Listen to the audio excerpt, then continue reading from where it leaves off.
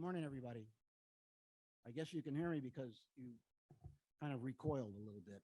I'm used to that sort of a reaction. But I want to say welcome to all of you for our little Hoover Commission meeting. This is our hearing on equitable economic development across California. I'm the chair, and I have the privilege of serving as chair of the little Hoover Commission. Thank you for joining us, whether you're here in the room with us or tuning in online.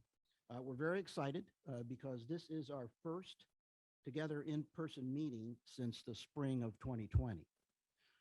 And I think it's important to express our appreciation to the Riverside Convention Center for accommodating us. They have made us feel very welcome. They have assisted in every possible way to make sure that our presentation comes off without a hitch. And we are appreciative and recognize that these facilities are really quite the best. I grew up in Fontana and San Bernardino. I'm a graduate of California State University at San Bernardino, and so I know a little bit about the Inland Empire and Riverside, and it's just wonderful to be able to be here today. We have other commissioners who are joining us. To my right is Vice Chair Sean Varner. We also have Commissioners Beyer, Commissioners Anthony Cannella, Bill Emerson, who I'm sure is known to many of you, Gil Garcetti, and Jana Sidley. Also with us are the commission staff. To my immediate left is the Executive Director, Ethan Rarick. In the audience are Project Manager Tristan Stein and Analyst Ashley Hurley and Rachel Mattioli.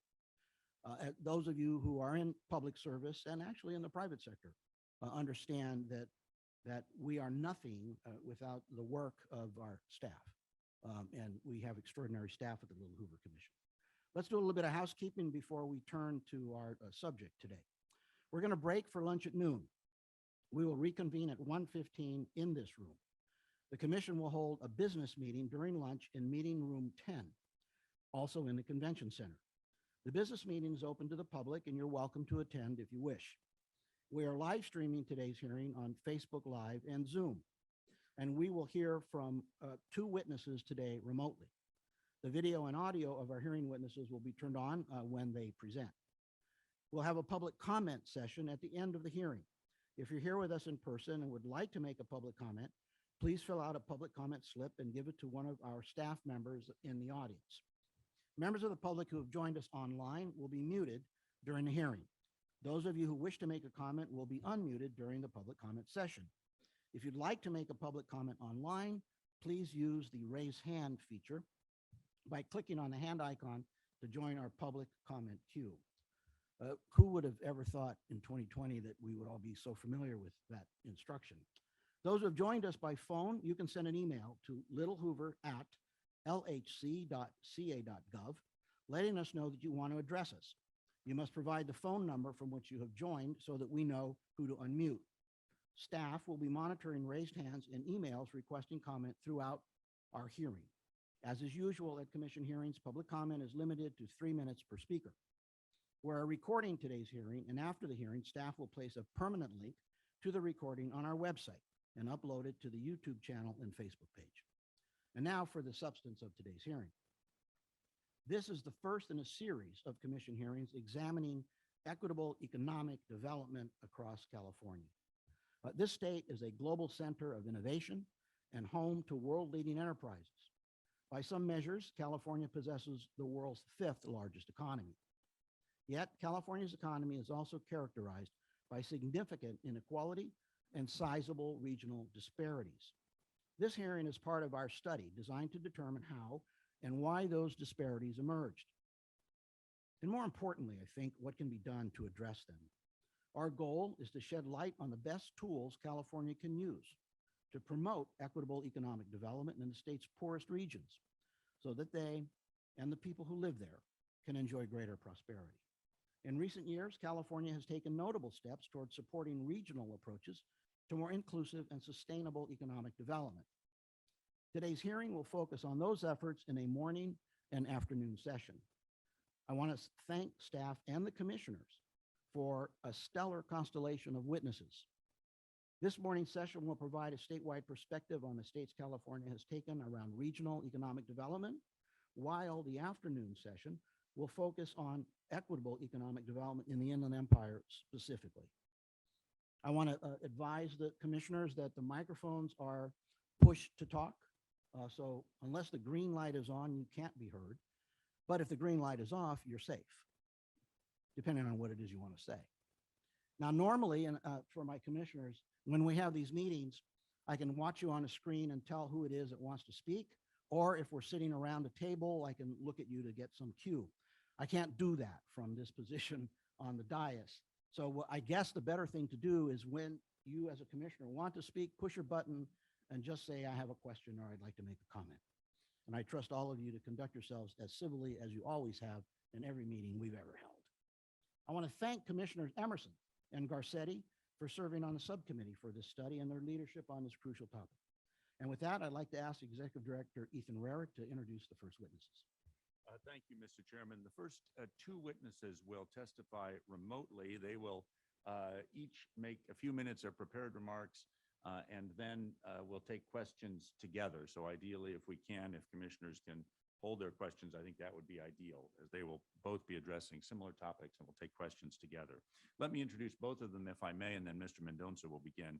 The first witness will be Lenny Mendonca, who formerly served as Chief Economic and Business Advisor to Governor Gavin Newsom. He was also Director of the Governor's Office of Business and Economic Development, or GoBiz, and Chair of the California High-Speed Rail Authority, and Business Advisor to Governor Gavin Newsom, and we have some feedback of some kind. He is a Senior Partner Emeritus of McKinsey & Company and a lecturer on inequality at the Stanford Business School. He was the chair of the New America Foundation and Children Now, co-chair of California Forward, vice chair of Common Cause, co-founder and chair of Fuse Corps. He was vice chair of the Stanford Graduate School of Business Advisory Council. He's also chair emeritus of the Bay Area Council and their Economic Institute, and chair of Fidelity Charitable. He received his MBA in public management from Stanford and holds a BA in economics from Harvard. The second witness will be Ashley Swearengin. Ms. Swearengin is president and CEO of the Central Valley Community Foundation, a charitable foundation serving the 6 counties of Central California and providing over $110 million in funding to over 650 community benefit organizations over the past decade. Prior to joining the foundation, he served as mayor of Fresno from 2009 through 2016. Before becoming mayor, Swearengin led a number of community and economic development initiatives in the Central Valley, including the Governor's Partnership for the San Joaquin Valley, Fresno State's Office of Community and Economic Development, and the Central Valley Business Incubator. She sits on numerous boards, including the College Futures Foundation, Urban Institute, California Forward, and New America. She holds both MBA and bachelor's degrees from California State University, Fresno. So first, with a few minutes of prepared remarks, Mr. Mendonca. Oh boy. Yes, do you want to take the third witness? Can we, I think sure. If we can, Mr. Gootman is here and we're sorry to put you on the spot, but if we can, we will, thank goodness one of the witnesses is in person this morning. So we will take Mr. Gootman's testimony and then go back to Mr. Mendonca and Ms. Swearengin. So commissioners, this is Marek Gootman, who is a senior fellow at the Brookings Institution. He was previously a fellow and director of strategic partnerships and global initiatives. His focus is on bridging the think tank perspective with real world action to increase the vitality of cities and metropolitan areas. Gootman also leads the Global Cities Initiative, a project launched in 2011 aimed at helping the US and international metro areas strengthen their global economic connections and competitiveness. Previously, he led a law and lobbying practice as a partner at Patton Boggs. He also served in federal agencies as a senior advisor on various urban initiatives and program management reform, and in a bi-state metropolitan planning organization coordinating public-private partnerships and public affairs activities. He holds a law degree from Georgetown University, a Master of Government Administration from the University of Pennsylvania, and a business degree also from Penn. Mr. Gootman. I knew there was a reason I flew out. Is that working for you? Yeah. Okay, terrific. All right, first of all, thank you all very much for inviting me here today. Just a word on the Brookings Institution, you may be familiar. It is a think tank in Washington, D.C. but over time, try to extend the impact of traditional research and policy idea generation to work with a wide range of cross-sector collaboratives in the US and sometimes internationally around solving problems and figuring out how do the ideas, the data relate to actual application, implementation, learn from that, and then share that broadly with other places as we continue to replicate and refine with them so we can get to solutions that, that are both policy and practice oriented and have greater results, as opposed to putting out written materials and hoping that somebody reads them and does something about them. So today, I'm really appreciative of your inviting me to talk about our experiences and perspective regarding effective approaches to inclusive regional economic development, and in particular, the state role. My objective is to cover two different categories of topics. One is the definition of what the heck we're talking about when we say inclusive regional economic development, because it's terminology that actually means all things to all people. And what is it that individual regions and stakeholders are struggling with in order to accomplish better outcomes, economic outcomes for firms and for residents? And what framework needs to be put in place to guide state enabling action for those activities to happen? The second is then to describe that role and responsibility for the functioning of the state. And I said the term enabling or even empowering regional economic activity actions specifically, not to say directing, managing, driving, because states, and I know this would never happen in California, states tend to be pretty top down about being bottom up. And so the objective here is how do states then relate to what we're calling inclusive regional economic development activities and support them to happen versus directing them in a particular way that may not be appropriate for that individual jurisdiction or set of jurisdictions and their strengths. My context is in California, working with Brookings in 7 different regions of the state on a wide range of topics over about 10 years, and also working in various ways with the state as a whole. There are a lot of different issues that we've been piloting with various regions over that time, but inclusive economic outcomes became a priority a little more than 5 years ago. And the regions that we've been working with on that topic actually started here in the Inland Empire in 2017. It then went to Sacramento with the Prosperity Strategy in 2018, San Diego in a kind of smaller inclusive economic development lab, also in 2018, Fresno Drive support with a lot of other actors in 2019, the B3K Prosperity, that's Bakersfield Kearns effort in 2020, and most recently, Stanislaus County, the Modesto metropolitan area, which candidly should have included the 2 counties surrounding it in San Joaquin County and Merced, but a starting point in Stanislaus County in 2021. And back in 2011, I was part of the effort that helped when the Lieutenant Governor Newsom put together a competitiveness agenda for the state, which included some emphasis on enabling regions to happen, helped in developing that. And then most recently in 2019, when California Forward held its economic summit in Fresno, put together some 7 steps of lessons that we've learned from experience within California, but also working with half dozen other states on similar efforts to address inclusive regional economic development issues. And I have to say that at that period, if we had been testifying back in 2019, I would have been quite critical of the state for having a lot of language and ideas, but not much action behind it. Even though Regions Rise had started and was percolating and there were some activities going on, I am not critical of the state now. I think the state is headed in a positive direction in trying to execute around many of those principles that we outlined as good practices or lessons being learned from other places. So a lot of that is being reflected in the Community Economic Resilience Fund guidance that's come out, and there's still a long way to go. But I am optimistic about where the state is off of a baseline that has evolved over the past 5-6 years. So first, taking on this question about inclusive regional economic development, what it means and how the state should focus. First of all, regional. What is the scale? I'll have to have an understanding that economies do not operate at the state level, and they also don't operate at a neighborhood level. And that's a real tension that we'll see throughout these efforts about trying to bridge the gap between local economic activities and objectives versus where the economy works based upon the integration of certain kinds of shared assets, whether they're common firms, your workforce base, your innovation anchors, the infrastructure that ties you together, supply chains, those things that make up a functional economic area, is at a regional level. And it crosses political jurisdictions, and it doesn't abide by them either.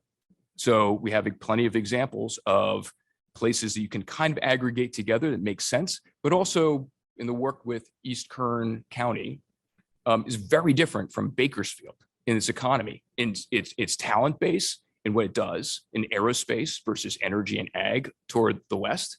And it actually relates more down into LA County and Lancaster, sorry, I'm from Pennsylvania, Lancaster and Palmdale, which are very distinctive from what's going on in the core of Los Angeles. Or in this region, what happens between Riverside, San Bernardino, Ontario, and that anchor versus going toward Coachella. Different kinds of economies within a bigger region that's politically defined. So the flexibility of understanding that, and at least trying to get to a basis of what do we mean by regions. We have to go by political boundaries to some extent, but there's other factors, these other factors involved to take into consideration, and that has to be driven by local understanding and data about the way the economy works. I actually believe that the SURF process has come up with the 13 regions with very reasonable ones. I could bicker over one. I'd like to see it one additional region, which probably could have been split, but I think it was a really good process that led to very useful definitions of the economy and the regions, including the splitting up of the Central Valley into 3, which Ashley will probably talk about. The second then is, what do we mean by economic development and inclusion? And what is the objective here? Historically, economic development has been measured by growth, job counts, capital expenditures. Is our economy, just as a gross metropolitan area, output generating more than it did last year? And that's where it's easy for economic developers to be held accountable and what they are paid kind of to do, which is measure, do I have more jobs here than I did before? And can I account for jobs moving in? Because that's more clear to measure than if you even expand on a job base and you help 10 firms to add 5 jobs each versus attracting a business in, say there's 50 new jobs in the region. But we all know, based upon data you have seen and everyone talks about, that job counts are not getting us to job quality and improving the self-sufficiency and economic mobility of our residents. This region, the Inland Empire, and a lot of others, but this region is a prime example of that problem, that economic success cannot be defined simply by growth. It has to have 2 other dimensions. One is about prosperity, that's the productivity of firms in order to generate higher value activities and therefore higher value jobs. And then it's inclusion. Who is able to access jobs and maximize their potential? Are there barriers to accessing these better quality jobs based on demographics? And there are, race and gender. So those are key elements. And if you look at those factors in results, in Stanislaus County, 39% of residents who are in working families are struggling to make ends meet. They cannot achieve economic mobility based on the kinds of jobs that are offered in the region. You're short in that region in order to cut the number of kids in those working families by 50%, enable them to be more self-sufficient, economically mobile. You're short 40,000 quality jobs. So this is a situation where you think about economic development objectives. We cannot train people into jobs that do not exist.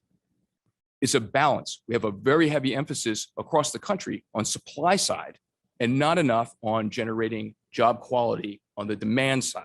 And that's where we're talking about a shift in measuring economic success and economic development activities and workforce development activities, focusing on those outcomes across these regions. Another point, and then I'll talk a little bit about the state, or just offer up some questions because it may be more helpful. Where do you focus then in order to create these quality jobs? You're focusing on traded sectors, those kinds of goods and services you sell outside of your economic region, because that brings new wealth into the region. And it has a strong multiplier effect, which is spinning off more people who are going to sell each other coffee and t-shirts, right? If our emphasis is on local serving jobs, then we're just moving money around to each other. And those tend to be, if you look at the sectors, lower pay, lower growth rates. If you look at traded sector jobs, they are higher pay, more investment in workers in those kinds of activities, and higher job levels of job creation. So the emphasis on economic development has got to be these traded sectors in order to have greatest impact.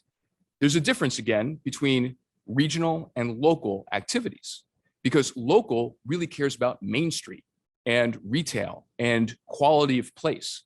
When we're thinking about regions, is back to the point about all of these different elements interacting with each other so that we have a distinctive niche in the California, US, or global marketplace that's generating higher value and higher quality jobs. We have limited time and money to put into economic development activities. That needs to be where we put the effort in order to achieve the goal of job quality and access. This requires business leadership to take a significant role, and that's the case across the country in our experience. It has to be a balance between business interests and community interests, with the overall objective that we are trying to improve job quality and access for residents. And to do that, we need to enable these traded sector activities and higher value jobs to happen.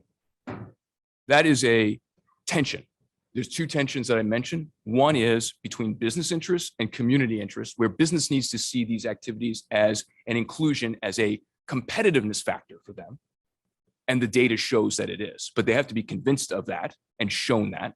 And community interests need to recognize that you can have growth without inclusion, but you cannot have inclusion without growth. And the interest of training and opportunities in my neighborhood, job opportunities in my neighborhood, is not a realistic perspective to have when we're talking about how the economy functions at a regional scale. We can't bring the economy into neighborhoods effectively. We've tried that. First job I had was the Empowerment Zone program at the federal government nearly 30 years ago.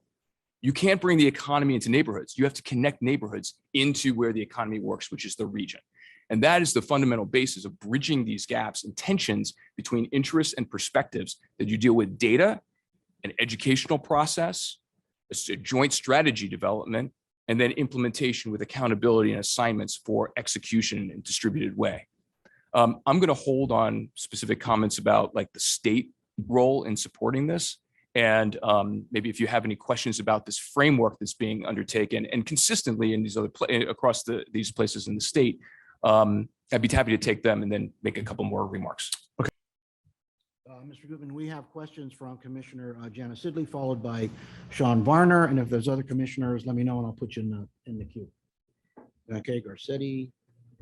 So Emerson. Go ahead. thank you very much for being here today and for your testimony. I appreciate it. I'm going to ask probably what is very naive questions. You've talked about the local versus regional, which absolutely makes quite a bit of sense. But I'm also very curious about the requirement of, or lack of a requirement for density.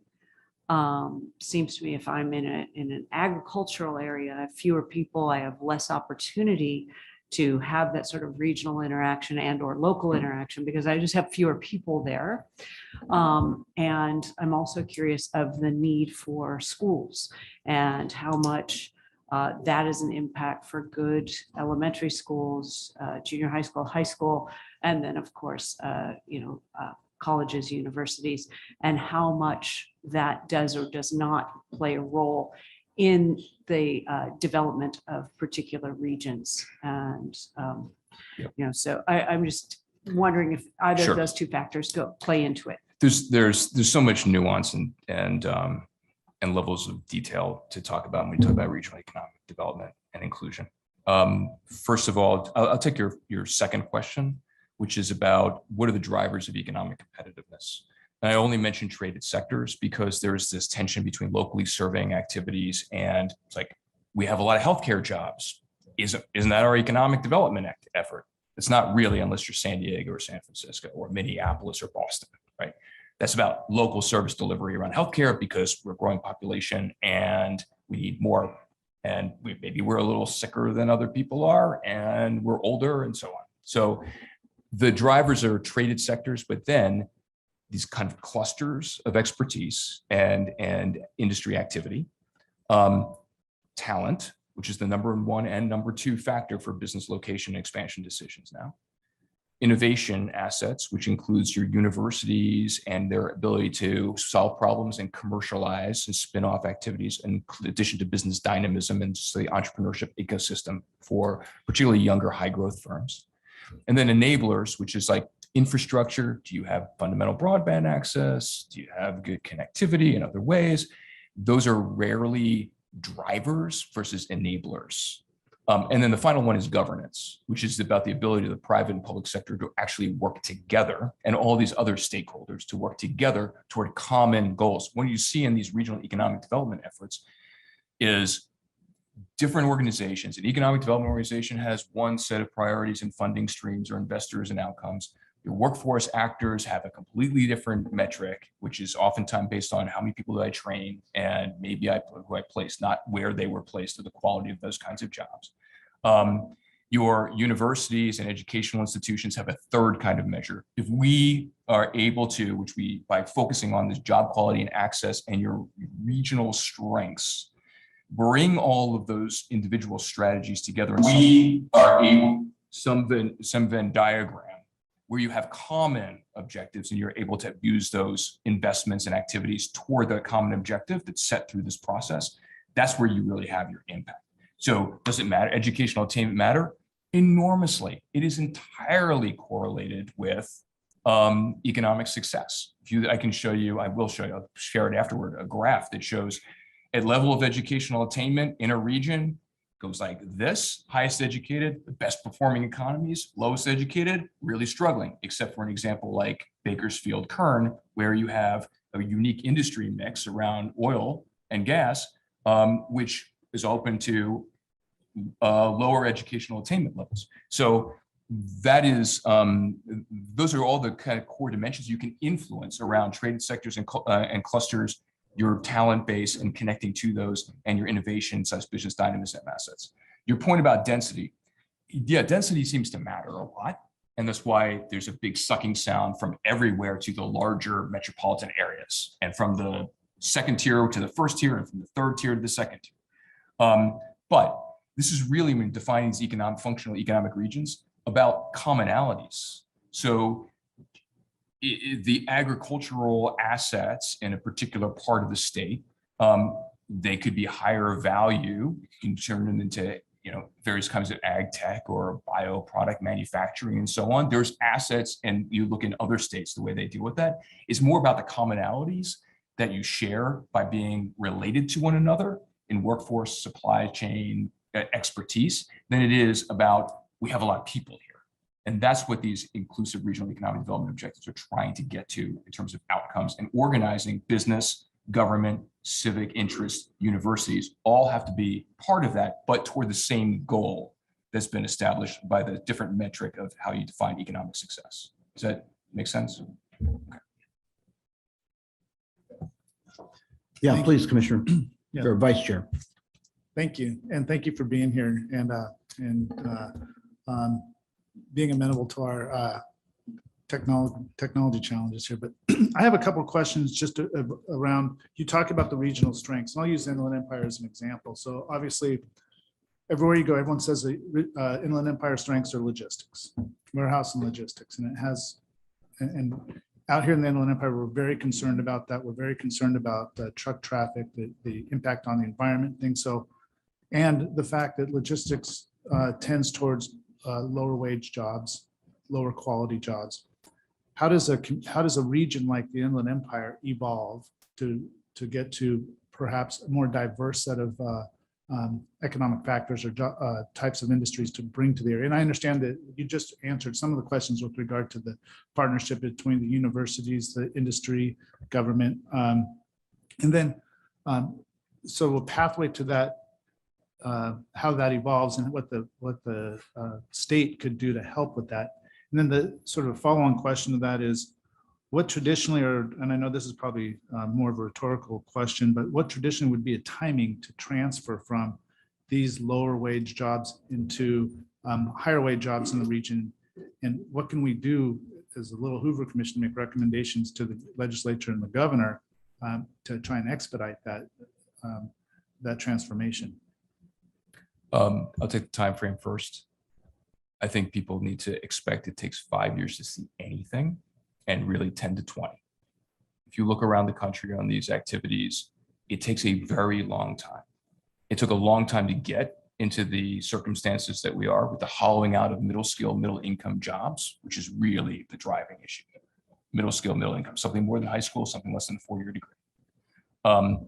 And therefore, the kinds of investments and activity that are required in order to move anything in an economy, influence an economy, and it has to be relatively targeted in order to try and do that. If you're going to have any impact, it takes a time and it takes a lot of resources.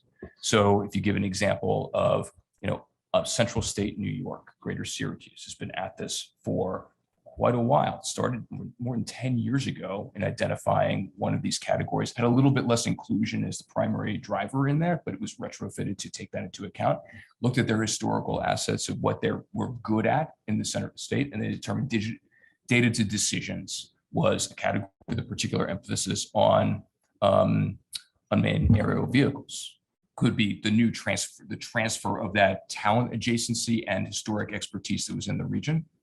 The state, through its own regional economic development support strategy, sector neutral, you all decide, you all figure out what is the right approach and justify it to us, has invested more than $500 million over that period of time. That's what, talk a little bit about what state roles are, but that's a boatload of money. And that's the kind of investment that needs to happen, sure, from the state, but also from the private sector. The leverage that you get, you'd see that kind of investment happening. Another great example is in Kansas City. Kansas City, that's a complicated place.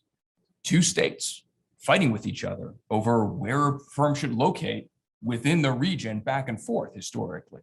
But it identified a couple of key sectors, existing sectors, their original strengths around animal health sciences and engineering design activities, and emerging areas that are opportunities off of their assets that are nascent, like biologics manufacturing. So those are the kinds of discrete specific choices that have made, and it has to be invested in significantly over like biologics manufacturing. Lots of different funding streams for that. So those are the kinds of discrete specific choices that have made, and it has to be invested in significantly over. It has done a good job, as I mentioned, about defining economic regions and trying to get them to self-organize. It has generally articulated a state point of view on goals and drivers of economic competitiveness. There's an issue in there that I could talk about, but it's kind of set a framework for regional economic planning. It's made investments in efforts that are already underway, like Fresno Drive. It put $30-some million into the Future of Food initiative that was, again, transitioning off of the historic strength into a higher value area of activity. But the state needs to organize itself in 2 ways. One, its resources, $600 million, and that. But the state needs to organize itself in two ways. One, it's resources. $600 million, and that, but the state needs to organize itself in two ways. One, it's resources. $600 million, and that, but the state needs to organize itself in two ways. One, it's resources. $600 million, and that, but the state needs to organize itself in two ways. One, it's resources. $600 million, and that, but the state needs to organize itself in two ways. One, it's resources. $600 million, and that, but the state needs to organize itself in two ways. One, it's resources.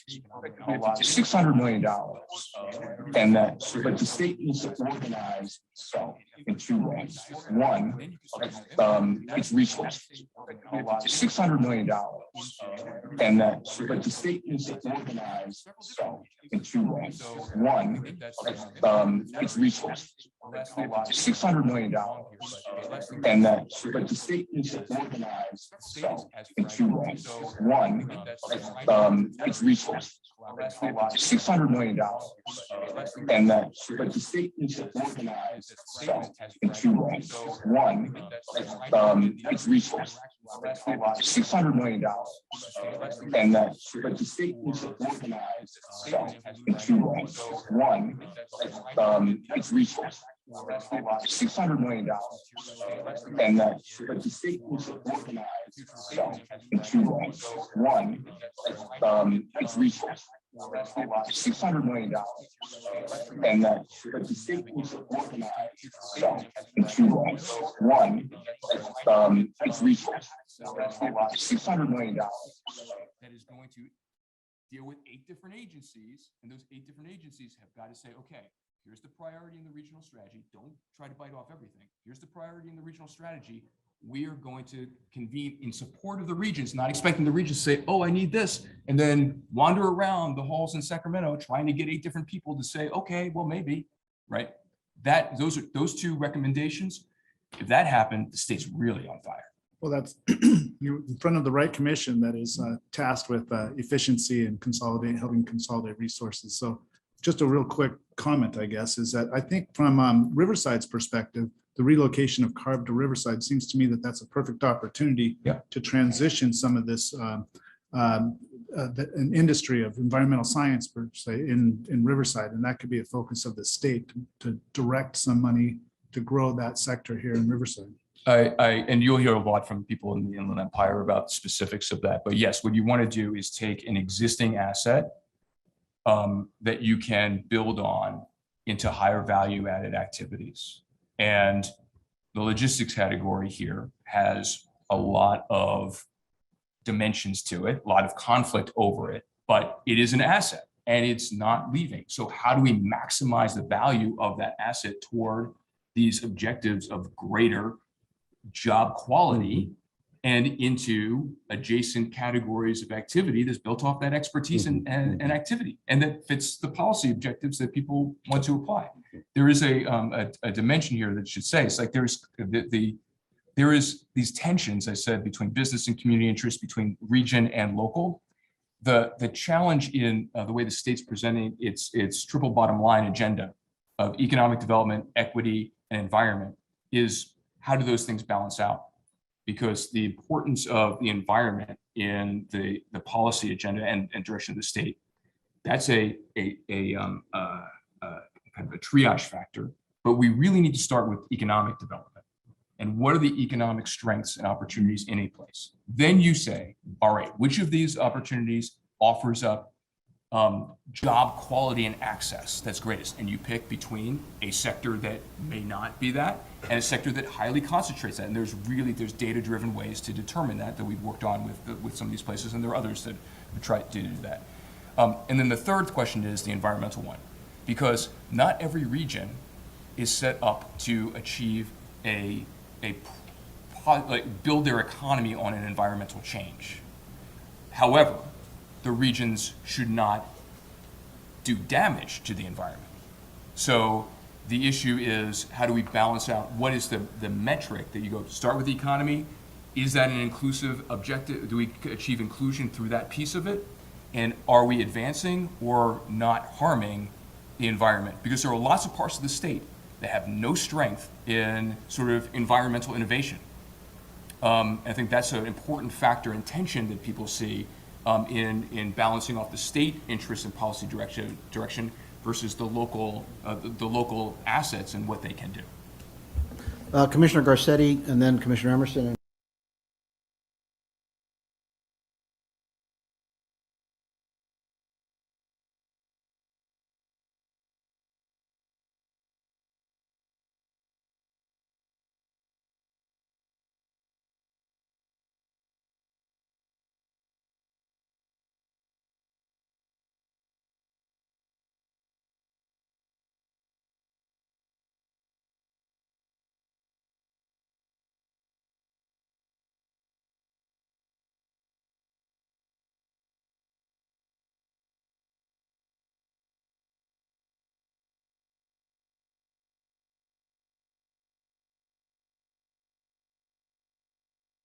Me, because I don't think they caught in the live stream. My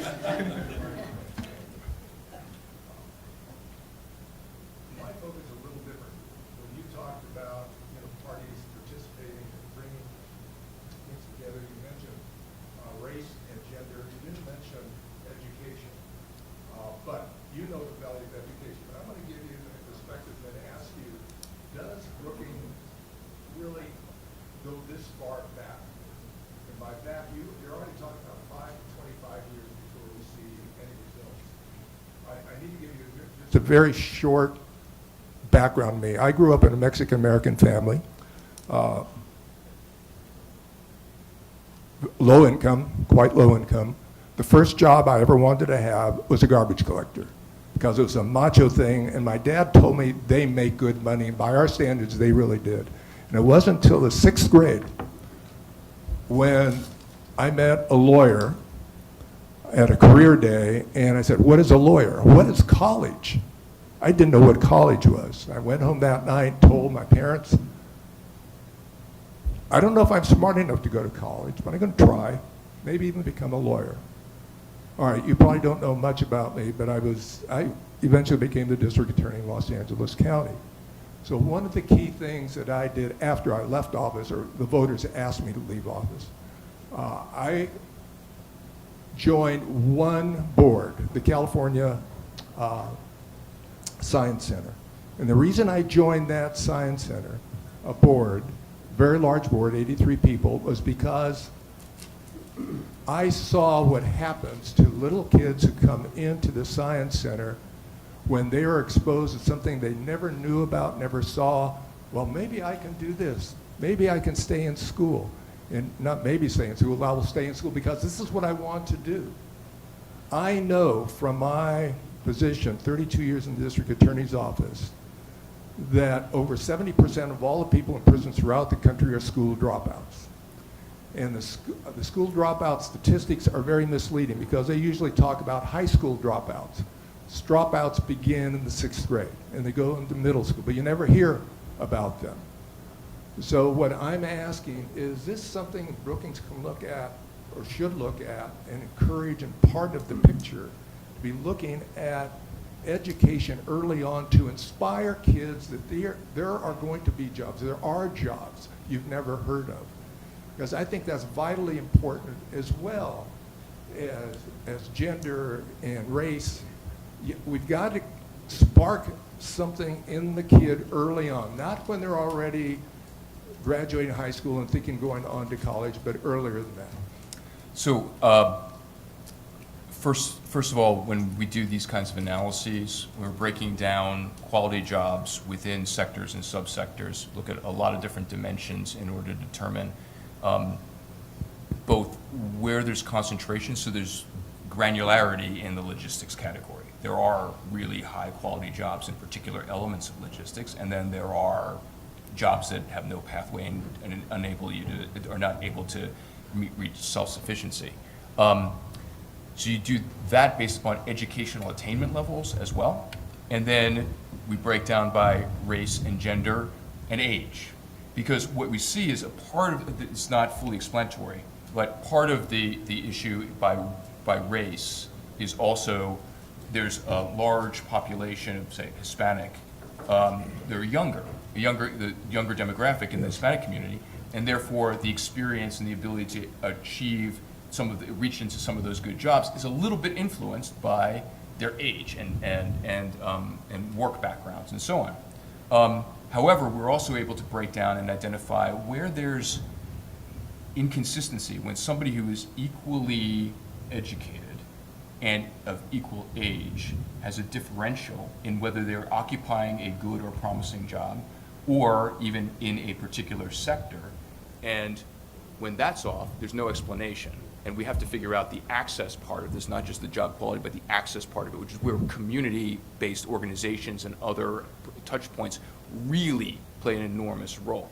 So I just want to be a little bit more, even more nuanced than you can get at a hearing, and can share again with you if you look at some of these strategies. Your point about educational attainment and inspiring from early on, a lot of these efforts incorporate that.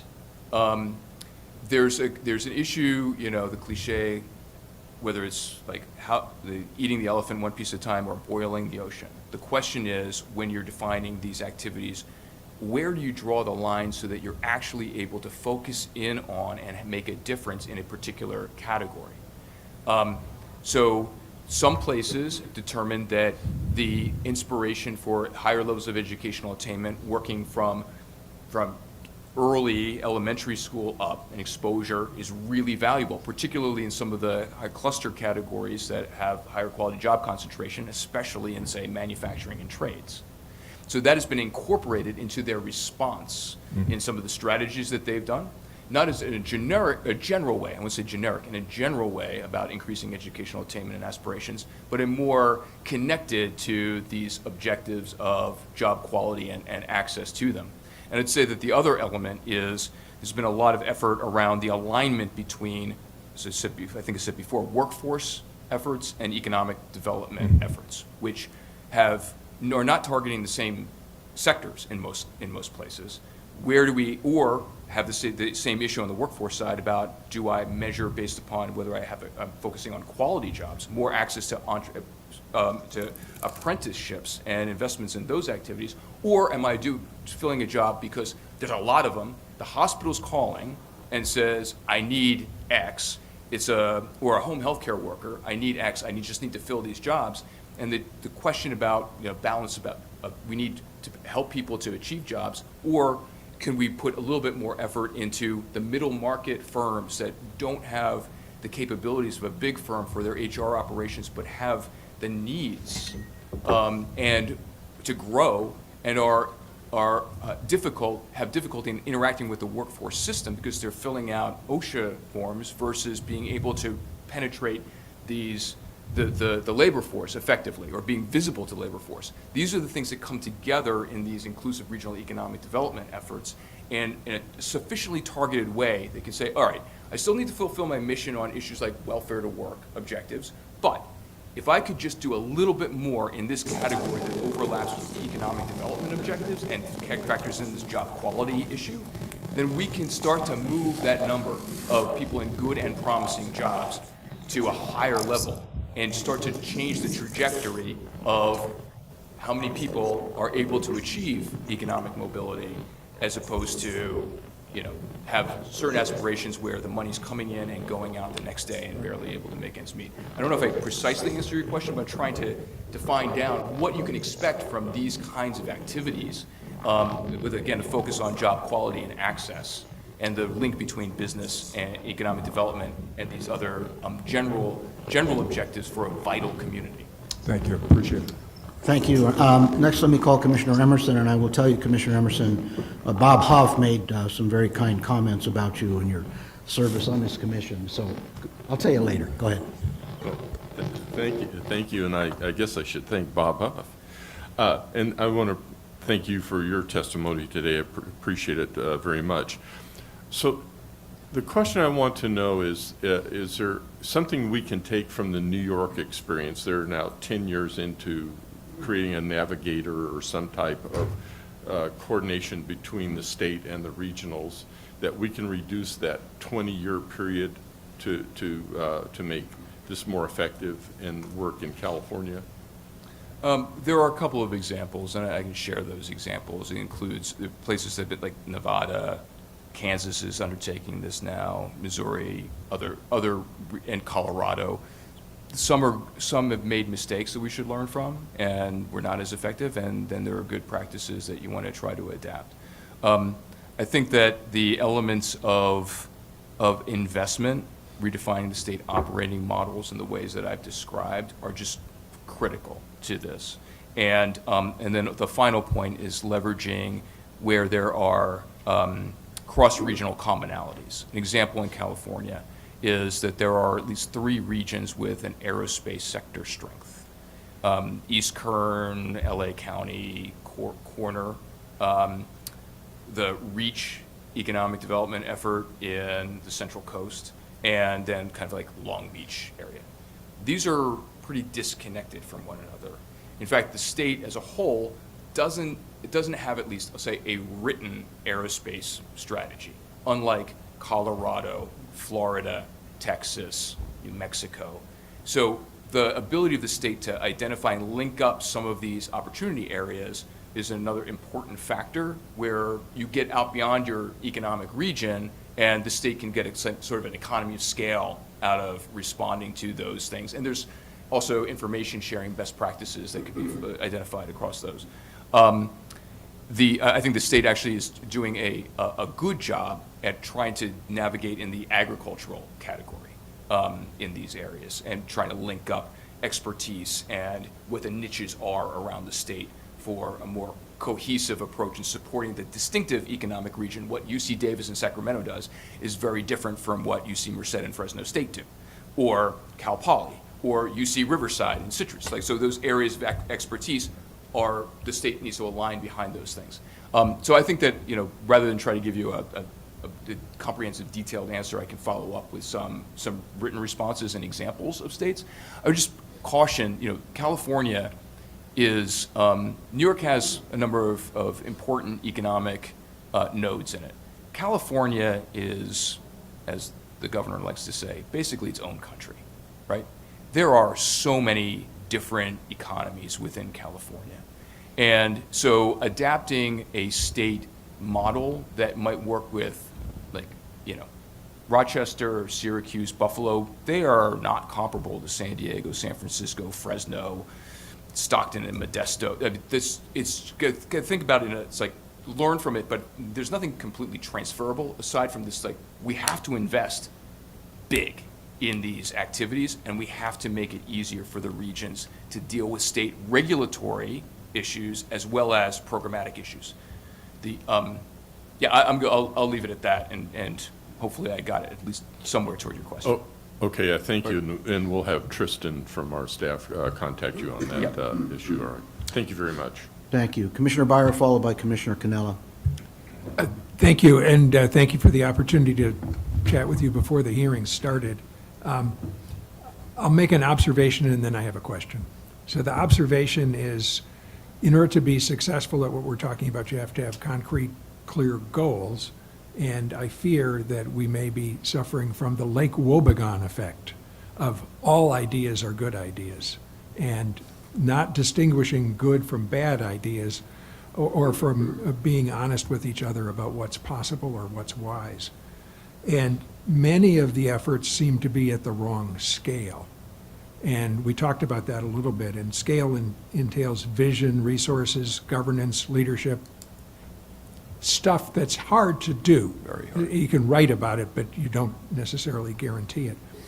So my question is, as a state, are we better off creating, I'll call it generic economic solutions, or are we better taking a pot of money and using it as an incentive, such as the education department's race to the top, or some kind of competitive award system in order to stimulate the best of the regional plans?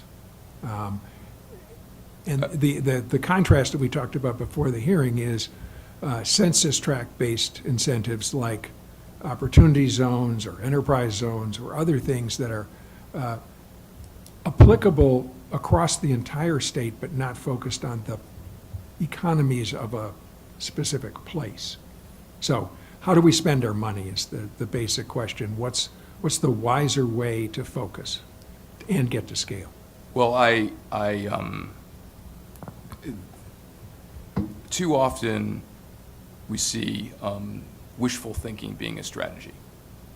And you have to base this on data and evidence, both quantitative and qualitative, to make the best possible decisions. And it's art, not a science. I mean, anybody who tells you we know what's going to happen in economic development is wrong, because so many things we've done have proven not to be helpful. I err toward the latter, which is census tract based. This is my opinion based upon my years of having done census tract based economic development program activities. I believe that census tract based economic development is not proven to be a successful result for the kinds of things that we've talked about, the kinds of objectives that we're talking about. So again, the point about trying to bring the economy into neighborhoods versus neighborhoods to the economy. When you census tract based revitalization has not proven at scale to be effective in helping residents of those areas.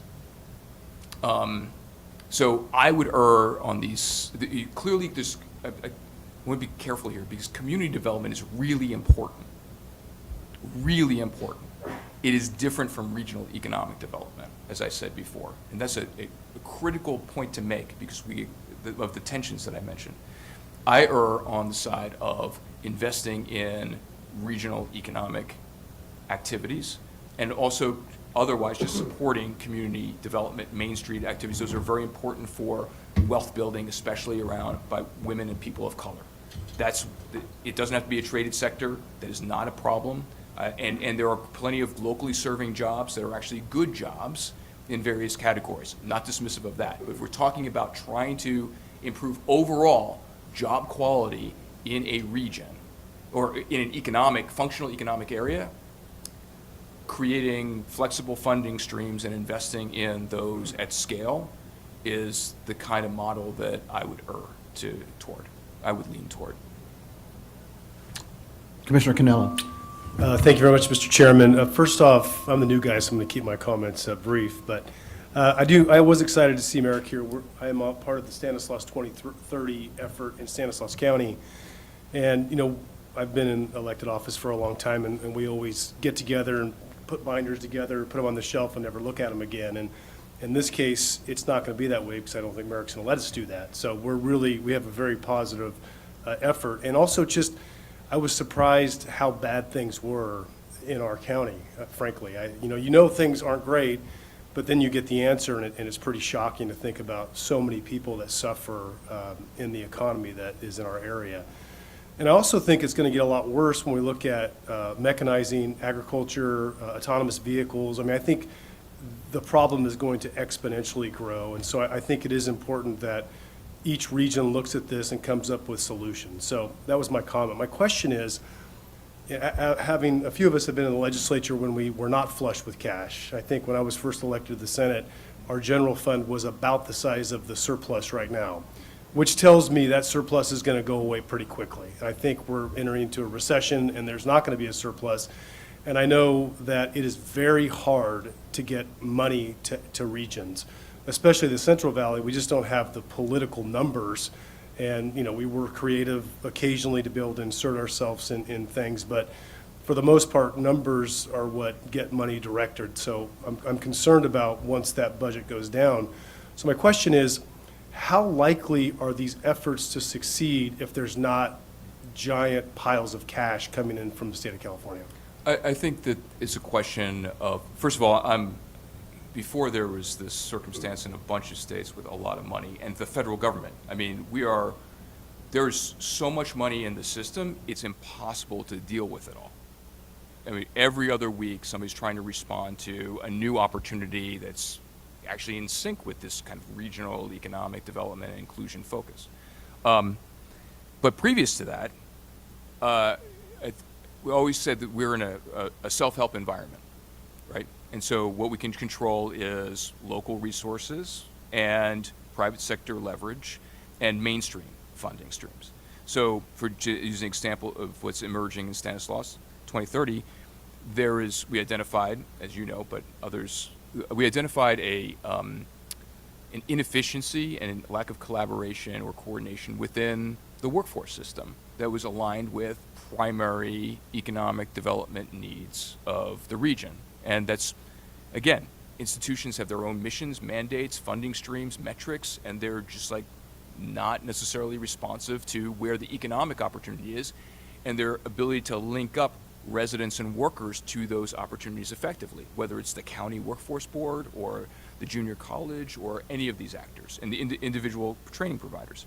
So simply everyone sitting down with the objective with an industry-led coalition that says, here are our needs, as opposed to the workforce system trying to pull in individually this mess of, here's companies over here, here's the workforce providers over here with an economic development objective, and they're going like this, just going like this, putting industry at the center so they understand where the job quality is and they're able to access those jobs for those workers. That is going to, I believe, improve the circumstances without new money in the system. Do you need massive amounts of money to really transform a cluster? You need catalytic funds, if it doesn't, particularly if it doesn't really exist. But there are a lot of sectors. I'll go back to, you know, there are a lot of sectors. I won't call any particular region, but there are a lot of sectors where if the business community was organized and saw value in investing in this and saw the job quality outcomes of it, then there's resources to be applied. It's a question of making that case and ensuring that the business community, again, recognizes in this bridge with inclusive outcomes, that it is a competitiveness factor for them. And we can demonstrate that. And it's also the challenge about the business community not wanting to sit down with community interests and stakeholders. And candidly, it's the same on the other side. And it's in part because they're not using even the same terminology. We want to get toward quality job creation and access to them. And you show data and you're using the same terms. You should be able to find some overlap and compromise. That's what part of the challenge is in all these complex regional economic strategies.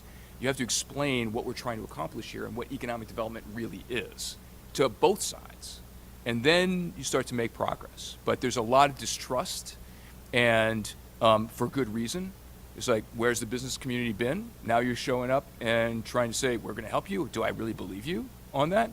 And for the business community, there's like, the community is angry with us, the community interests are angry with us because we haven't been here before, so they're going to yell at us, and I don't like that. I'm here to help now. That's the problem that we're dealing with across the country. But if you, again, stay focused on this objective, we see the data. We know that the economy is not sufficiently inclusive, and we know we can have some influence on that. We're achieving objectives for both sides. You just have to come to the table with that kind of neutrality and evidence in order to make the case. Thank you. Yeah, let me just advise the commissioners.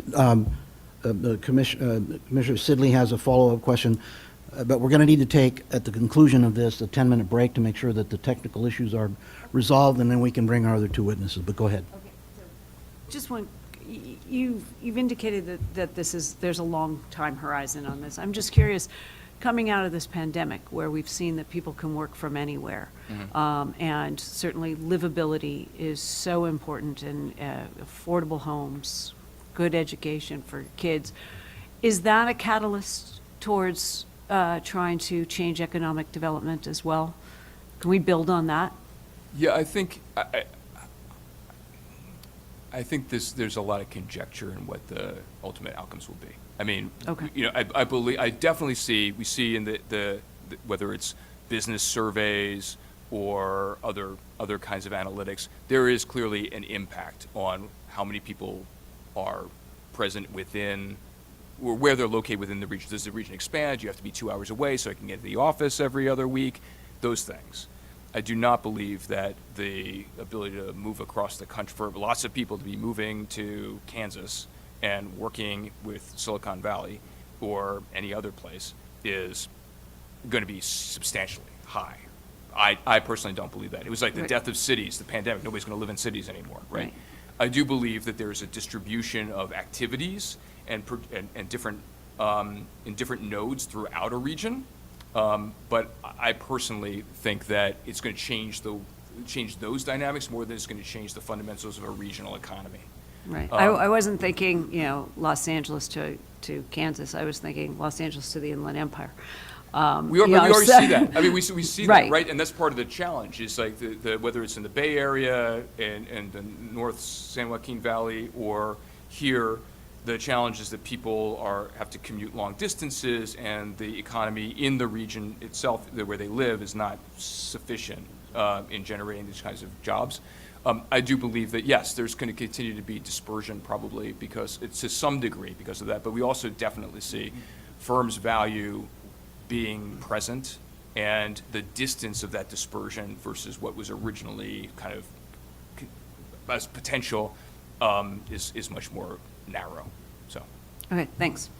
Thank you. I just have, I've got a bunch of questions, but I'm not going to ask them because it'll chew up a whole bunch of time, and we've got a couple of other witnesses waiting. But what I do want to make are a couple of comments based on some of the things that you said. And when you use agriculture as an example of an industry that has figured out that there are things that they have to do together, right? That they've got to re-examine what they're doing and review agricultural practices. What is common in all of ag is water. So there is a crisis of water. And so in order for ag to continue to be viable, they're going to have to reevaluate how they've been doing business and adopt new businesses, new ways of doing business and being innovative. So there's a crisis that is moving them forward.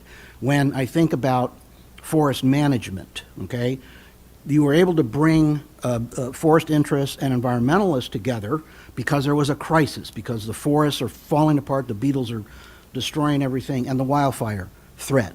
And I think in some of the ways that we're going to move forward, we almost ought to pray for a crisis, because it will bring people together when they understand that there's a common threat, and so that business interests who don't have that and the communities who don't have that common threat continue to argue with one another. And I suggest that moving forward, you will see more of what people call community benefit agreements.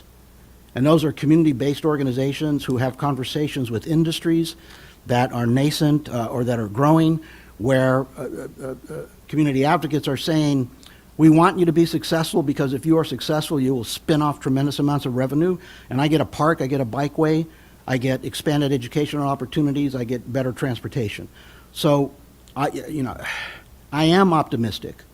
And I think part of what this commission can do as we take testimony from the witnesses is also discuss among ourselves, particularly those of us that have been elected, how is it that we are able to persuade our constituents that there's an aspect of delayed gratification that is to their benefit? I look at this young man in the blue shirt in the back, he's probably in his 20s, and you're saying, if we're going to have significant improvement, it's going to take 15 to 20 years. And he's going, I'm going to be an old man by then, right? I want to get married, have family, and have kids. And you're telling me my life won't get better for 20 years? So we have to be able to, as a state, persuade someone like you that it will get better during your lifetime, but in particular for your children, that it will be better for your children, that their future is going to be brighter, that their educational opportunities, like Commissioner Garcetti talked about, will become more obvious and more apparent and more open. I mean, very similar to Commissioner Garcetti. I came up in a Latino family. I didn't know any lawyers. I mean, when I applied to law school, part of the application called for naming 3 lawyers. I knew no lawyers, right? So thank you for what you're doing, and you have a comment. I just want to clarify the time frame issue, because I don't want you to think that this is not going to happen. Nothing's going to happen for 20 years. I'm saying transformation, like significant change, we have to have patience for 10 to 20 years. There should be evidence, substantial evidence of progress within 5 years, optimally 3. So you need to see a trajectory. We're not going to change, we're not going to get 40,000 new jobs or transition existing jobs into good ones in Stanislaus County immediately. Right. But we should be able to see progress toward reducing the number of these other jobs and increasing the proportion of good and promising jobs over this period of time. So I just want to say that it's more of a stick with it issue. Got it. Which government has a trouble doing. And others, really, right? It's a stick with it issue as opposed to immediate gratification, but we should see progress. If you're not making progress within 5 years, you got to change your strategy. So I just want to make sure that Perfect. I'm not So, pessimistic about that. there's hope, young man. There is hope for the guy in the blue shirt. Thank you. right, thank you all Let's very take a much. 10-minute break and make sure we've got our technical stuff taken care of. And Mr. Chairman, there is coffee and tea in the hallway if members of the public or commission would like some. We'll be back in 10 minutes.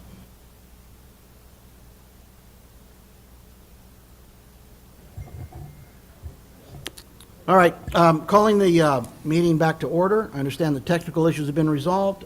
Ethan, if you'd be so Aye. kind as to get us back on board. Certainly, Mr. Chairman, and again, my apologies for the technical issues. The good news is that the afternoon witnesses will testify in person. So, we are now joined by two of our state's most distinguished leaders, and I believe that we have the technical issues worked out. I want to thank both of them for being very patient and sticking with us. I read their full bios earlier, so I'll just say that Lenny Mendonca formerly served as Chief Economic and Business Advisor to Governor Gavin Newsom and was Director of the Governor's Office of Business and Economic Development. Ashley Swearengin is President and CEO of the Central Valley Community Foundation and previously served as the Mayor of Fresno. They both have prepared remarks. We'll take each of their prepared remarks and then questions from the commissioners. So we will begin with Mr. Mendonca, if he can be put on the screen, please. Thank you. There you are. Now? It is. Thank you very much. Thank you.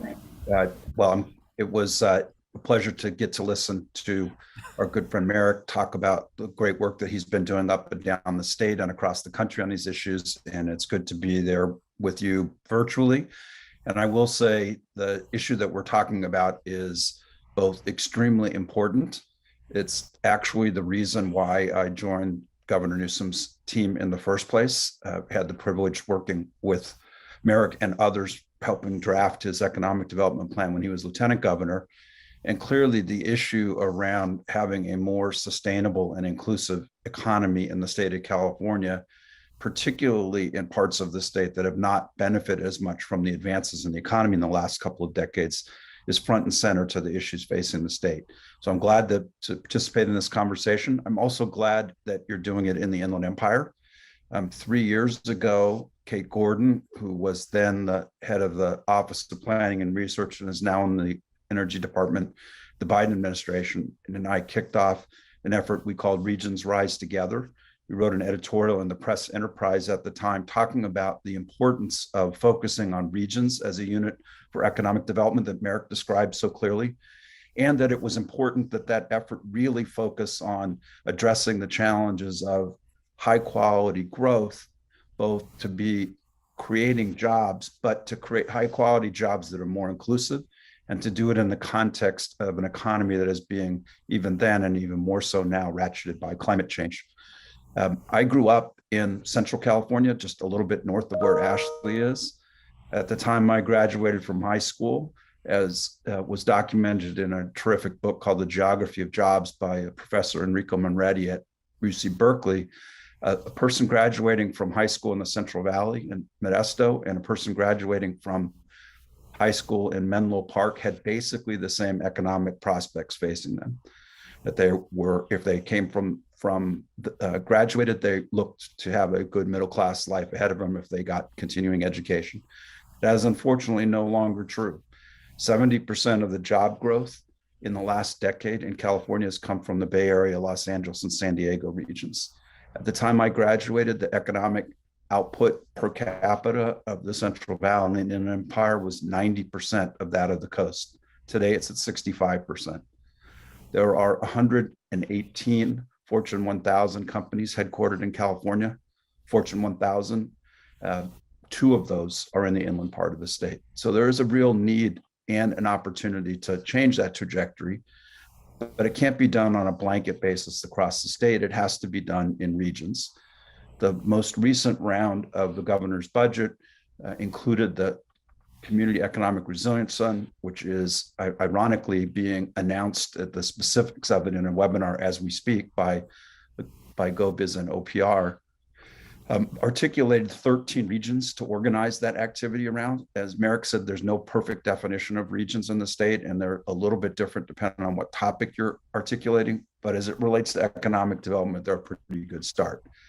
That built off 2 years of work before that of trying to convene and help accelerate activity like the one in Fresno led by Ashley Swearengin, who you'll hear about in a moment, called Drive, that really attempted to bring people to the table to have a real conversation with real facts about what could they do to create a more sustainable, inclusive economy. 2 years later, after efforts engaging those conversations with some seed funding, now there's real resource being put in to try and move those forward, also supported by effort from other programs in the state, including broadband activity, as well as substantial efforts from the federal government with EDA dollars, and broadband activity is there as well. What articulated during that time was that there were really 4 things that we're hoping to accomplish out of these efforts that I still think are completely relevant. One is to reward collaboration and encourage regional economic development that brings all voices of the community to the table, including, as Marek said, industry partners and social justice advocates. Secondly, that we wanted economic inclusion and climate resilience to be at the center of economic development efforts, not something that was left to the side and thought about afterwards, but fundamental to the objectives. Third, that we wanted the regions to use a data-driven approach to identify historic inequities, economic barriers, and strengths upon which to build. And finally, that we wanted to see the regions propose specific measurable projects that leverage existing assets that can result in meaningful change as rapidly as possible.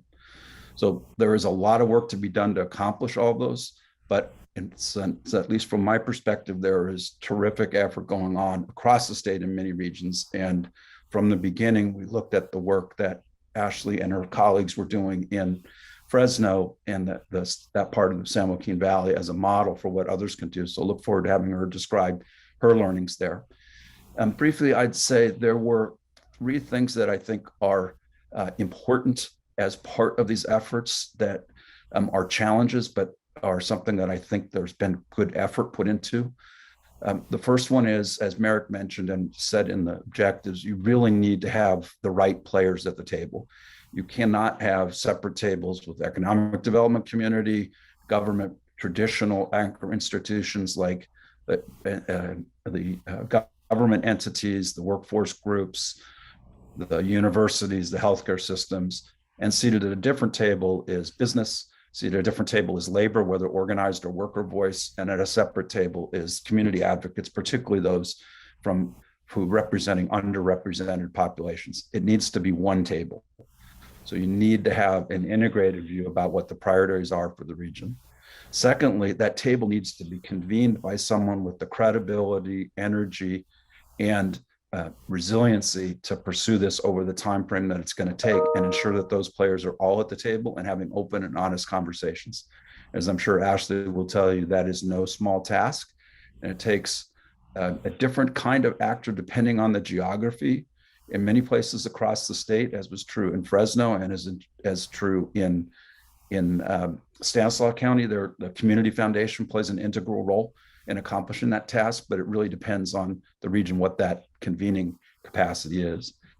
And then third, they need to have the kind of technical support, including data analytics and experience from other regions within the state and otherwise, that can help bring a fact base to the conversation and ensure that the activity is grounded in truth about the reality of the region and not based on a wishful view about what the situation is.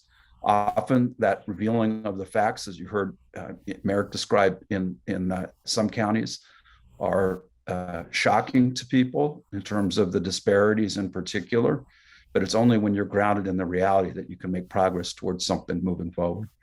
So that is where the regions are. That's where the SURF activity is attempting to ensure that those plans are in place. And the next round of funding, hopefully complemented by funding at the federal level, will help accelerate those kind of investments and help create a ecosystem and a set of investment opportunities that can be funded both locally, nationally, statewide, at the public sector level, but also importantly funded by the private sector and as appropriate philanthropy.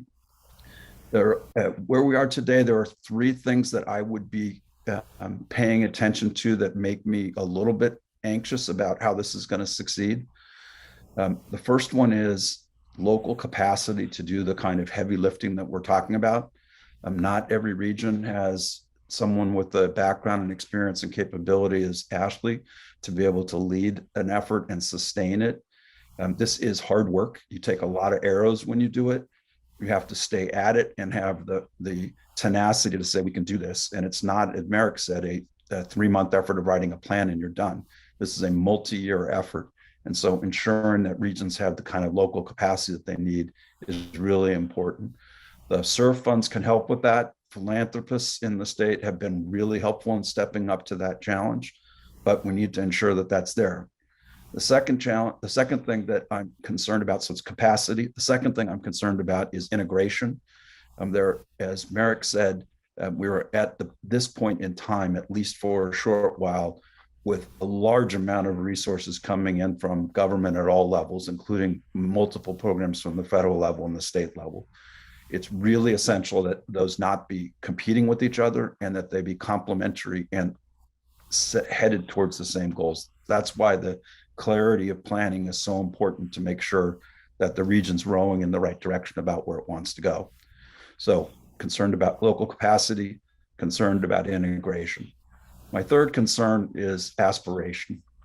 This is hard work, and it's easy to give up part of the way along the way or set goals that you know you can achieve relatively easily. It's really fundamental that people are grounded in the facts, so they're not starting from a point of saying, well, we're going to suddenly become Silicon Valley, or that we're going to transform our industries and sector and geography within a couple of years. But it really needs to be grounded in an aspiration about what's possible, thinking 10 years out and working back, looking at the existing strengths, looking at examples from other places, getting people excited to show up at the tables and say, we are doing something that is hard, but we are going to get there even if it takes a decade. So I think I am actually, as Marek is, extremely excited and encouraged about where we are. If you'd have told me 3 years ago that Little Hoover would be having this conversation, helping the state accelerate progress on this, that the federal government would be pouring massive amounts of resources into it, that the opportunities that are in front of us that are accelerated by the way work has changed because of what's happened in the response to COVID, I would not have believed you. But I think there's a great opportunity if we stick with it, if we learn from what's working, if we share those learnings across regions so that there are people building off of each other, and also looking about commonalities and needs that can help ensure that state and federal resources are aligned with those priorities. I think we can get there. It is going to take the kind of full everyone at the same table in the region, convened and pushed forward by high quality, trusted leaders.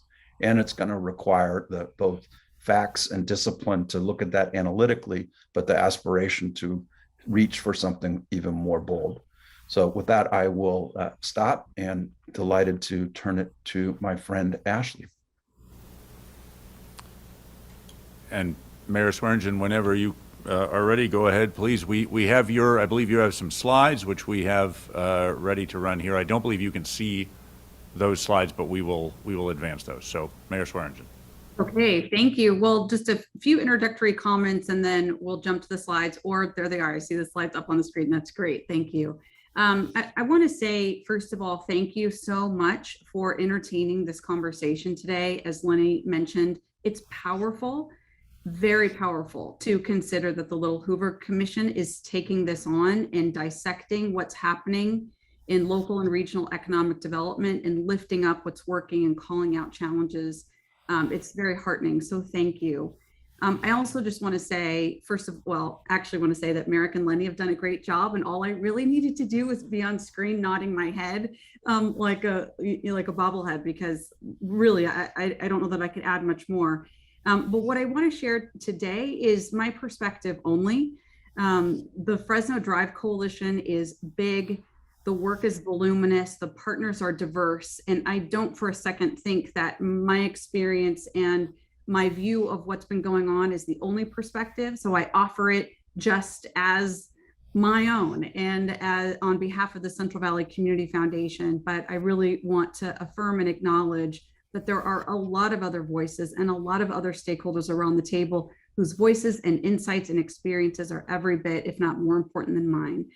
So with that as a caveat, let me just go through a couple of slides with you. We can go to the next slide. So what I'm going to zip through are 7 slides on the current conditions of the economy in the greater Fresno area and various measures of that, educational outcomes, and other challenges that we experience down to the census level, census tract level. But we don't have time to go into the detail, so I'm going to really zip through these.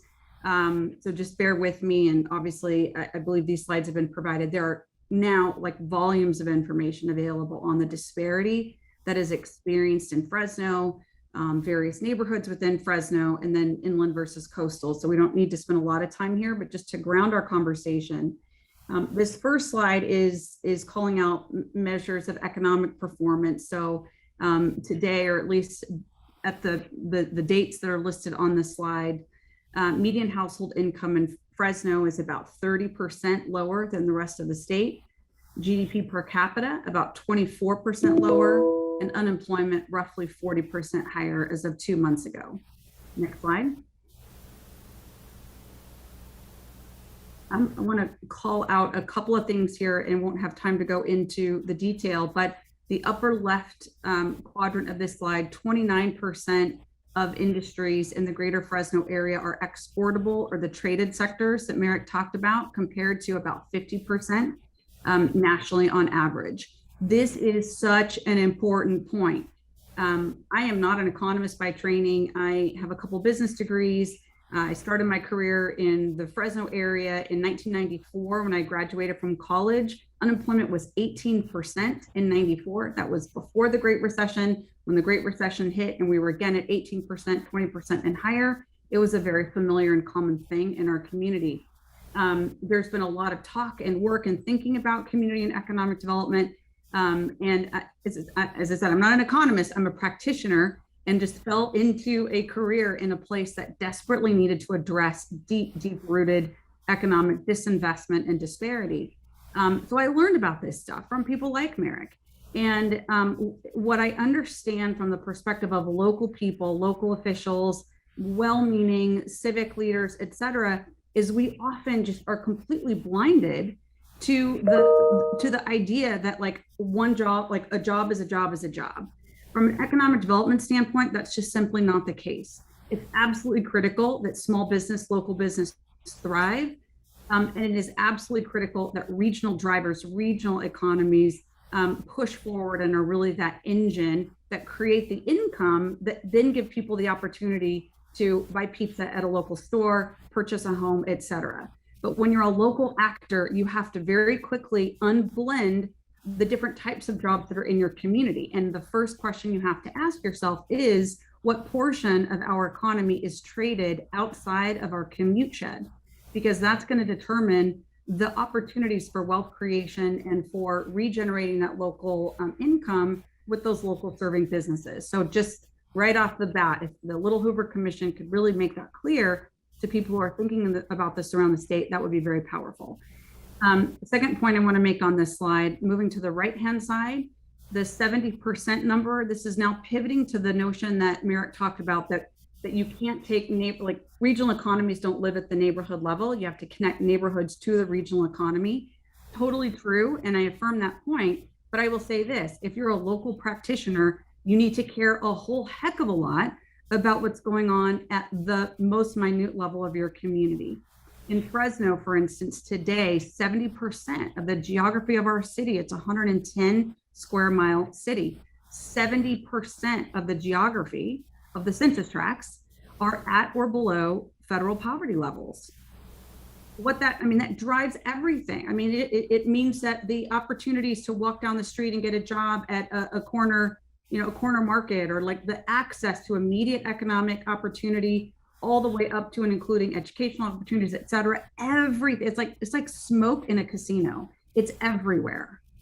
And it really matters what's happening at the most local level, which makes it really complicated when you're trying to drive regional economic performance. And this is where the Fresno Drive Initiative has really blended these things. So place matters.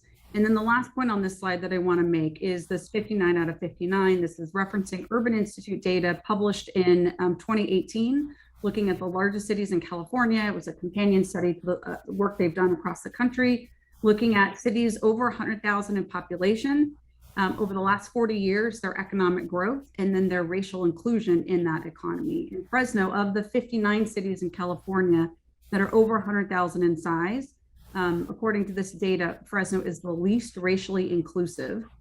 So 59 out of 59, just basically doesn't get worse than that. So these were all sucker punches. And as Lenny talked about, being grounded in fact, and being grounded in the reality of your place. Like this is the starting point for this kind of inclusive regional economic development conversation. Next slide. We skip this slide. It's more of the same, more information making the same point. Again, here this slide is just showing the disparity between Black, Latino, and Asian compared to white people in the greater Fresno area. Next slide. And another, this one looking at educational outcomes and the life course framework from preterm all the way up through high school graduation, and the distinctions between various races and ethnic groups in our community. Next slide. Just two more slides on the sort of data walk, and then I'll pivot to the Drive Initiative's response to this data. So what you're looking at is a map of the city of Fresno, roughly broken down by census tracts. And what's illuminated in blue with stars in it are the neighborhoods that have discretionary income and economic opportunity. So obviously this is showing us that the concentration of wealth and the concentration of poverty is very stark in our community. And we've done what many communities have done since World War II in our nation. We have fled from the core, and now opportunity and wealth resides on the outside of our community. This is a visual of that 70% of the census tracts that I mentioned earlier. And not surprisingly, if we were to show this by race, you would see a similar story, that the community, while diverse overall, is less diverse on the periphery of the community. Next slide. And this is just another look at our city, this time showing multiple sources of pollution. So if you layer on top of that economic disinvestment, just heavy levels of toxic release, that's the story of our community right now. Next slide. So after taking in all that information, which when we were initiating the Drive planning process in July of 2019, it's not that any of the information I've just walked you through was particularly surprising to any particular stakeholder group. Certainly pieces of it were more shocking and alarming, but the overall message of this information is, first of all, we have to be honest. If we want these things to change, we have to be honest about it. And having come off of serving as mayor for 8 years, and then in 2019, helping to convene this group that was looking at this data, I have to say to myself and to everyone in my community that when I was mayor, many of these measures got worse. And that's just the truth. I mean, there are a lot of things that changed for the better, but that were contributors to getting to the point where we could go deeper. But the fact of the matter is our communities are getting worse. And if we can't acknowledge that, then there's no chance of climbing up out of this hole. So it's not to be a Debbie Downer, but it is to paint a realistic picture of what's happening in communities, certainly in our city in Fresno and truly across the state. Once you deal with that and kind of take that in, you can gather up the oxygen in your lungs. You can consider, like, what are we going to do about this? Are we going to walk away? if that was a choice, probably many people would have taken it.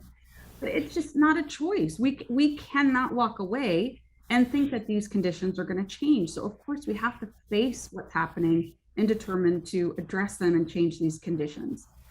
I think Fresno Drive is unique in a lot of ways, and this slide is depicting one of those ways.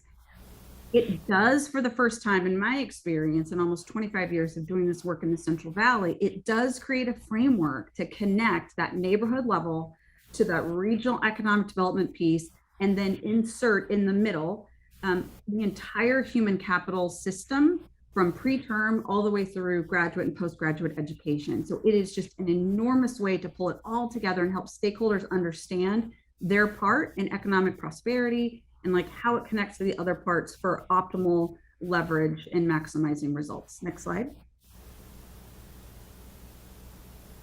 So this slide is probably not terribly meaningful for the Little Hoover Commission. It is an acknowledgement of the things that have happened over the last 20 years or so. And I, as devastating as it can be to consider what's still going on in our community, it's also the truth. We have to be honest about everything, including the positive and the progress. It's also the case that we're not just starting with this work. There are so many incredible things that have been going on over the last 2 decades. It's just that they've been happening at the neighborhood level or the pilot scale, and really beneficial for 100 or 200 or maybe even 1,000 or 2,000 residents, which is great. And it's what we want to lean into and lift up and ask ourselves the question, how do we take something that's working for 1,000 people and help make sure it's helping 50,000 people or 100,000 people or 200,000 people? So the Drive initiative for us comes along at a time when we've got momentum, we've got experience. We've had a lot of rough and tumble kinds of arguments and political fights and victories and all sorts of things. It hits us at that moment. And it is also the moment where we like to say we're 20 years into a 40-year fix, meaning we have made progress, but also we haven't crested the hill. And if we are not still pedal to the metal on trying to address these deep-rooted challenges, we run the risk of slipping back down that, halfway up the hill and losing all the progress of the last couple of decades. So that's a really important framing point for us at the local level. Next slide. So we asked ourselves the question, given we've got 20 years of progress and experience and a bunch of different stakeholders that are willing to work together, fight together, sometimes is a more appropriate expression, but stay together and try to work things out. We asked ourselves this question, what would it take to fundamentally transform our community? And that was the basis of the Drive initiative. Next slide.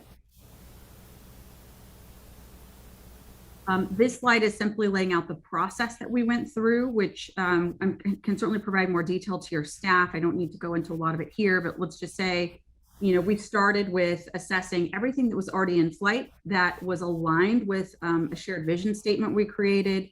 Of those 120 or so initiatives, we organized a group of about 300 people who are helping to organize and shape the Drive agenda or the draft Drive agenda. And of those 100+ initiatives, we sorted them into 25 major investment areas. And then from there, prioritized about 19. Today, we're working on 14 specific initiatives. And that has all been worked out through a very broad community stakeholder process. Still not broad enough for some, way too broad for others. So we're probably about in the sweet spot. All right, next slide. We landed with a draft portfolio of investment areas in October of 2019. They are broadly categorized in those 3 areas I mentioned before: economic development, human capital, and neighborhood development. And they include things ranging from preterm birth to affordable housing to water for all to building small businesses owned by women and people of color, and everything in between. And what has been so magical and stunning is, when you have people in the room who care desperately about affordable housing, but they have never connected with folks who are working on college completion, for instance, when you watch those pieces start to come together and those stakeholders really start to merge and help carry each other's agendas, that's when you start to get traction and realize that you're onto something. So as hard as it is to hang on to 14 specific initiatives, there's real power in being able to force these conversations together. Next slide. In total, these initiatives have made the case for about $4 billion of investment in Fresno over the next decade. To give you a sense of scale, that's about half of it going into the talent pipeline, again, from early childhood and early education, quality childcare, all the way up to medical school, postgraduate education, everything in between. So appropriately, we think that most of the money should go into the lives of the people who are in this area. That makes sense to us. And then there are a range of other activities. And as we've charted out, where will this money come from? Obviously, new public dollars are needed, repurposed public dollars that are not being used at their highest and most effective, philanthropic dollars, corporate philanthropy, below market capital, and ultimately for-profit market-based capital should be attracted into this kind of de-risked community portfolio. Next slide. All right, last slide for me, challenges, updates, and next steps. So, I mean, I could go on for a long time about the challenges, but I'll summarize by saying this: the volume and the breadth of the initiatives is very overwhelming at times. And the only way that we have continued to keep going is because there are just so many people involved that are committed. Even on good days, I think half the coalition quits, and on bad days, the other half quits. But, we alternate those days. And so there's always at least half the group moving forward and kind of holding everybody else up. But it's just a lot of work. And to be honest, if we were to go back and do it all over again, would we bring so much work into this portfolio for Fresno? I think the answer is yes, because as you said, Mr. Chair, it takes a crisis. You can't look at those first 7 slides that I just went through and not see that Fresno is in crisis. The problem is it's a slow moving and growing crisis. So we don't have the luxury of time. And we do have some capacity to put against all of these big ambitions. And so we're going for it. But it is definitely a challenge. The other point I want to emphasize that Marek made about sort of the tension around inclusion and economic growth. We have had arm wrestle over this in the greater Fresno area. Probably our first year after drafting the plan was all around which should come first: inclusion in the existing really bad economy, or should you try to make the bad economy good so that maybe someday folks who haven't been included would be included? What we have concluded in Fresno is that you have to start with inclusion. There's an automatic economic lift that happens when you do so. There's also a trust that gets built in your community and the opportunity to move forward on bigger things together if that commitment is there for inclusion. And then the third challenge, organizing and engaging in community conversations about systemic racism. I don't know what to say. If 59 out of 59, there's no other data point that is needed. If you're not comfortable talking about the role of systemic racism in our economies today, I don't know what to tell you. In Fresno, we have got to consider what has been going on in our community that's creating these outcomes. So again, it's not a choice. Like, this is just the truth, and we have to get into it. It's painful for everybody. Listen, communities of color are again and again hurt by people like me who ask questions about whether or not systemic racism is really a thing. Like that's a very, very difficult thing for community leaders of color to sit in a room and hear people wrestle with. And yet in Fresno, they've been willing to. So it's just been a remarkable experience, and we're just getting started. In terms of updates, in addition to all the setting up and the infrastructure and the coordination, the communication that's gone on, we have seen investors follow the leadership of these community leaders. Over $100 million has already flowed behind this plan. Most of it from public sector, but also from philanthropic and corporate philanthropic. We're also seeing local agencies repurpose dollars to align with DRIVE, which is very powerful. And then lastly, next steps for us, we're in the process of setting up a more permanent governance structure that establishes grassroots leaders and residents from disinvested communities and the majority of the governance model, the executive committee, sitting alongside portfolio leaders from institutions and large CBOs. So there's truly an inclusive governance model that we are recruiting for right now and launching by the end of the year. Measurement and evaluation, all of this is so technical and detailed. And there's just like certified smart people that go off in the corner and figure out how to measure the results of this. They have to be resourced, and thankfully they have been. So that's a big focus for us. Continuous and meaningful community engagement is one of the ways in which we operationalize our commitment to race equity. We're just about to adopt a community engagement plan. And then lastly, from the Community Foundation's perspective, we wake up every day thinking about how we can get dollars into the hands of people doing this work so that their efforts can be sustained. To Lenny's point about the concern about, can this keep going when the dollars dry up? That's what keeps me up at night, and what we're committed to is helping to financially resource these efforts at the Community Foundation. So with that, just closing comment I'll make is, you know, a lot of these conversations can sometimes feel very technical and like, you know, data point after data point. That's super important to ground in data, no doubt. But I have to tell you, this work feels much more like community-wide reconciliation than it does running like a big economic development effort. The comments that have already been made so far by members of the commission and Marek and Lenny about really what it's like to pull stakeholders together in this way, I want to emphasize.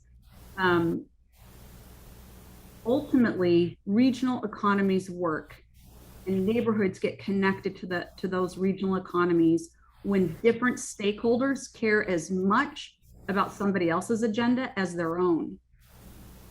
The reason why regional economies fail is because stakeholders think their perspective and their agenda is the only one that matters, that they are the only people who are carrying something important, and they just need to overpower over other stakeholders and get the world to bend to their command. That's the logjam that we've experienced in Fresno in the Central Valley for decades, and you see the results.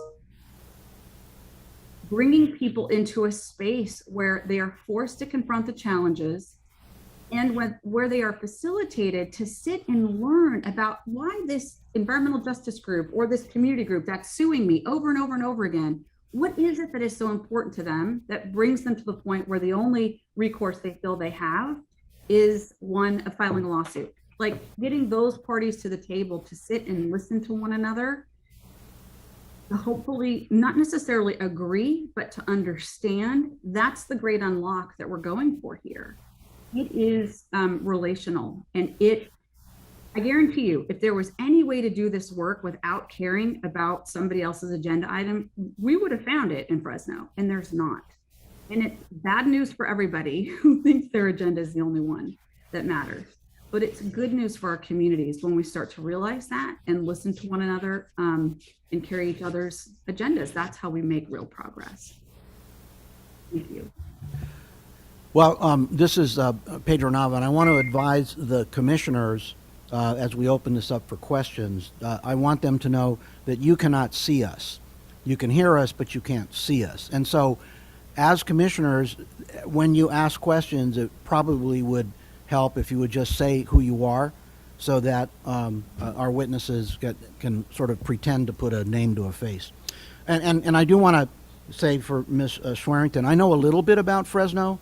When I graduated from law school, I took a job at the Fresno Employment and Training Commission about 100 years ago, when there was a joint powers agreement with Sharon Levy, was on the Board of Supervisors. And our efforts were through the CETA program, the Comprehensive Employment and Training Act. And I think that probably is an example of hyper-local. What we looked at was, how do we get this person who never owned an alarm clock to understand that the hours of the day mean something, that they need to get up and go to a job. And what you're doing in Fresno is so far advanced from that insular approach that we had.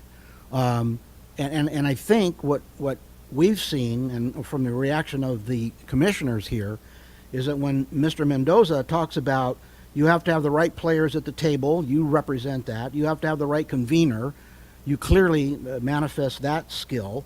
When he says that he's concerned about local capacity, who's going to do it? You're all over that.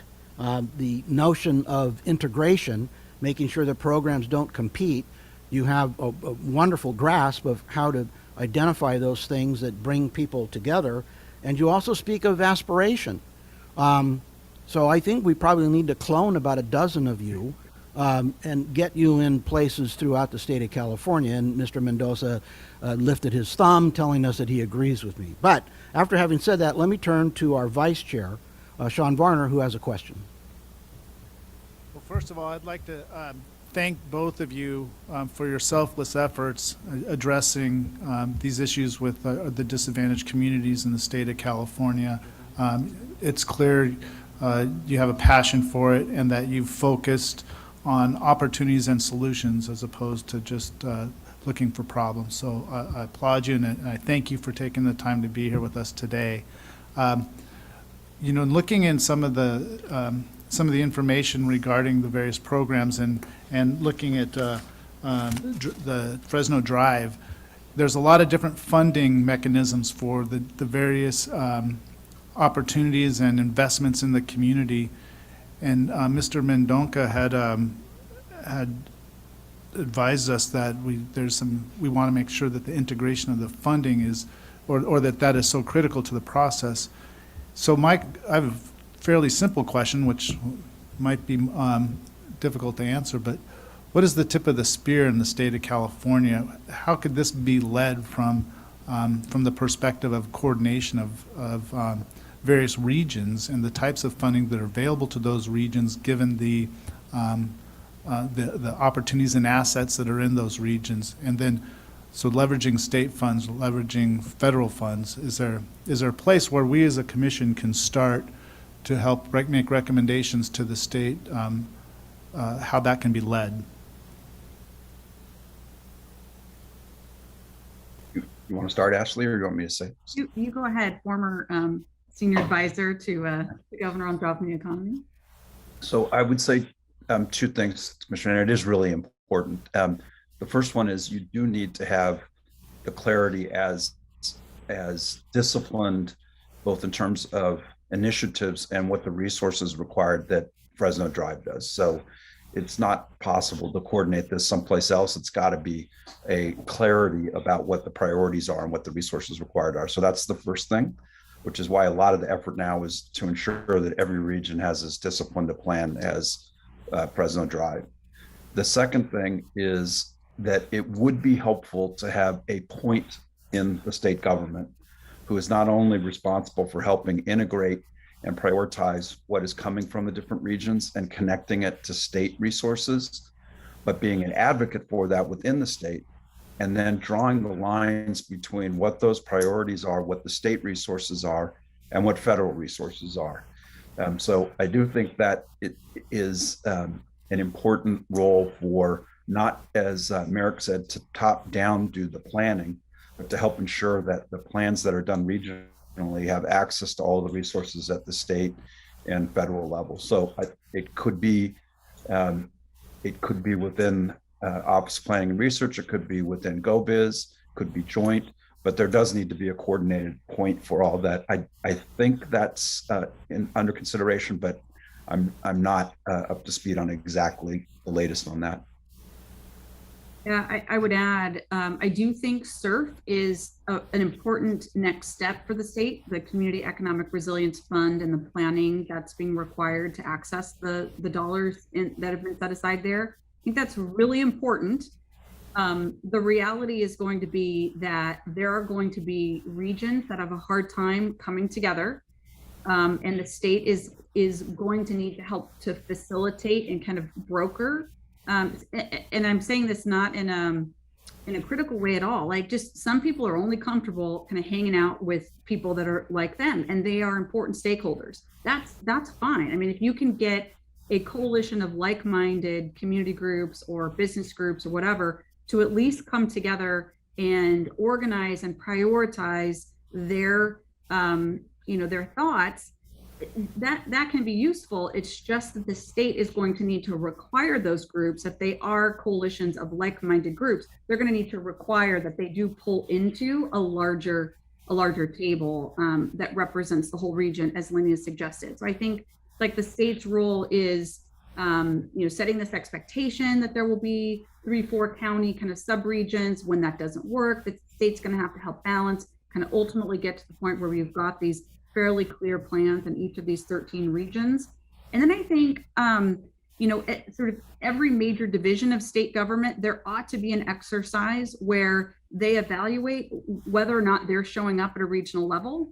And there just should be some crosswalking that happens between, various state agencies, whether it's labor and CARB and, all the different groups like, water. I mean, kind of what are the other groupings of regions that are active in state government? And then like, kind of how can we start to bring these into alignment? And that's going to be a really important exercise that'll take probably another couple of years.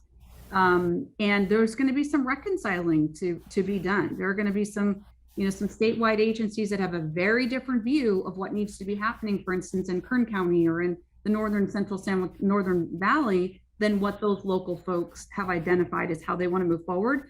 It's okay if there's that conflict. We just have to surface it and then so that we can find a path forward. So I think it's going to really take kind of mapping into all of state government based on these regional plans that emerge from SURF. Sorry, can I just add one more thing to that? You prompted for me, Ashley, is there also can be some support from the state to harness outside resources that are interested in collaborating and providing technical support and resources to these efforts. So groups like California Forward that Ashley co-chairs, that has been involved with a lot of these regional activity, just published a document on best practices in regional economic development in the state.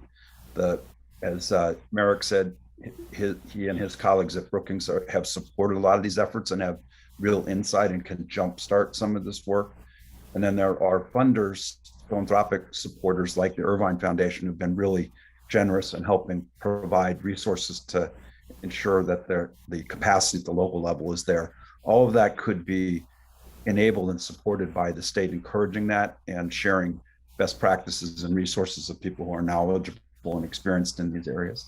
And then as soon as someone can come up with the mechanism to clone Ashley, whatever resources necessary, we should do that. Wonderful. Thank you very much. Commissioner Byer has a question. I actually have two questions, one for Lenny and one for the mayor, and let me go through both of them. So Lenny, my question is, you, in your prior government role, led both Regions Rise and Future of Work, and I'd like you to comment on how to integrate those two work streams, if you will. And for the mayor, you were extremely eloquent about human capital and the relationship between human capital and economic growth, which, and correctly, in my view, called out racial justice as a core component. Recently, I was reviewing a plan for businesses relating to pandemic planning. And this is to Chairman Nava's point about take advantage of crises. So we've had in the last 2+ years racial justice reckoning and a pandemic, which should remind everyone, especially the business community, that we're all in this together. And if we don't address that togetherness, particularly with a racial justice framework, we're going to be worse off. And so my question for the mayor really is one of, what are the core components or best practices of getting people to understand their self-interest, rightly understood, to get them beyond their historical base? I'm not talking about prejudice, just their familiarity with other business people as opposed to small business people or that kind of thing. Because without trust and without a recognition of the value of rising together as a community or as a region, all the planning in the world won't work. So how have you been successful in Fresno with a history of decades of non-communication to get people to the place where you are today? So I'll answer your first question briefly. And in full disclosure, and just state that I'm no longer in the role in the state, nor are the current, the beginning conveners of both those initiatives. So there's a new group of players that are trying to do that coordination, and I know they're working well together, but I'm not privileged to the details of all of what they're doing. I would suggest that on at a very specific level, the efforts that are going on in the planning efforts and support for SURF ought to ask that question very explicitly around how has the changing nature of work influenced your priorities in the region. I actually think it does create a set of opportunities that may not have been there before, or accelerated things that were underway. So the ability of people to access high quality job opportunities without having to get in their car and drive every day for 90 minutes each way is radically enabled by hybrid workforces and hybrid places of work. It just immediately opens the aperture for what is a catchment area for economic development that can connect some of these regions in ways that don't require either people to move or to do long commutes. So I think that's one thing that could be part of that question. And it also ought to be asked around, not just for today, but looking forward 5 to 10 years, what can help enable that progress to happen more rapidly. So if we're actually in a world where a large portion of office-based work happens by people working at home or locally 2 or 3 or more days a week and only having to commute 1 day a week or 2 days a week, things like high-speed rail and other mechanisms to connect people are going to be a really important part of how to ensure that we can build that regional economies in ways that reflect the opportunities that a changing nature of work brings forward. Well, Mr. Commissioner, you put your finger right on the pulse of this conversation, and I don't know that I have the perfect answers at all, but I'll just relay what I have observed and experienced in Fresno over the last. It's taken years, to get to this point, over 20 years. I think number one, it is why this work really has to start at the local level. It is still the one place where, in doing civic work, it is possible to bridge differences and divides, if at least long enough to get people into the room together. There's still a shred of relational tissue at the local level. So I think SURF, again, to use that as kind of the next step from the state's perspective, what I think there's so much that's favorable about it. What we're going to recommend to the state for the Central San Joaquin Valley, for instance, is, they've got Fresno in a 4-county region. That's not going to be good enough. We're going to have to break that down into like county level, like maybe even community level. And we've got to create space wherever people are walking, wherever people are willing to sit and listen and talk to one another. Like, that's the unit that we have to grab onto and create some organization around, lift it up, and then connect it to other places, other similar networks. And so, we really, like, the state really has to recognize this starts at a very, very local level. Number one. Number two, conflict can be productive. And I mean, I don't think anybody is happy when things get jammed up in a lawsuit for 20 years. But if anything comes from that, there is usually a point where the two major parties who are at conflict, if they're at stalemate, like, even if they're victorious in a court situation, they usually don't get everything they wanted, and they usually haven't completely eliminated their opponent. Like, that opponent still lives and is going to keep doing things that likely was the subject of the lawsuit in the first place. If that's your only recourse, is like, oh, I can just go sue you, it's so unsatisfying. There is going to be a moment where people get tired of that.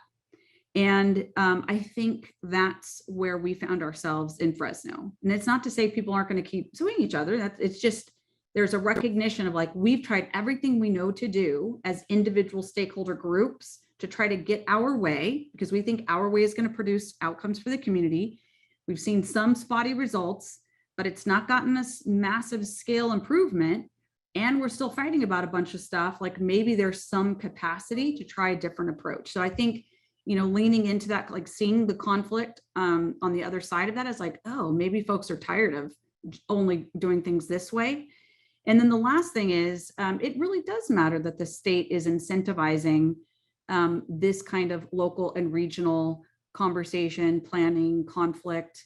It's honestly, collaboration is as much about mediation and conflict resolution as anything. And just like, the state valuing that sort of conflict happening and calling it good and calling it progress and resourcing, kind of working through that conflict, I think is the way we have to keep going forward. There's no shortcuts. I wish there were, but there are no shortcuts here.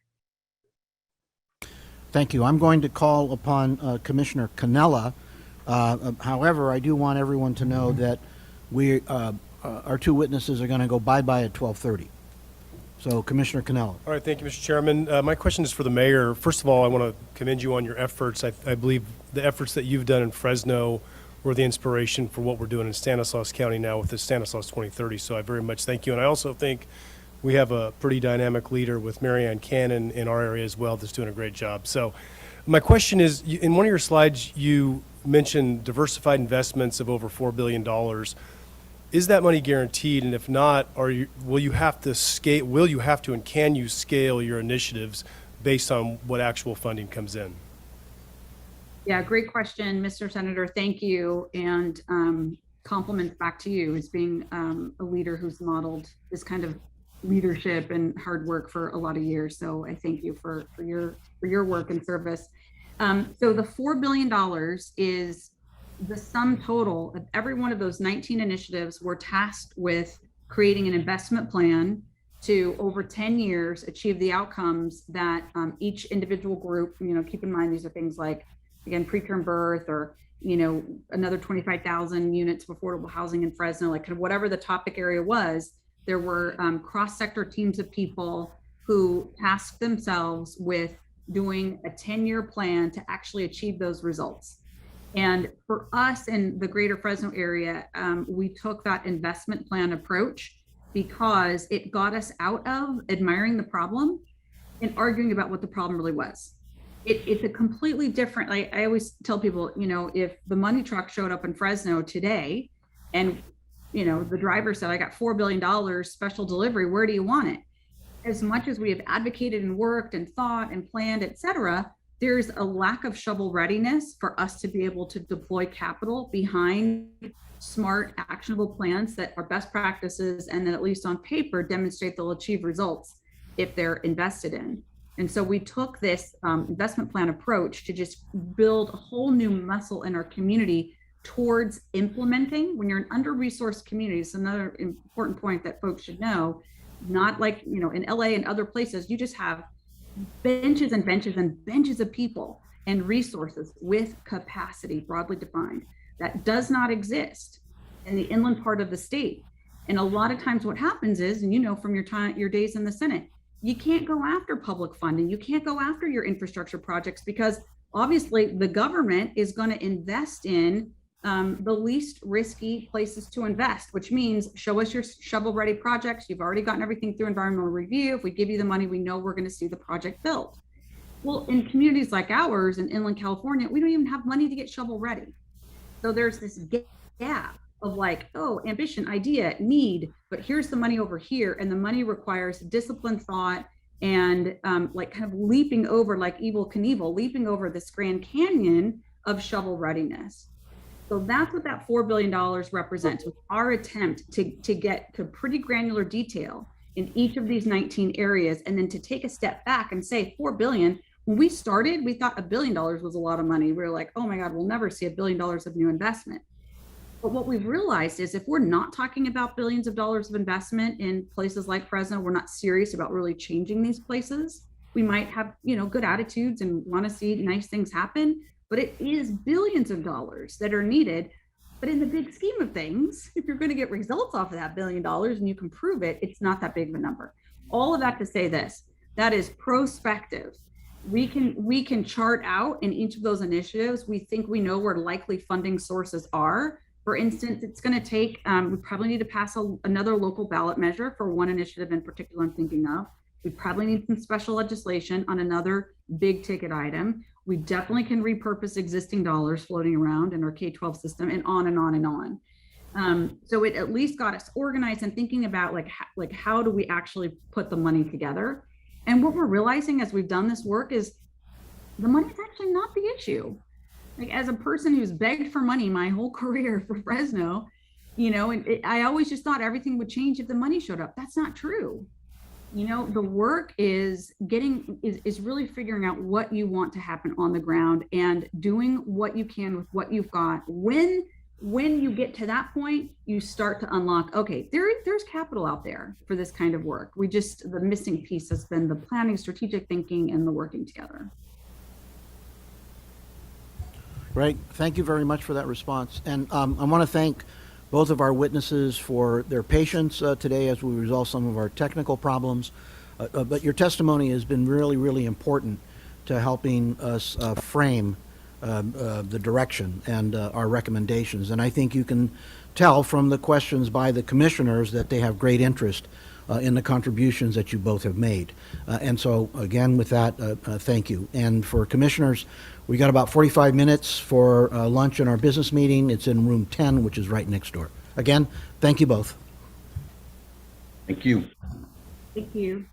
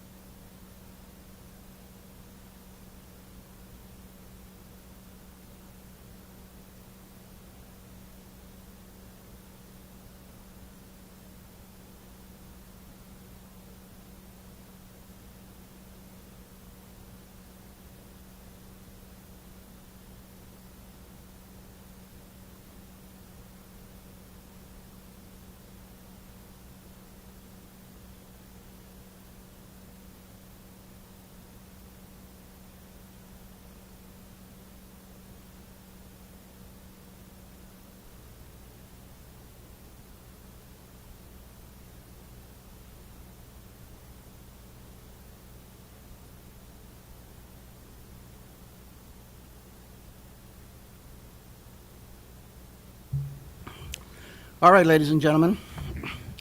Trust you, Hal, had the opportunity for a break. We did too, conducted our business meeting, and we're back on our regular hearing on equitable economic development across California. This is our afternoon session scheduled to start at 1:15. And I would be remiss if I did not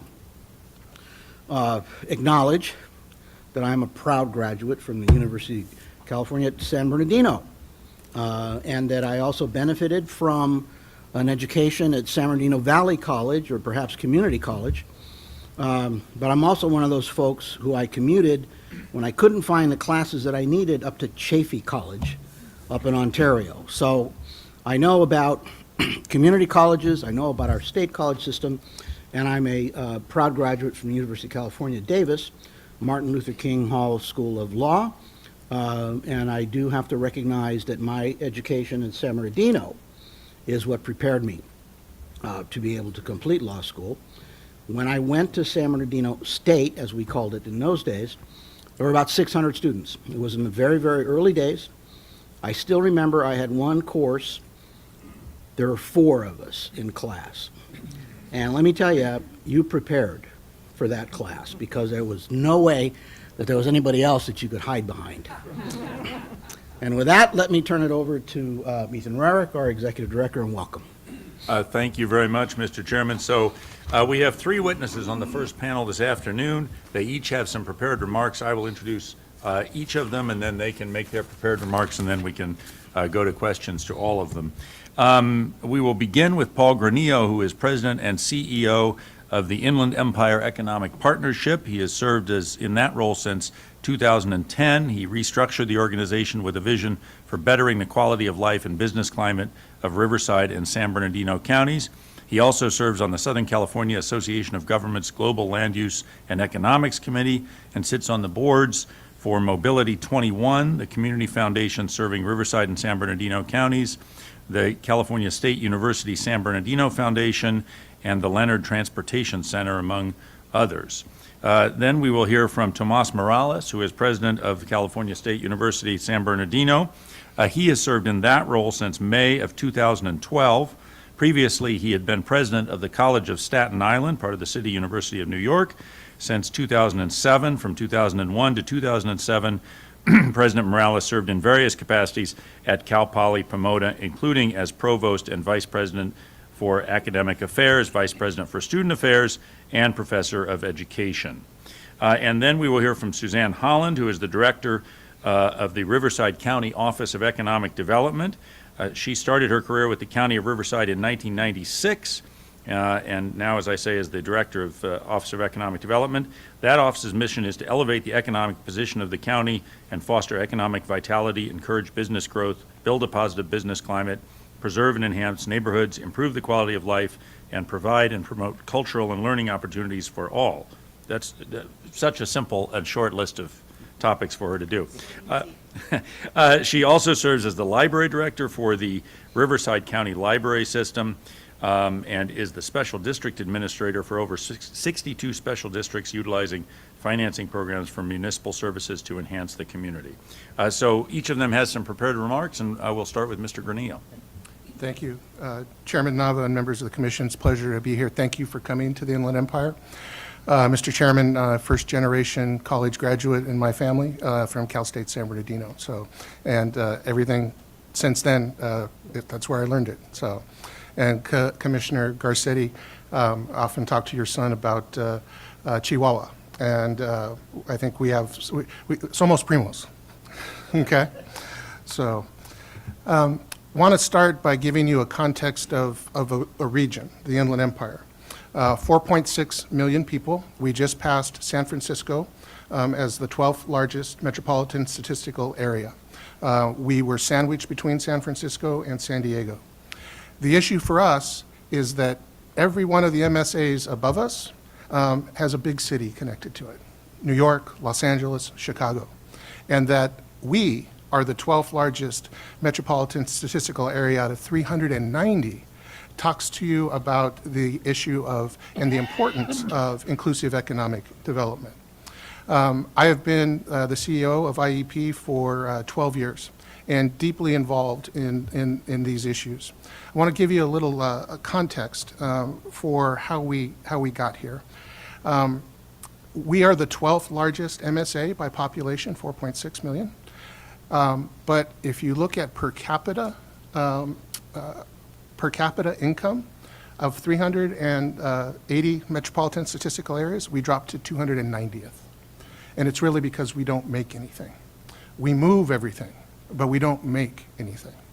And in the long term, unless we change that, right, unless we change that, this is going to be an ongoing issue for this region. One of our goals is just to increase our baccalaureate attainment. Of regions of over 1 million people, we have the lowest baccalaureate attainment in the nation, okay? 21% of 4.6 million people. In the Latino population, which is half of the 4.6 million residents, baccalaureate attainment is at 9%. That keeps us from being able to participate in the innovation economy because we don't have the workforce for that. And the innovation economy won't come here because we don't have the workforce for that. And so this question that you're grappling with today, long-term, has huge ramifications for this region. I want to give you some context about the history of Regions Up economic development. Initially, work was started in the 1990s by the Irvine Foundation, collectively known as the Collaborative Regional Initiatives, the brainchild of Nick Bowman and the Sustainable Communities Program Officer at the Irvine Foundation. Eventually, they founded 17 regional initiatives in California, many of which are still in operation today. Judith Innes did a series of reports on the effectiveness of those initiatives, 2 of which I have provided the committee. Finally, important to note, the Speaker's Commission on Regionalism report, which has also been provided to the committee, laid the groundwork for how to work effectively at the regional level. The most important finding of those early initiatives was that regionalism pays long-term dividends based on the relationships that are built, the institutions that are built, and unexpected collaborations that result.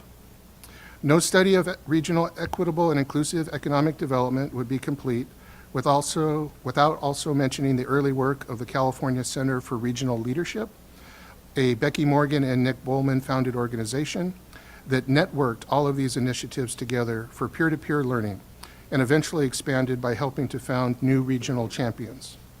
This effort was the forerunner of today's California Stewardship Network, created and funded by Becky Morgan and the Morgan Family Foundation. I've been a member of the California Stewardship Network for more than a decade. The network brings together regional leaders who focus on regional economic development through the lens of the triple bottom line, holding in tension the economy, social equity, and the environment. I will return to the triple bottom line shortly. In partnership with California Forward, then led by Jim Mayer, a former executive director of this commission, we worked to create the California Economic Summit. The focus of the summit was a regions up approach that calls out that California is comprised of many distinct regional economies, and that the best policy solutions will be those that rise up from the regions, share broad support from among the regions, and are advocated for implementation through the legislature. Then Lieutenant Governor Newsom was a major supporter of this approach. California Forward, the California Stewardship Network, the California Economic Summit, initiatives that have been funded include the State Strong Workforce Program, last year's $6 billion broadband investment, the $1 billion investment fundamentally changing how we manage forests, and of course, the $600 million California Economic Resilience Fund. As a seasoned regional practitioner, I used to have more hair and less chin, but it's not the case anymore. I want to conclude with 3 points. First, plants not watered will not bear fruit and will eventually die. The state has long ignored most regional economic development planning, with the rare exceptions of the Central Valley that you heard about, and has really come short in contributing meaningful funding for the execution of any regional economic development efforts. This has contributed to the reality that few of these plans have fully achieved their goals. SURF represents the first time the state is stepping up to invest in both regional planning and implementation of projects growing from those plans. The regions have always been planting seeds for economic development. If the state will help water them, the trees may still bear fruit. But long-term funding, a long-term funding commitment is going to be required. Second, for any of these projects to be successful, real cross-sector collaboration and true triple bottom line approach that holds in tension the reality of what comprises a regional economy, the reality that keeps in the tension the need to create better jobs and social equity for all, and holds in tension the need to care for our common home, the earth. All three of those have to be held in tension, and that is difficult work. If any one of those three E's is marginalized, excluded, vilified, the results will be a lot of talk and single-issue solutions that favor political self-interest and have no effect to better people's lives. Third and finally, I will echo what Lenny said. This work is hard. Bottoms-up economic development requires building trusted relationships across sectors and egotism. Only when you have done that can you begin the process of building effective regional economic initiatives. I look forward to your questions about the Inland Empire economy and the Inland Empire Growth and Opportunity Initiative. Thank you. President Morales? Great, thank you, Chair, and members of the Little Hoover Commission for inviting me here today to speak to you about Cal State San Bernardino and our efforts to increase inclusive economic development here in the Inland Empire. CSUSB sees itself as an anchor institution in the IE. This means that we are embedded in the community. CSUSB sees itself as an anchor institution. This means that we are embedded in the community, where the majority of our students come from and remain to pursue their careers after graduation. We believe that it is only by taking a cradle-to-career approach involving the entire community that we can begin to build both our student success as well as grow the economy and future prospects for our region. Permit me a brief introduction to CSUSB itself. We are part of the California State University system, the largest system of four-year higher education in the country. CSUSB has grown from its founding in 1965 as a state college with an inaugural class of 293 students to a major metropolitan R2 research university with over 19,000 students. An R2 designation is a Carnegie classification indicating high research activity. CSUSB has been designated a Hispanic Serving Institution since 1994. We are now the second largest HSI in California and the 16th largest in the country. Since 2009, we are a designated minority serving institution as well. Over 2,000 faculty and staff at our San Bernardino and Palm Desert campuses are dedicated to helping students succeed. In 2021, our vibrant research agenda resulted in $41.2 million in research and grant awards. We graduate close to 5,000 students annually, and today have more than 120,000 alumni who reside in all 50 states and 99 countries. More than 2/3 of CSUSB alumni remain in the IE, where in 2019 they received incrementally higher earnings of nearly $2 billion due to their CSUSB degree. This increased spending power of CSUSB alumni in the IE supported an additional 10,500 jobs, and it generated $1.5 billion in industry activity, as well as $118 million in state and local tax revenue. We are committed to our student success because not only does this transform their lives, it transforms their families, their communities, and ultimately our Inland Empire region. This is what CSUSB does to ensure that success. First, We start with our local school districts, beginning as early as middle school, but at least by freshman year in high school. We provide the information that college is an option, even to those who never believed it could be. Next, we incentivize our school districts to increase their efforts to graduate college-ready students. And by the way, we believe that a college-ready student is the same as a career-ready student. For those who then choose to apply, we address the question of affordability. That includes the cost of tuition and fees, for which we provide robust financial aid packages. Over $115 million in grant-based aid and another $3.5 million in scholarships were dispersed in 2021-22 academic year. These resources support students without expectation of repayment. Only 23% of CSUSB students take out loans, and for that, the average debt at graduation is $15,000, compared to the national average for debt post-graduation of $39,000. Our programs such as CSU's Affordable Learning Solutions address the cost of course materials. For example, our free summer pre-college programs aim to address any lingering preparation gaps so that students are not only more fully acclimated to college by the start of the fall term, but have fewer college prep required courses to take during their freshman year, which aids with retention. Once they arrive on campus, it is important that students be aware of the support available to them through academic advisors for their classwork and degree progress, as well as a range of co-curricular opportunities. The result of our efforts has been an increase in our retention and graduation rates.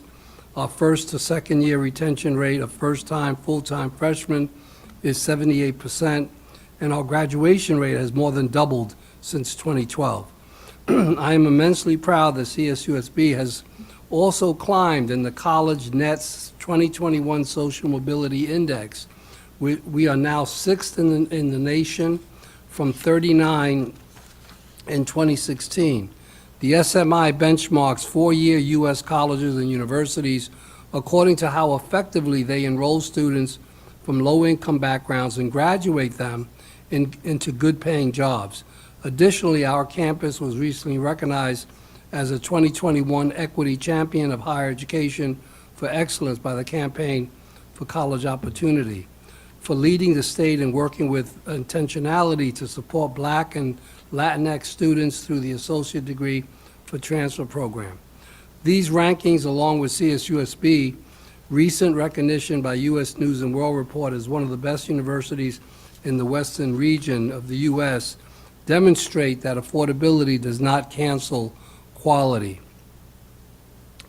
Inland Empire growth and opportunity. As founding members, we are proud to be part of this organization of private and public sector leaders to forge a strategic agenda for advancing inclusive growth and opportunity that will benefit residents of both counties and put the region on a path to a more prosperous and secure future.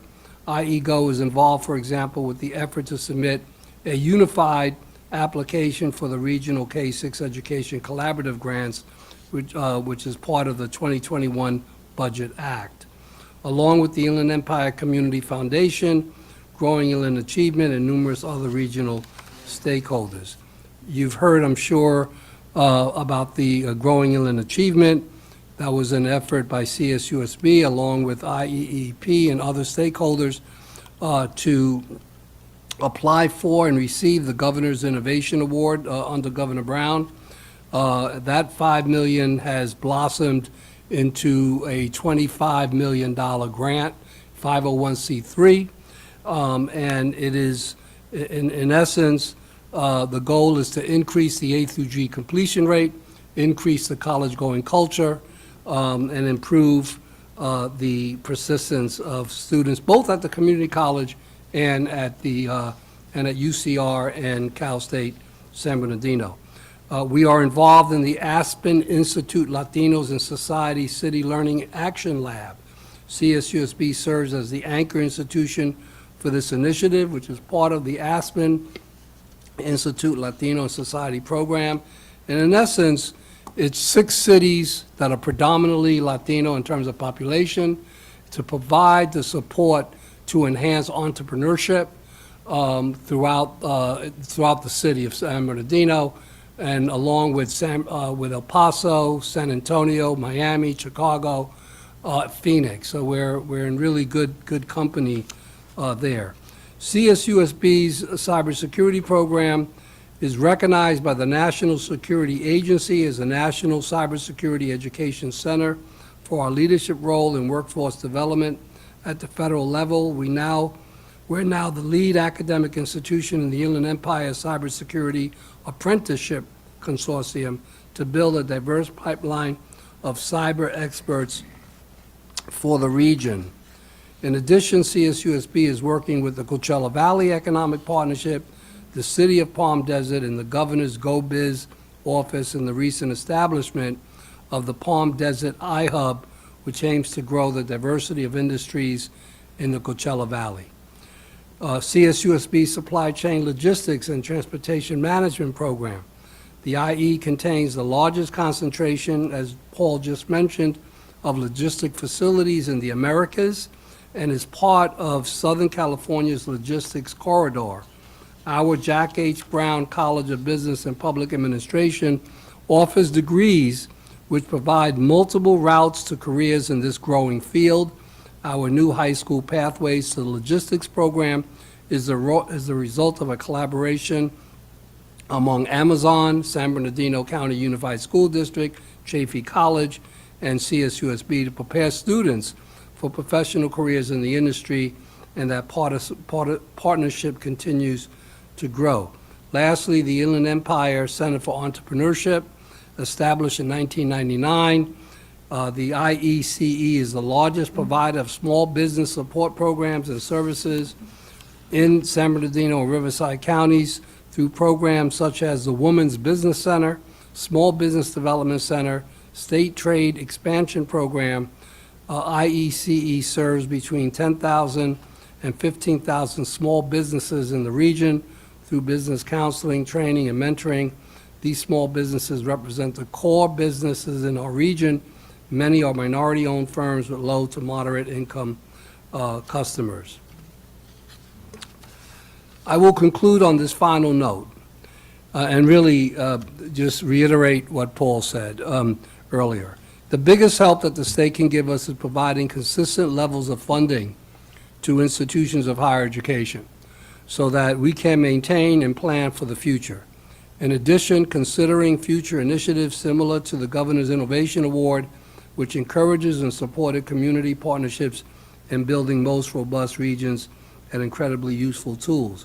So just to share with you that CSUSB is one of the lowest funded CSUs in the entire 23 campus system, and UCR, and Kim Wilcox will tell you, is also one of the lowest funded institutions of higher education, and both institutions are just doing incredible work. So consistent funding, and let me just digress with a quick story. When I left Cal Poly Pomona to assume the presidency of the College of Staten Island, you know, I'm a Bronx boy, and I said to the chancellor who was hiring me, Chancellor Goldstein, I said, Chancellor, you know, I'm a Puerto Rican guy from the Bronx. How is Staten Island going to receive me? Well, they did. I was very, very well received, my wife and I. But I used to hear all the time from the assembly members and senators that Staten Island wasn't getting their fair share. And initially I poo-pooed it, but after digging deep, because as a president, I've always felt that the university that we serve, should be part and parcel of the community. I realized that it was very, very true. Well, I can make the same comparison here, that the Inland Empire, Riverside and San Bernardino County, 4.6 million people, 27,000 square miles, it would be the 25th largest state in the United States, is certainly not getting its fair share of tax levy support from the state of California. Thank you. Ms. Holland? Thank you, Chair, and members of the commission. Thank you for having me and allowing me to participate. I'm hoping to provide you with a broad and brief perspective on local government engagement in regional economic development. Paul mentioned our population numbers, but I just wanted to add that in 2021, the Inland Empire added close to 48,000 more residents. That is the 5th largest gain among the 50 large metro areas in the country. That's larger than 6 to 7 of our cities that we have here in Riverside County. Affordable housing, affordable living, quality of life, good schools, and family-oriented neighborhoods are all contributing factors for our population growth. The IE economy is vastly diverse, as we've heard, in logistics and warehouses, agriculture, tourism, hospitality and travel, services, and our small businesses community, each within our 2 counties. For Riverside County, the economic development approach is a collaborative one, a partnership with 28 cities, leveraging our relationships with state and federal leaders, and working together with local and regional economic development organizations for the sole purpose of creating and implementing a system for responsible, equitable, and environmentally sustainable regional economic growth. This approach is all centered around industry cluster strategies, which you previously heard from Marek, within sub-geographical regions within our county. With several initiatives underway, the county is pursuing and supporting projects with long-term objectives to evolve these industry clusters while elevating the entire region's economic profile. You're probably asking, what are these clusters? These industry clusters include clean air, clean energy technology and innovation, medical and biotech, life sciences and agricultural technologies, robotics and artificial intelligence industry, advanced manufacturing, and of course, sustainable logistics industry. The use of a cluster approach in each of these sectors allows the county to focus on regional strengths for greater marketability and for focused investment and growth opportunities. We've recently launched a new and highly expanded site selection tool, which identifies each of our sub-regional geographical areas and highlights these emerging clusters for these transformative industries. Earlier, the mention of CARB relocation to Riverside. Yes, California Air Resource Board new headquarters here in Riverside presents an extraordinary opportunity to effectuate the transition to the clean air energy industry. Looking at what occurred in Ann Arbor, Michigan, with the stand-up of the EPA, where automotive companies and businesses all flocked to be in close proximity to the regulatory agency for better coordination and collaboration. The County of Riverside, the City of Riverside, and the University of Riverside and the Center for Environmental Research and Technology are all working together to create this like synergy with the CARB headquarters. Build it and they will come. UCR is pursuing the OASIS project, opportunities to advance sustainable innovation and social inclusion. It's a proposed innovation park to build upon the university's research strength and the private sector investment and commercialization of clean technology and innovation through and between the university and CARB. Excite is another unique partnership and example of successful results in shifting to the technology and innovation sector. Excite brings together the university campus and community resources to support and position local entrepreneurs for success. Excite is Riverside's business incubator for high-tech, high-growth science and technology startups, providing co-working space, networking, workshops, and access to mentors. Excite is supporting the local entrepreneur from ground up with a supportive system for a successful launch. Excite is a partnership, again, between the City of Riverside, the County of Riverside, and our University of California Riverside partners. Advanced manufacturing industry has our attention. where our international business office engages with the ports of LA and Long Beach for ways to explore opportunities for existing supply chain assets, assisting our local businesses with navigating the world of trade on importing and exporting of goods, and focusing on high-value industrial products. We promote various programs which offer current and new businesses the ability to receive incentives and save costs, such as the California Competes Tax Credit and Grant Program, our Opportunity Zones, and our Foreign Trade Zones. Additional programs that could be supported by the state, specific and perhaps tailored to the regional's economic goals, could assist in moving that needle for a robust business attraction and expansion campaign. More recently, the emergence of Lithium Valley, while physically located in Imperial County, the north part of the Salton Sea is in Riverside County and within the eastern part of the Coachella Valley, where greater than 50% of all households have a poverty rate of 25% or more. The discovery of lithium under the Salton Sea certainly creates an opportunity for the County of Riverside and UCR to continue to participate in discussions with the state and our economic development partners in Imperial County on the ongoing research for clean extraction, locally and environmentally safe processing, and as well local and regional manufacturing and transporting of goods. Discussions are down to even the manufacturing of precision tools and instruments to be used in the fully closed system of lithium mining. As we all know, workforce preparation is vital and requires continued support for regional collaboration to implement programs and create pathways to transform the shape of this economy. The Riverside County and San Bernardino County Workforce Development Boards do work very closely together to better position the region with training and investment dollars in regional economic development. There are ongoing discussions on developing a strategy that tightly aligns these investments in our workforce development efforts and focuses on skills training to enhance and create high-quality jobs, again, within these industry clusters. Both public and private sector leaders across the Inland Empire agree that local availability of an educated and skilled workforce is critical for competitiveness in a global economy. While the Inland Empire has a rich variety of traditional post-secondary institutions offering certificate and degree programs, there are only a handful of small or private technical training centers.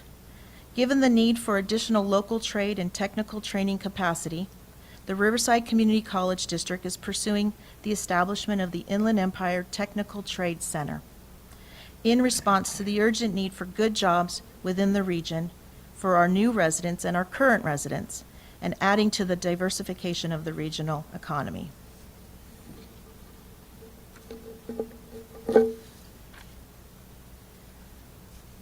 Our unique position as a governing board places the county in multiple lanes for multiple discussions and partnerships. In addition, the county is the host and operator for the Coachella Valley Small Business Development Center, which is a partnership with the U.S. Small Business Administration, receives state funding as well, to implement small business technical assistant programs. 96% of all businesses in Riverside County are small businesses with 50 employees or less. So we have a long interest in investing in these programs to support this current business community. From the point we've started hosting the program several years ago, we've offered programming in our disadvantaged communities, partnering with trusted agents to assist with business startups for access to capital and provide a foundation for business success. So while the population and business growth has occurred here, there are challenges that need to be discussed when we're talking about regional economic development. Infrastructure, transportation. Frankly, how do we start moving people around that are in an already strained transportation system? And of course, the challenge remains that the Inland Empire lacks the job centers with high-quality jobs to reduce the commuting population. New population growth does offer opportunities, but again needs to be a recognition that There is some percentage of these new residents that will require county services. By way of example, roughly 60% of current county residents receive some level of social services. County of Riverside's share of state funding for many of our vital services has been stuck at a historical low level. San Bernardino County as well. As we try to balance the equity scales, the county has been working to get more than our allocated share of new funding in the last 2 years and has had some success. But unfortunately, the service levels continue to be tragically low.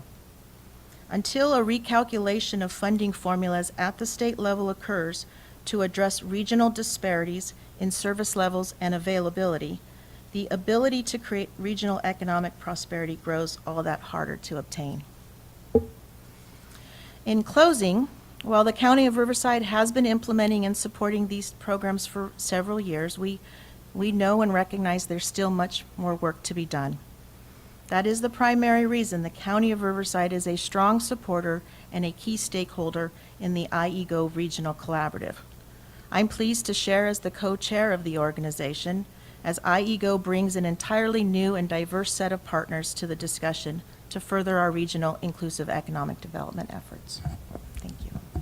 Thank you very much. And Vice Chair Varner has some questions, but before I let him speak, I do think it's important to let all of you know that for a very long time, both Vice Chair Varner and Commissioner Emerson have long been advocates for focusing attention on the Inland Empire for years going on now. And so all of this is in part an aspect of their initiative. So Vice Chair Varner. Thank you, and thank you all for being here. And I think I can speak for Commissioner Emerson when our passion for this topic here is unwavering. Mr. Granillo, you talked about the growth of the Inland Empire, and it's 4.6 million here now, but some of the funding allocations from the state are based in 1991, which I think we had about 2 million people then. And there's been no adjustment to that for funding in the Inland Empire. And I think that needs to be highlighted because this topic is about funding inequity here and trying to address that. So I just kind of throw that out there, and if you have any further comments on it, that'd be great. And I'm just going to throw out a few comments and then and have you address those. I think also, Ms. Holland, you talked about just the growth of 48,000 residents in 2021, and what people don't realize is that's not coming from out of state. A lot of that's migration within the state, primarily migration in the state. So people are coming from other counties, and that's those counties are being reduced in numbers, and we're increasing. And again, the funding doesn't resonate with that. President Morales, a couple of things that I wanted to highlight in some of your comments is, and you can expand upon this if you want, but Cal State San Bernardino has a very extraordinary percentage of first-generation graduates, and I think that goes to the investment that Cal State's done in our communities. The Center for Entrepreneurship at Cal State San Bernardino is world-renowned.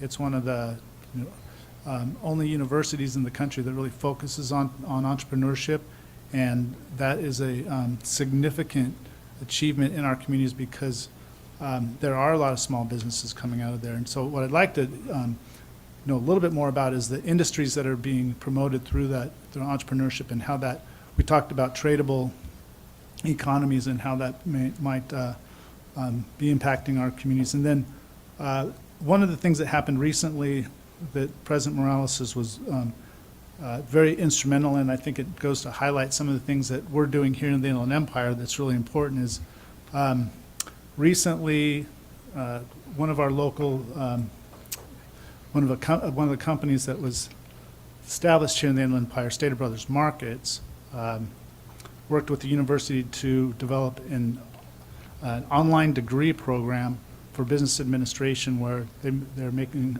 this degree available to their employees through the Cal State San Bernardino. And so there's a pathway for these individuals who at high school might be working as a box boy, box girl at Stater Brothers Markets, and then can eventually end up with a bachelor's degree from Cal State San Bernardino. And that's an example of investment of education, the educational, higher education and the local industry to do what they say they're going to do, invest in the community, level the playing field for those less fortunate. And the extraordinary thing about that is that from the first discussions on this, it took about 6 months before just this week, the trustees approved that degree. And so I think that's an extraordinary effort, and I applaud you for doing that, as well as other initiatives with local school district and San Bernardino High School and some of the initiatives that are coming out of that. So again, thank you very much. And I think, yeah, sorry. Well, you know, I apologize. Funding, I wrote it down, funding. Yeah, my family came to San Bernardino in the 1850s, so I have a little bit of a passion for this region. But in essence, you're right. It's the inequity in funding to this region, as well as in Fresno and other regions that have suffered the same thing. And I think the elephant in the room or in the legislature is that we just really don't have the same advocates, it's reality of the power that some of the coastal areas and the Bay Areas have. And so it's the hard decisions and hard things that have to be discussed and addressed, or how do we change that? And I'm really proud of this commission for taking this on, because it is a difficult discussion. So thank you. Well, thank you. And I'm going to go to Commissioner Emerson, but, oh, who else? I'm sorry, you're going to respond? I wanted to find out if that Stater Brothers deal is retroactive. Because that's where I started my job, at Stater Brothers. Mr. Chairman, I'll respond to the Vice Chairman's question, and I would also add that Commissioner Emerson and the Vice Chair, but also the Vice Chair's father, who was a great supporter of the region. So, Mr. Vice Chair, when I was born in 1968, you have to go to the 1970 census, there were 900,000 people living in San Bernardino and Riverside counties, and today 4.6, close to 4.7. So this issue of funding not following growth has been our story. And again, it's not like you had twins. It's like we keep having septuplets. If you have septuplets, if you have twins, you get one minivan. You have septuplets, you need three, right? This issue of support and for infrastructure, education, 4.6 million people, we have one Cal State. And if you look at Los Angeles, you have Long Beach, you have Cal Poly Pomona, Cal State LA, Northridge, and Dominguez Hills that were built up the spine of LA County so that you didn't have to drive more than 30 minutes. That is not the case for our region. And so with, we hit the 12th largest MSA and the Los Angeles Times call, right? Because now it's a story. And we need to tell that story better. We need to be more unified. We need to have better, more champions like you all. And we need to make sure that we tell our story. And then I would add this. I consider Lenny Mendonca a mentor in this work. But I've spoken to him, I've spoken to Senator Wiener on issues of housing, and they both use the same term. Oh, the Inland Empire, that's hard. Right? That's hard because it's two large counties, it's 27,000 square miles, it's continued growth, it's the need for housing and infrastructure. And so we absolutely have got to we need to tell our story and fix this funding inequity. Thank you for bringing that up. Let me just comment a little bit about the School of Entrepreneurship. The School of Entrepreneurship, which was launched in 2020, is the only publicly supported school of entrepreneurship in the state of California. And so the Inland Empire Entrepreneurship Center obviously precedes the school. The school provides some really exciting academic programming for students who are interested in being entrepreneurs. But we're serving, as I mentioned earlier, approximately 70,000 individuals in community through business assistance programs, Women's Business Center, Small Business Development Center. We're actually looking at housing, a small business development center or assistance center in downtown San Bernardino. We've partnered with those organizations. For example, we have the Gardner Holt Student Fast Pitch Competition. So Gardner Holt, as you know, grew his business here in the Inland Empire and is a very, very successful business, international. And our students are involved, and Gardner Holt is very much involved with our students. Yeah. It might be interesting to let people know what Garner Holt does. Well, he makes rides and features. You know, he's the go-to guy for Disney International and other theme parks. So, I mean, he's incredible. He's a local boy. Grew up locally. We're developing our hospitality program that's unique to the Coachella Valley. So we are preparing the next generation of hospitality managers whose parents often worked in the back room, in the kitchens, and these are students that are really learning how to manage. There's a lot of interest out in the Coachella Valley for this program. So it's really about, you know, paying attention to the workforce needs of the region. And it's not what the president wants, it's what the region needs. And working in partnership with business.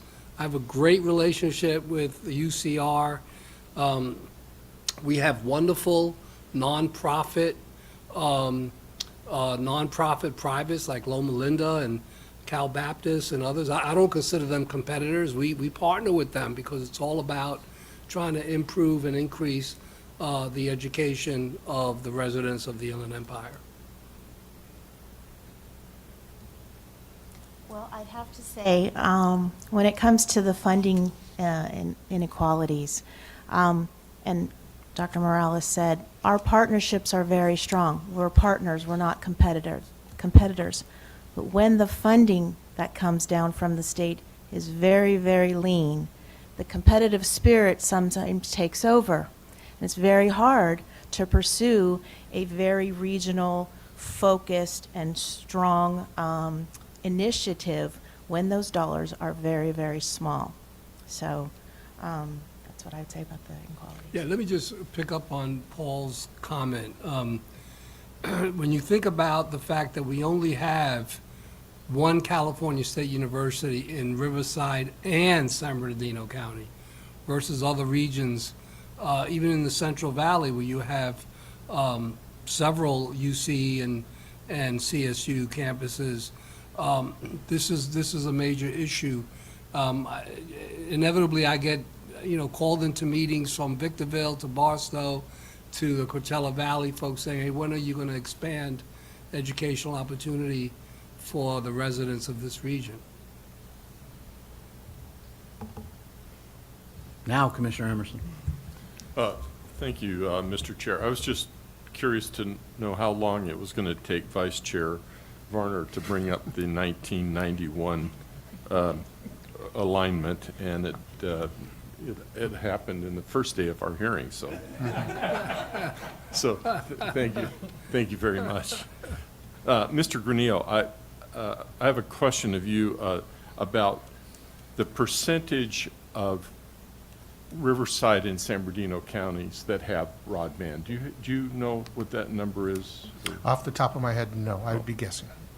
But historically, we were one of the most underutilized. And obviously, through the pandemic, things have gotten better. But you know the stories of the city of Coachella putting hotspots on buses and parking the buses in the neighborhoods because that was the only way the students could do their homework. Unfortunately, that still remains the truth in many places. Yeah, I was hoping that with the emphasis on infrastructure development by the Biden administration, that the two counties would look at that as a priority to try to get broadband into, because I think that's really the key to the success of these two counties. Right. Absolutely. And we do have the $6 billion that was in last year's budget that's focused on broadband. All right, very good. Thank you. Commissioner Byer? I'm going to go back to Lake Wobegon. So, and this is both a question, skepticism plus a positive. The skepticism is, I worked most of my professional career in the biotech industry, and somebody says they're going to build biotechnology, I'm pretty dubious about it. I was involved in 2 large companies, Genentech and Amgen, and making siting decisions or being part of that process. And we talked to a lot of people. We weren't serious about a lot of people. And the facilities ended up in Columbus, Ohio, and Singapore. So I'm a little skeptical about that industry as a subject of focus. On the flip side, I was very encouraged by the development, particularly the salt and seed lithium thing. I think that's very imaginative. And if the facts and due diligence bear that out, and the spillover effects are possible, that sounds great. And the same with respect to the California Air Resource Board activity, and your analogy to Ann Arbor was strong. But I want to go back to the observation of the first witness. We have to encourage regions to make decisions on the basis of difficult choices based on facts, not just statistics, but evidence, qualitative and quantitative. And so I worry about everything is appealing until you do your homework. And so I'm hoping that the demand for jobs flows from a strong, strong partnership from viable business components who are saying, yes, if you do this, we will do that. And we will be here over a 10 or 20-year time period. And without that, and I think President Morales talked about this before, it's not what does the university want to offer as a curriculum, what do employers want in terms of a student body over a 10 or 20-year time period. So it's just a cautionary note, and I don't really have a question. Commissioner, can I respond? So for the Inland Empire, I think what you're saying is exactly the opportunity and the challenge. So we have the most warehouses of anywhere in the United States, with the exception of the state of Pennsylvania. 2 Class 1 railroads and the ports of Long Beach and Los Angeles. According to the Federal Transportation Agency Administration, imports into those ports are going to double. And it's the way we're consuming goods, okay? The opportunity that we started to look at with the Brookings Institute and Marek was based in the research. And the Brookings Institute came back and said, you have this cluster, right? Billions of dollars are being invested. And why don't you build on that? And align yourself with the state's climate goals and create a sustainable center of excellence in logistics that helps us to meet those climate goals and move all those goods and keep people in better jobs, because we know that the challenge of automation is real. And so we need to be preparing people for the jobs of the future. So part of our initiative is the creation of a sustainable center of excellence in logistics. The CARB relocation is a perfect opportunity for that. What's missing is the conversation, because everybody starts yelling at each other, right? And so, and not always based in the facts. We should be leading the nation in the creation of automated systems within warehouses, and those are being built in Georgia, and those are being built in North Carolina, and then they're being brought here and installed. So we're not in alignment with industry. And so the state needs to look at the opportunity that exists and say, we're serious about this, we're going to invest, and we're going to build on this, because long-term, it's not going to go away. It is the reality of how we are going to purchase our goods. And it is an opportunity, but you need as Marek said, right, you can't go to 5 different agencies and say, you know, how do I get this done? it needs to come, there needs to be a czar at the top that says, this is something we're going to make a reality, and then you need to invest in it. And if the state invests in it, like Marek said, industry will invest more, right? But they're not doing it here in the state of California. Commissioner Sidley? So, thank you all for your testimony. You hit a nerve. I am, as of April 2nd, I had just retired as the general counsel to the Port of Los Angeles. So, something that I know quite a bit about. First of all, whether or not cargo will double, the port's backland constrained. So I don't suspect that it is going to double from where it is now. That having been said, certainly you already get quite a bit of activity from the Port of Los Angeles, Port of Long Beach, so I don't want to diminish that at all. What I want to do is actually invite what you're talking about, which is that discussion, because to build upon what is a regional economic development concept, you are regionally connected to the Port of Los Angeles, the Port of Long Beach. And what we do, and I can still consider myself very much part and parcel of the port. I loved it there. I love working there. I love what they do. And but the initiatives, the clean truck program, the plugging into the ships, that all impacts what you will do downline. Those clean trucks will make the dray here into the Inland Empire. So the clean truck program at the Port of Los Angeles is instrumental. Also what you're talking about in terms of training, the port is trying to put together a new training center for ILWU, Teamsters, IBEW, and those are good jobs. Those good jobs also would be here in the Inland Empire. That is exactly what they're talking about in terms of the regional development. And that there's a partnership that can be had there, and clearly what I'm hearing is that discussion isn't happening, and I believe that to be true because I've not met the three of you before, and I was general counsel for 9 years. So somehow we need to make those connections and work on that. I'm more than happy to connect you with the general manager, also the head of stakeholder engagement at the port. I think fundamentally for the advancement of the ports and for their health, it is directly tied to your health because as you know, the ports are backed up and partially they're backed up. We couldn't get the cargo out. The cargo couldn't get to the warehouses. Then they couldn't get into the supply chain. So, our health is your health, and whomever is being educated in how to manage these warehouses and how to manage the supply chain, that is also part and parcel to the success of both these regions together. So I had some questions about the UC system and your school, particularly. I assume, maybe incorrectly, but most of your students are coming from here. I'm kind of curious how many students you might be turning away from applications, and if more money would go to more students. So I'm curious about that. But most importantly, I think, is to put together that regional discussion, because you are in many ways the backlands of the port. When I talk about backland constraint, I'm talking about the terminal, but honestly, it is much broader than that. It is the constraint of the freeway. If we're putting boxes on the rail, it's generally not stopping here, or it may transload here, but those, if they're going from the port, they go straight into the inner part of the United States.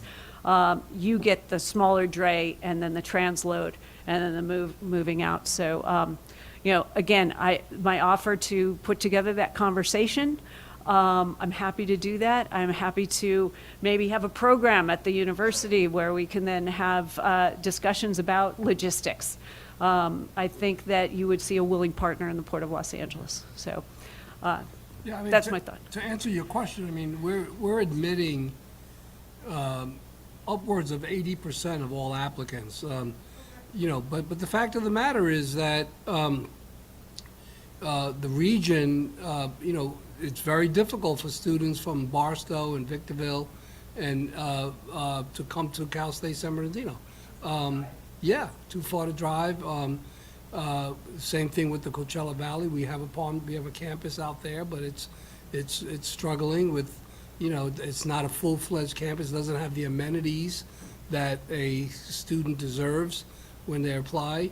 You know, and I would argue that through IEGO, through my colleagues at IEGO, Paul and I, you know, on our own dime, went to Georgia Tech to take a look at what Georgia Tech was doing. And the difference that we found is that when we visited Georgia Tech's operation, they were partnering with multiple state agencies. And so that's the big difference. So we have the Lenny Transportation Center. It's a center at Cal State San Bernardino. I know UCR has a number of really exciting programs. So there's no lack of interest, right? We developed this logistics pathway program with the city of San Bernardino Unified School District. So there's just opportunities are there for sure. And Commissioner, I would, we've had an opportunity to share this with Gene Soroka. David Labatique participates in our Southern California Logistics Council. But I'm going to take you up on having another meeting with them about it. I will leave this room and go call them right after this, and we'll see what we can do, because, I mean, truly, your health is the port's health.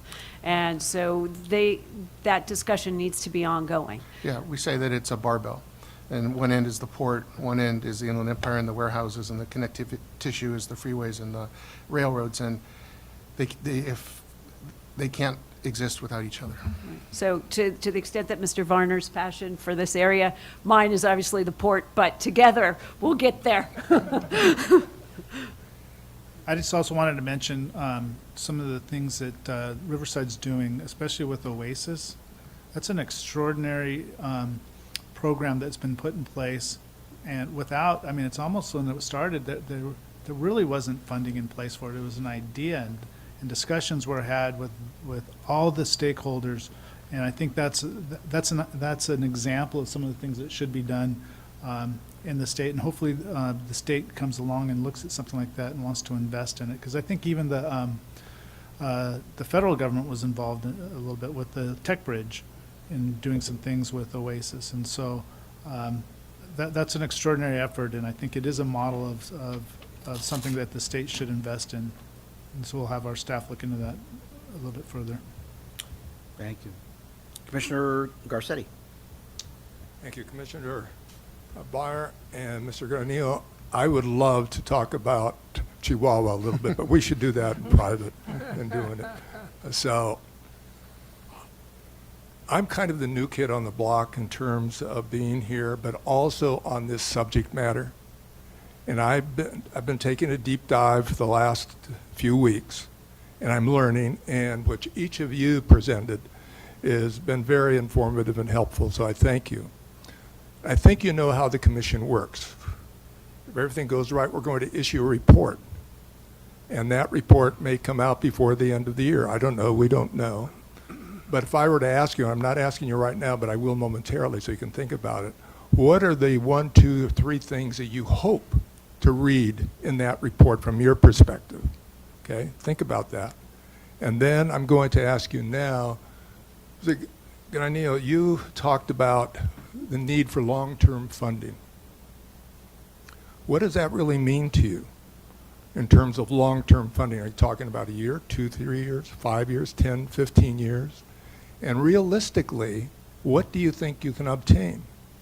We are going to be going into a recession most economists absolutely predict. And that's going to affect everyone's look. Now we have to be a little more careful. So what would be your timeline for that? And how much are you going to be asking for? Do you have any idea when you say an adequate funding, what that means? So I'll start with you. Easy answer. Okay. Good. So I'm the Inland Empire guy, so I'm going to focus on, where we are. But there's also a group of people just like me, right, from Fresno and Lake Tahoe, and Right. They're listening right now, so Sure. I have to represent I'm sure them. they are. Okay. They're going to write down what you say. As I said in my written remarks, this is really the first time, this has been talked about, but this is the first time that the state is investing with the SURF money. as you heard Marek talk about other states, New York investing 600 million in just one sub-region, right? When we talk about ongoing funding, it needs to be in the millions of dollars, and it needs to be seed money to help the backbone organization, whatever that is, to be able to do its work. And the backbone organization needs to be able to reach out to the community, and the community's voice needs to be heard. But it also has to align with the community colleges and the CSU and the UC, and then it has to be credible to the employer community. And that is what, when I talk about ongoing funding, it's for those backbone organizations to be able to staff and have the meaning and the convening power. And a lot of this work, there's political power, there's financial power. This is kind of moral power, right? That's the only way you're going to get everybody in the room together. So, Commissioner, if you gave each region $5 to $10 million for 5 years, could this happen? I almost guarantee you it would, right? Because that would allow them to attract the other philanthropic dollars, the dollars from industry, the dollars from government, that could keep these initiatives moving. If you be more specific on that $5 million, is that annually, or is that over 5 years? I would say over 5 years. Over 5 years. Yeah. And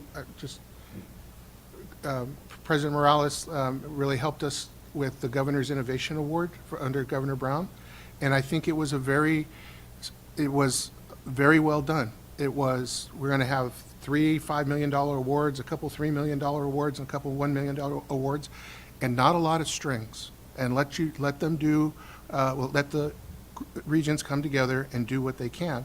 And as President Morales said, we haven't even used all the $5 million, and we've leveraged it into almost $20 million, depending on how things come out.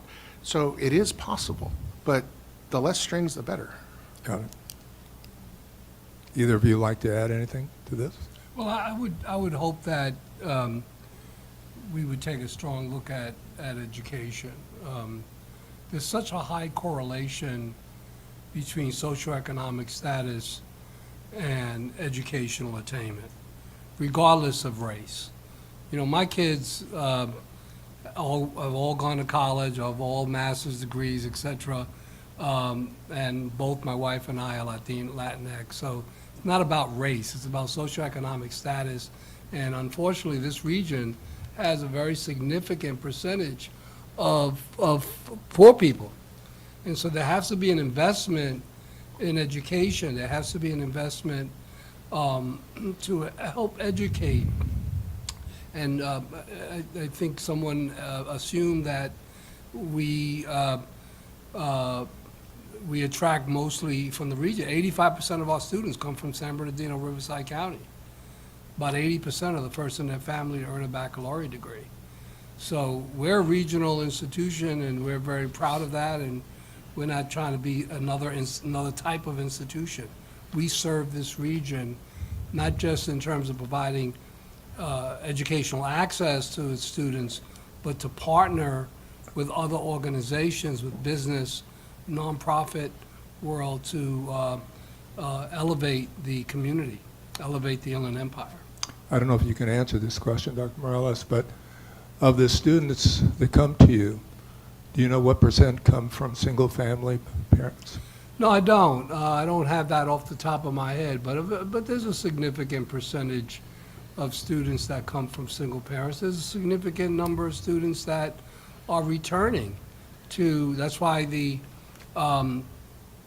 Stater Brothers baccalaureate degree online baccalaureate degree completion rate is such an attractive program, because we're taking students that perhaps went to a community college, withdrew. Now they're working at Stater Brothers, and it's never too late to pursue a degree. So I think that the opportunities are there. If we can invest in education, the return on that investment will be high. Right. What about Riverside County? Well, I think what I'd like to see in the report is highlighting obviously the challenges that we have with our funding disparities.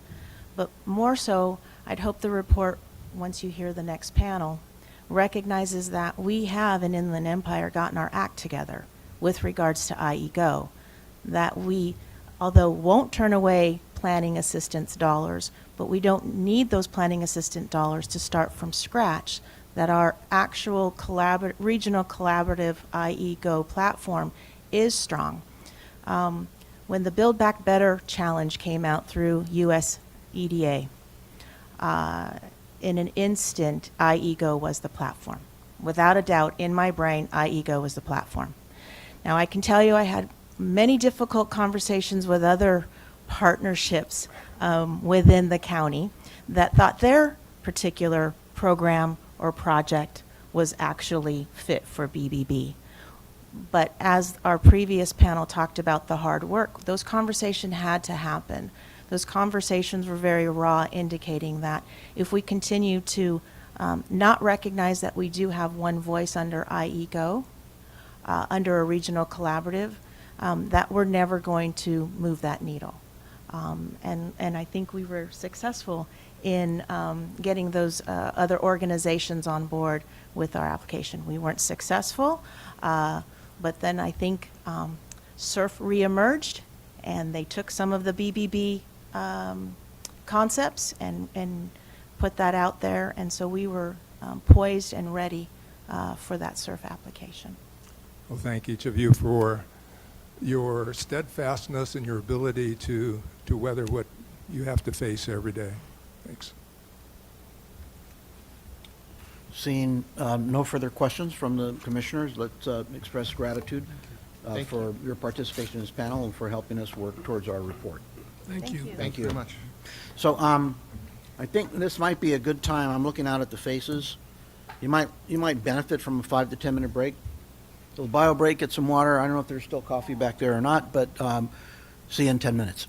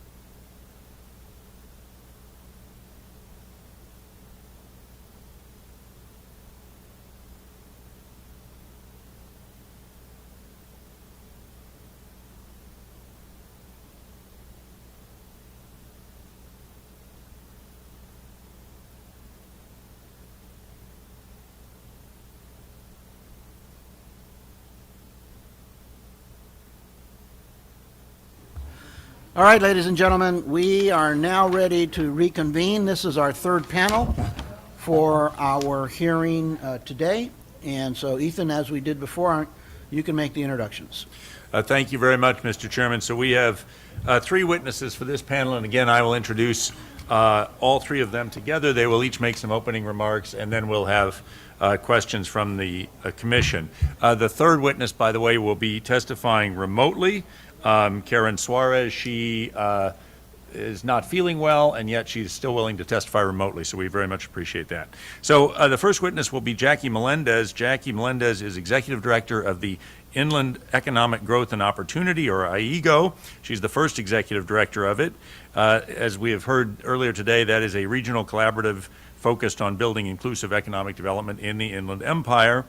Ms. Melendez has worked in local government for 18 years and pulls from a diverse background in community building, strategic planning, human-centered design, and business and workforce development. She holds bachelor's degrees in Chicano Studies and Interdisciplinary Studies from the University of California at Berkeley, and a master's degree in planning from Cal Poly Pomona. Next, after that, will be Alex Avila. He is the co-founder of the Black-Brown Economic Empowerment Partnership and the Inland Empire Multicultural Collaborative, MCC.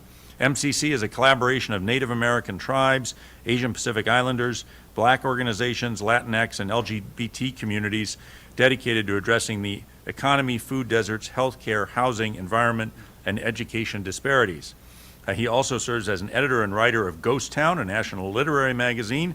He did work at the Iowa Writers Workshop and holds an MFA in creative writing from Cal State San Bernardino, and in fact is an English professor at Cal State San Bernardino. And then finally testifying remotely will be Karen Suarez. She is the director of Uplift San Bernardino, a collective impact program of the Making Hope Happen Foundation. Ms. Suarez has worked as a congressional field representative, business development director for the Go Red for Women campaign for the Inland Empire American Heart Association, executive director of the Dominguez Dream, and more recently assistant vice president and community development officer for Wells Fargo. She also serves as co-chair of the Inland SoCal Housing Collective and Inland Economic Growth and Opportunity, and several other boards as well. She is a dual bachelor's degree, holds a dual bachelor's degree from Cal State San Bernardino, and also a master's from Florida State University. So we'll start first with Ms. Melendez. Thank you. Honorable members of the Little Hoover Commission, welcome to the Inland Empire. Greetings from the trenches. I want to thank you for recognizing the vital importance of our two-county region to the state of California's future growth and prosperity. Your decision to start your listening tour with us here in beautiful downtown Riverside is much appreciated.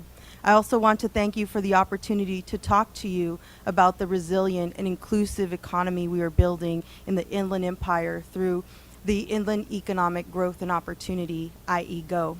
I'd also like to start by saying thank you to Vice Chair Varner and Commissioner Emerson for your efforts to uplift the Inland Empire. I want to start with a quote from Dr. Maya Angelou. I come today as one, but I stand as 10,000. And really, in the Inland Empire, as you've heard multiple times today, I speak for 4.6 million people who call the Inland Empire home. And the 48,000 people who recently came here in the pandemic and in-migrated, as you heard Suzanne from the county talk about earlier today. We have 1.57 million jobs in the Inland Empire. And as you'll hear about the Inland Empire in contrast to some of the folks we heard from today from Fresno and our friends there who are doing great work, we are 52 cities in the Inland Empire, 2 counties, 56 school districts, 12 community colleges, and 2 public universities in UC Riverside and Cal State San Bernardino. Demographically, we're young, with a median age of 34, and we are diverse, with 59% of our residents coming from Black and Latinx communities. However, those households comprise 71% of the families who are struggling to make ends meet in our region. Sadly, only 1 in 5, or 22% of our residents have a bachelor's degree, and as you've heard from many of our colleagues and partners here today, you cannot make a region and you cannot make prosperity with these kinds of numbers. I also want to acknowledge our veterans, and if there are any veterans listening in or here in the audience, we're also in the Inland Empire home to a great many veterans. 6.2% of our population, or over 209,000, have proudly served our country, and I want to make sure we recognize them as well. For much of our history, the Inland Empire has been a place to find affordable housing within close proximity to job centers in Los Angeles and Orange County.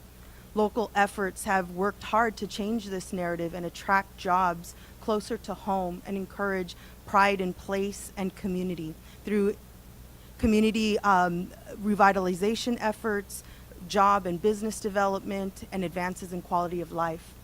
But the pandemic was not kind to the Inland Empire, exploiting and exacerbating stubborn inequalities and inequities and disparities that have been deeply rooted in our communities.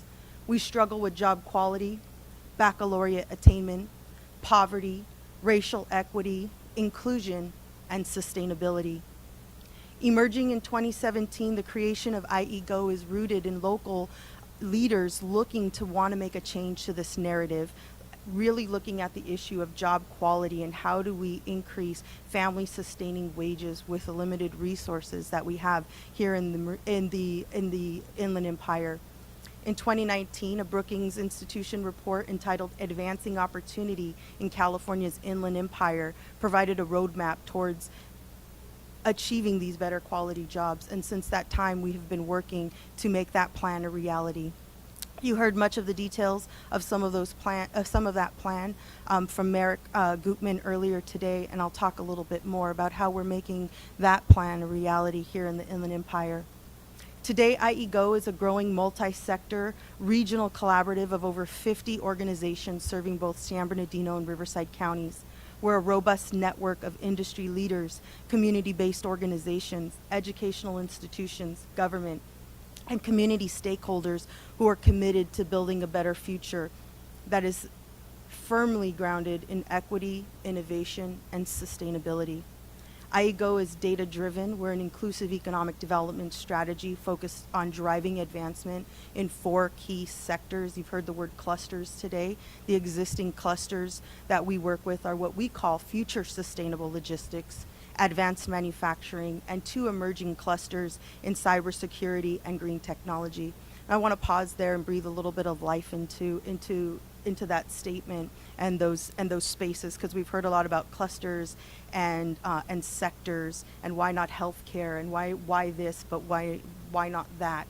And really, when you have limited resources, essentially it comes down to this: you want to put you want to get the most bang out of your buck possible. You work in sectors, and you work towards a cluster play. You look at what are the areas that are going to help us advance the spaces that we want to advance, and you focus your very limited resources there. Every single economic development agency, I mentioned we have 52 cities and 2 counties. Every single city in our region and in California, they're looking at what sectors. Many of them are going to look at other things like retail, because that's where you get sales tax. And like I said in my intro, I was an economic developer for 18 years, started in redevelopment back in the day, and continued working in workforce and economic development. I've done the work at local government of attracting new businesses, of working with existing businesses and growing mom and pops, building the entrepreneurship ecosystem all the way up to Fortune 500 and international companies, everything in between, working with them on their pain points, especially during the pandemic when it comes to workforce. And so really have an understanding of how these systems work at the city level. And now I have the extreme pleasure with IEGO to be able to take what I've learned in local government and economic development for one city and apply it to 52 in our great region, the Inland Empire. Together with our partners, we're facing the challenges of the future. IEGO is committed to several key areas: organizing an inclusive and equitable ecosystem of non-traditional partners. You've heard a lot about that today. You may hear me talk a little bit about that as well, and the pain points that I experience doing this work. We want to develop and attract and support good jobs. We want to invest in these opportunity industries, these clusters and emerging clusters. We want to bolster innovation and commercialization, tech transfer and entrepreneurship with our various partners, many of whom you heard from today. We want to attract public and private investment in the area. This is a key pain point for the Inland Empire. If you speak to anybody that has been working in this sort of space or trying to do some good work in the Inland Empire, one of the first things they'll tell you is we don't have enough resources to do the great things that we want and need to do. Finally, addressing race and gender gaps, because in the Inland Empire, good jobs and the shortage of good jobs affect different groups, both racially and across gender and class lines differently. And so we need to really put some attention on that if we're going to change things. In January of 2022, I joined the IEGO team, became the first executive director. I left 18 years of government to do this work. Many people thought I was crazy to leave my CalPERS behind. However, I know that from the work that I've done, that really the future lies and the change that we want to see in our communities lies in this multi-sector collaboration, like you see in Fresno and like you see here in the Inland Empire. We've talked a lot about logistics and supply chain. This is a huge area in our a huge sector in our region. What I will say, because you've heard a lot about the sector today, what I will say is that I'm just going to jump to the conversation about automation. As an economic developer, the strategies that I would create in one sector to move that sector along are going to be different based on the dynamics of that sector and based on what's happening in the region. When it comes to logistics, it's not a business attraction model, right? It is really about focusing, as Paul Granillo talked about today, on the automation piece. Pre-pandemic, we heard as many as 50,000 jobs would be vulnerable in our region to automation. And with the changes and that the pandemic has brought, we're looking at that happening within 15 to 20 years and that being accelerated. We don't yet have the data on exactly what that looks like. I did meet earlier in the week with a regional expert in this space because we want to understand this. We want to understand how automation is going to impact communities, and we want to understand the other part of it, which is really the AI component and how that affects communities of color. We don't have enough conversations about that, but I assure you the robots are not only coming, they're already here. So we need to be looking at that, and we really need to be looking at how are we going to transition folks out of this space and get them tooled for other opportunities in green technology, in cybersecurity, and other places. By contrast, if we're looking at strategies in cybersecurity, one of our issues is, as a nation, we have a deficit of about 1 million jobs in this space. As you heard Dr. Morales talk about, the innovation that Cal State San Bernardino really offers the country in this space. We know that the issue that we have in that sector is that there aren't enough cybersecurity jobs here in the Inland Empire. So the way that we handle that sector and the strategies that we come up with in that sector have to be different based on the dynamics that are in play here on the ground. You heard us talk about BBB, the Build Back Better project, which IEGO led on. Some of the projects you've already heard about, so I'm not going to go too much in depth on them. However, the projects that we have been elevating and are looking to bring into the SURF conversation, as Paul Granillo talked about, are the center, the Sustainable Logistics Center for Excellence. We need to have, a center like this in the Inland Empire. It should be here now. The OASIS project, as Vice Chairman Varner brought up, is very critical. UCR is critical to IEGO and the work that we're doing, and what they're doing at OASIS to change our future is really important. The things that are happening down in the Salton Sea are really critical. The lithium that is there, how that's going to transform communities in the Inland Empire is really critical.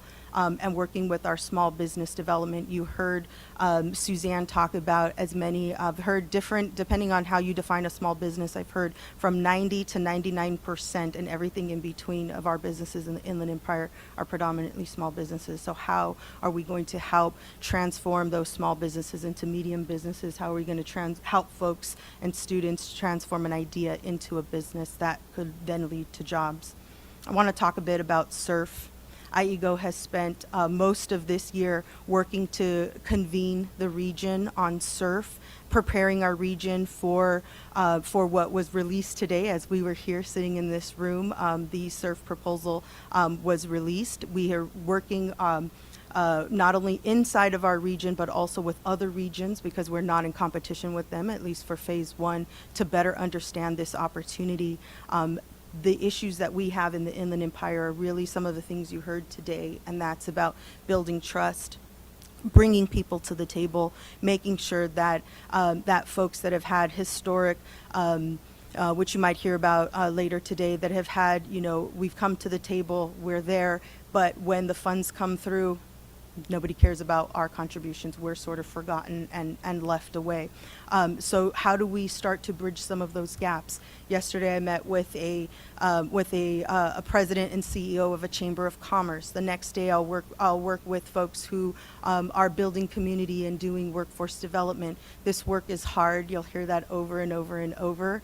It's very diverse, and being able to look people in the eye and say, I understand where you're coming from, and I understand that the issues that you faced in the past, you're bringing into the coalitions and the conversations we're having today, and they have space here. There is space for you to have those conversations in this multi-sector space. Most of us, I think, when we think about breaking down silos, there's this thought that silos are monoliths, that within them it's like kumbaya and everybody's getting along there. That is not true, right? And so when you look at a space like IEGO, and what we hold space for is you're pouring all of those silos into one big stew and sort of working in that space. And sometimes I'm the person that is moderating those conversations, and it is like, do I stop it? Do I go? How does this? But this is the hard work. This is the work that is uncomfortable, but necessary if we are going to move the needle. I do want to talk really quickly about poverty. And one of our local leaders at Riverside Community College District talks a lot about how we need to not be at war with one another. We need to be at war with poverty, and reminding us that is the case. I grew up in a household where neither of my parents graduated from high school. My dad was a truck driver, and my mother stayed at home to raise a family of 5. Like most families, times were good and sometimes were bad. As a young child, I was very cognizant of the poverty around me. I saw firsthand the destruction that violence and drugs and gangs and cycles of poverty wreak on communities and families. For me, education was my escape from a life of poverty that seemed destined for me. I became the first in my family to go to college and developed a lifelong fascination with cities and economies and their effects on people, workers, and the community. What I have learned is systems do not change on their own. Persistent problems do not solve themselves. It takes concerted efforts and strategic engagement among people who care and have talent and resources to make a difference. Policy helps, money helps, but it is the love of the community and a hope for a better future that is the secret ingredient to real and lasting social economic transformation, because the work that we do is hard. The why that drives me to use my specific understanding of cities, economies, and communities, and to fight through the hard days is the why of that little girl who looked around and saw a community of violence and poverty and thought, there needs to be a better day. There needs to be another way to do this. I want to also acknowledge the students in our region. Right now, we find ourselves in the center of graduation season in the Inland Empire. Today, my nephew, Matthew Garcia, is promoting from 6th grade. Michael Wiafe from Rialto just graduated last week of the Master's in Public Policy from UC Berkeley and has made the choice to come home and join the Inland Empire Community Foundation team to help build opportunity in the Inland Empire. Over the weekend, over 5,000 students graduated from Cal State San Bernardino. And as we speak, students like our IEGO intern, Yaritza Galdames, is working on her final papers and exams at UC Riverside to receive a bachelor's in political science. She'll be the first in her family as well. I want to congratulate our graduates from the IE, from kinder to the doctorate. We need you. We need these students to be a part of the future, and we need them to want to live here, but they're not going to unless we create opportunities for them and we create the communities that they need and that they deserve to thrive here locally at home. Little Hoover Commission, the truth is today we stand at the cusp of a new era for California and the Inland Empire. SURF will help to transform our communities and help us leverage the dollars needed for critical projects, but we don't know how deep these dollars will penetrate or how long they will last.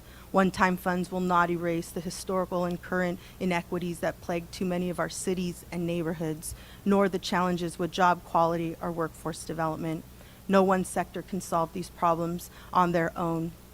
These problems have taken hundreds of years to create. Labor can't do it alone. Business can't do it alone. Community can't do it alone. Today we look at SURF for answers and for hope.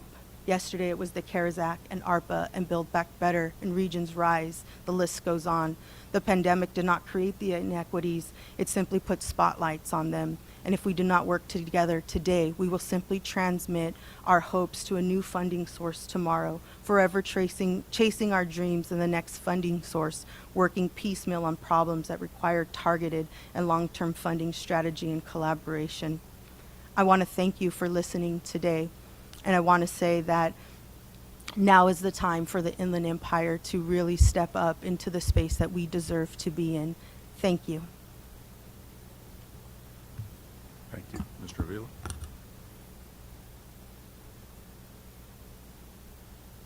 Oh. All right. All right, cool. All right. Well, thank you for inviting me to be on this panel and having this discussion, and I'm looking forward to see what transpires out of this. First, I have to say that being here and talking about this is not natural for me. Normally, we're protesting and doing rallies and organizing. And part of it is because the system has taught us to distrust institutions. We've been taught, and historically so, traumatized by how we've been perceived, how we've been treated in all sectors, academically, corporate, you name it, housing, every sector. When you look at Black and brown communities, they're suffering. And a lot of it has to do with perception. And I'll be honest here today that a few years ago, I'd have never showed up because white people make me nervous. And it's just something we've been taught. When you see white folks, be cautious, they're dangerous, they have extra agendas, and they're always talking about what they can do for you, but not with you. And I share that because that's always been a sentiment that you learn growing up in the neighborhoods that we grow up in. When IEGO came to present to us, they bombed.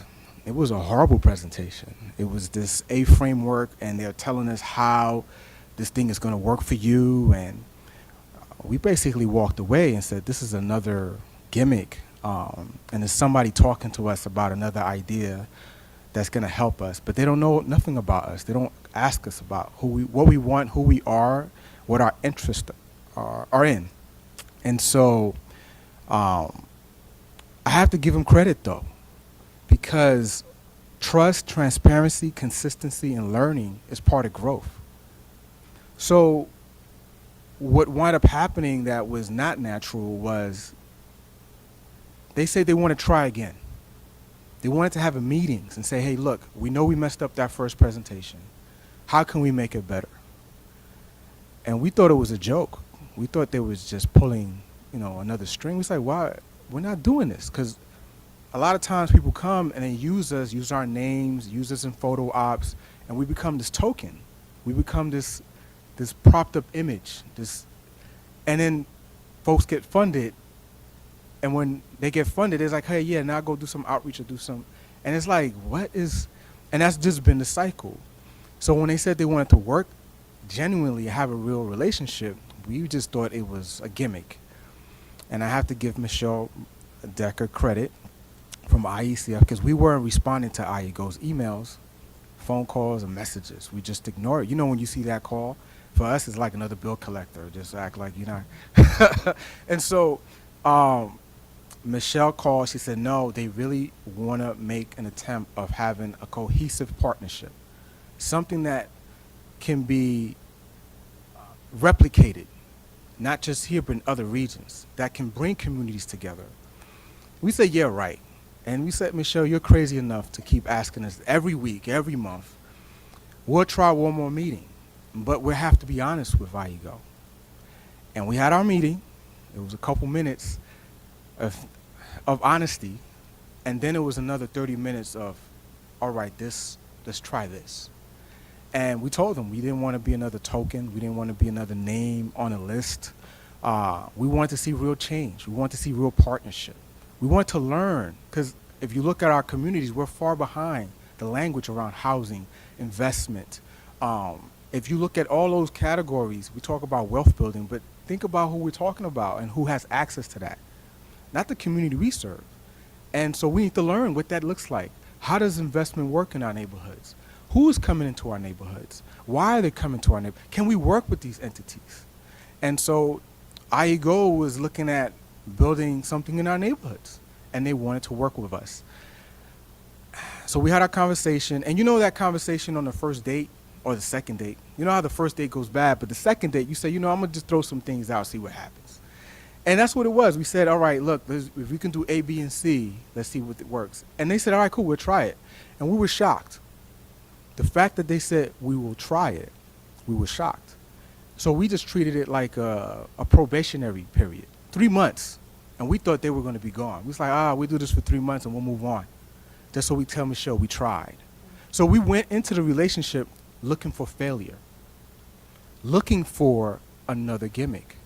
And after 3 months, we was like, oh my gosh, they're actually making the changes.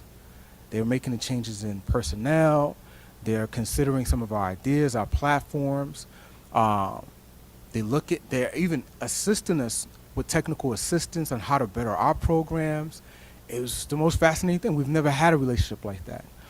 And so with that, the community orgs that were at the table when IEGO presented didn't want to come back. But we were one of those, all right, cool, we're going to try this relationship, and we made some phone calls.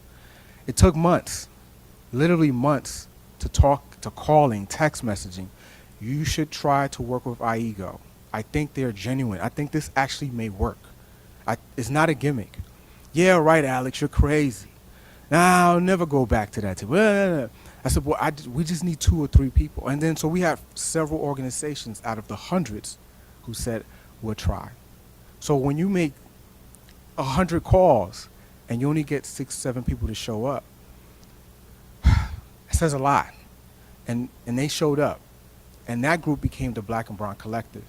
These are people who serve our communities, young visionaries, Community Action Partnership, ELSO, IE Black Rad, Y-Link, YAP, Youth Action Project. The list goes on, and they said, all right, we're here, and we're going to try this one more time. And we hope this one works. And what wound up happening was the Build Back Better plan came up. And we started to design a model how we can work with the small business, how we can work with universities, how can we work with logistics, smart tech. And we were in the center, figuring how we can funnel and work with people with recruitment, awareness, co-curricula, design models, et cetera, et cetera. Because if you look at all those sectors, the community that suffers the most is the Black and Brown community. And that's the approach we took. And I have to give them credit. When we were throwing these ideas, even when we did the budget part, we thought it was going to get rejected. And we lowballed it because, you know, when it comes to us, when it comes to money, we don't think big. We think survival. Our organizations are always on survival mode. And so we went in through this budget, which was under budget, and they said, yeah, we'll take that. And that's a good idea. And they affirmed it. And when other groups try to intimidate us, discredit us, crazy IEGO stepped up with us and said, no, this is a viable entity and this makes sense. And we said, oh, wow.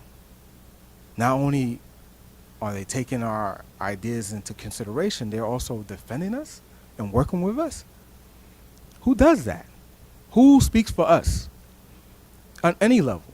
Who's defending us on any level? How do we build that trust? And so I say that to say that when we look at equity and inclusion, when we look at changing narratives, we need this space to experiment, a space to learn about who we are and what we offer. And that's one thing that I have to give credit to IEGO, that they have that, they created that. We built the relationships. We're doing presentations with them, not like for them, but with them. Before we do, I mean, I can go, it's a whole list of entities. And with that, one of the things that came out of that and that we learned is that the Black and Brown Collective wasn't enough. It wasn't enough.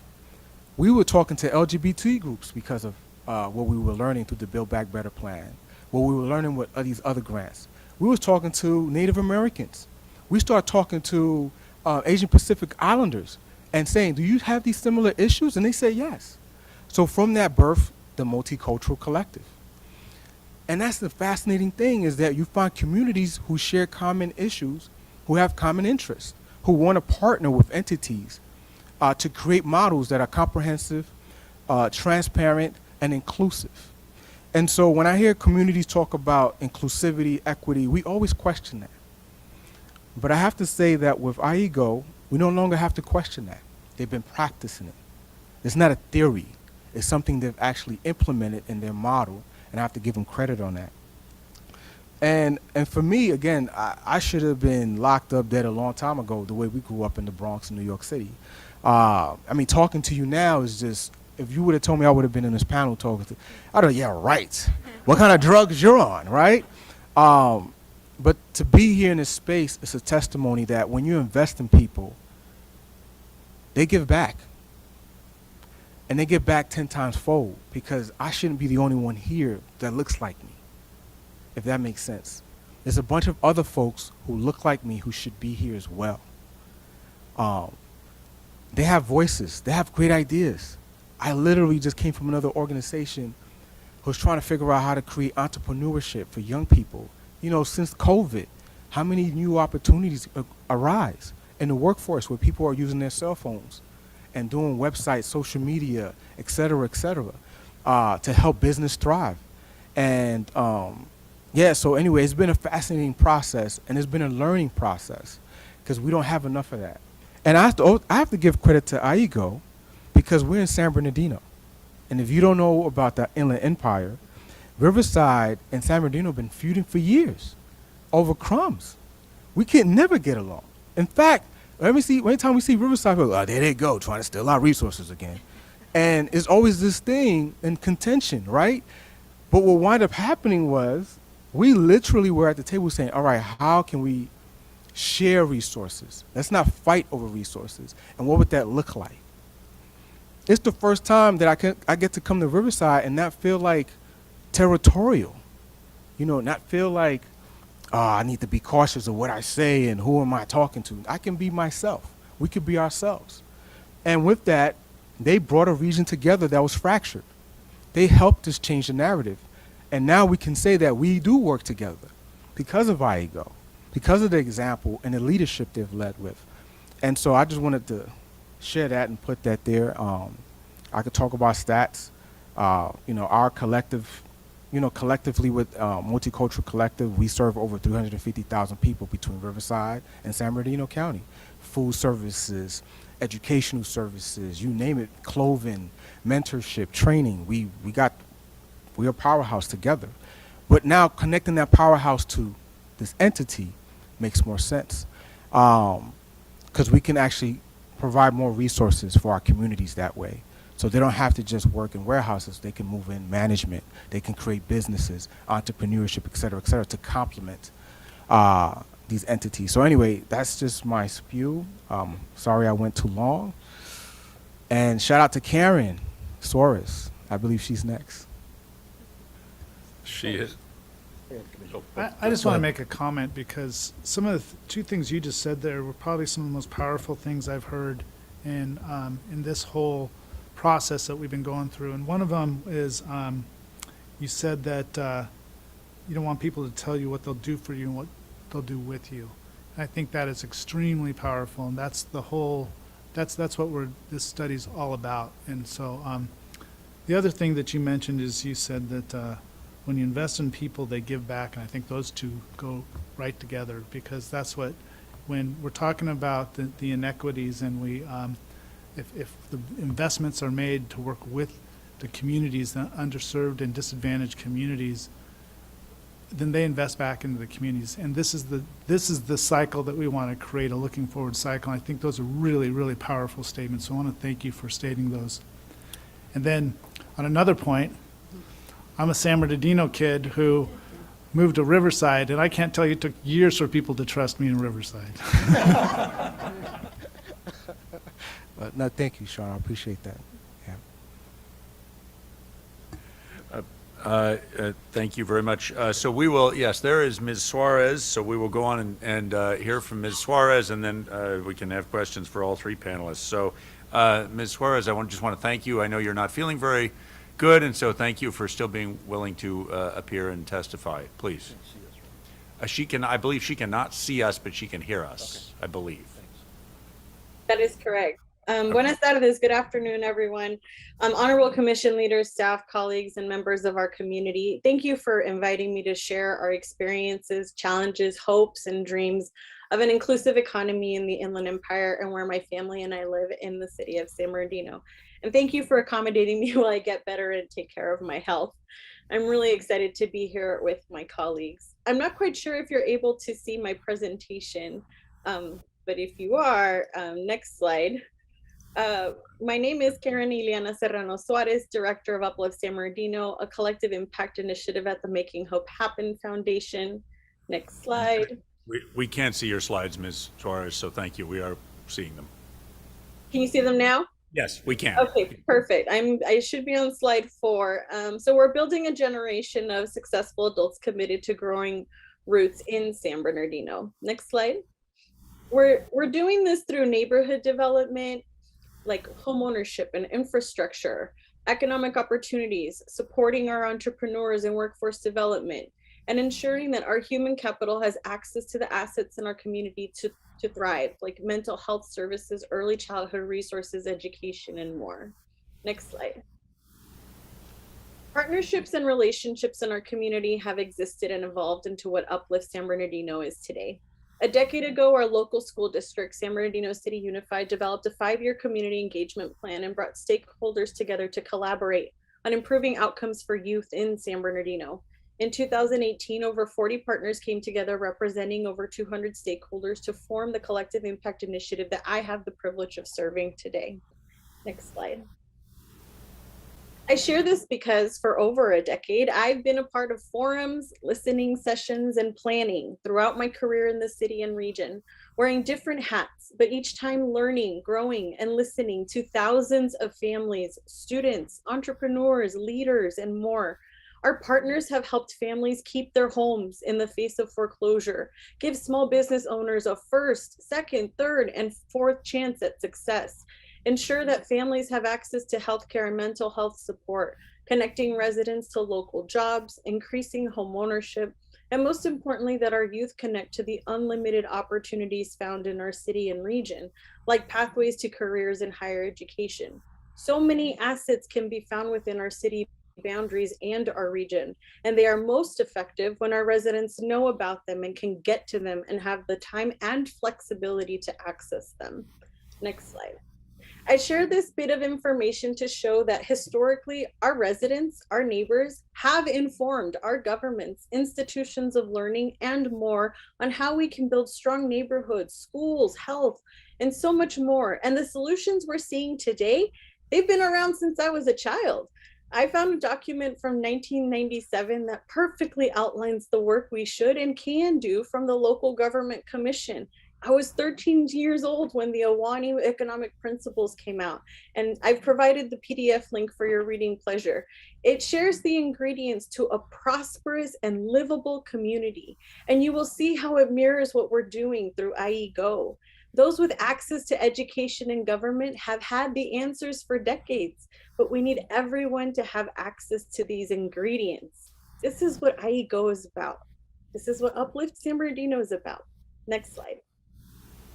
At Uplift San Bernardino, we take action based on the priorities our residents have.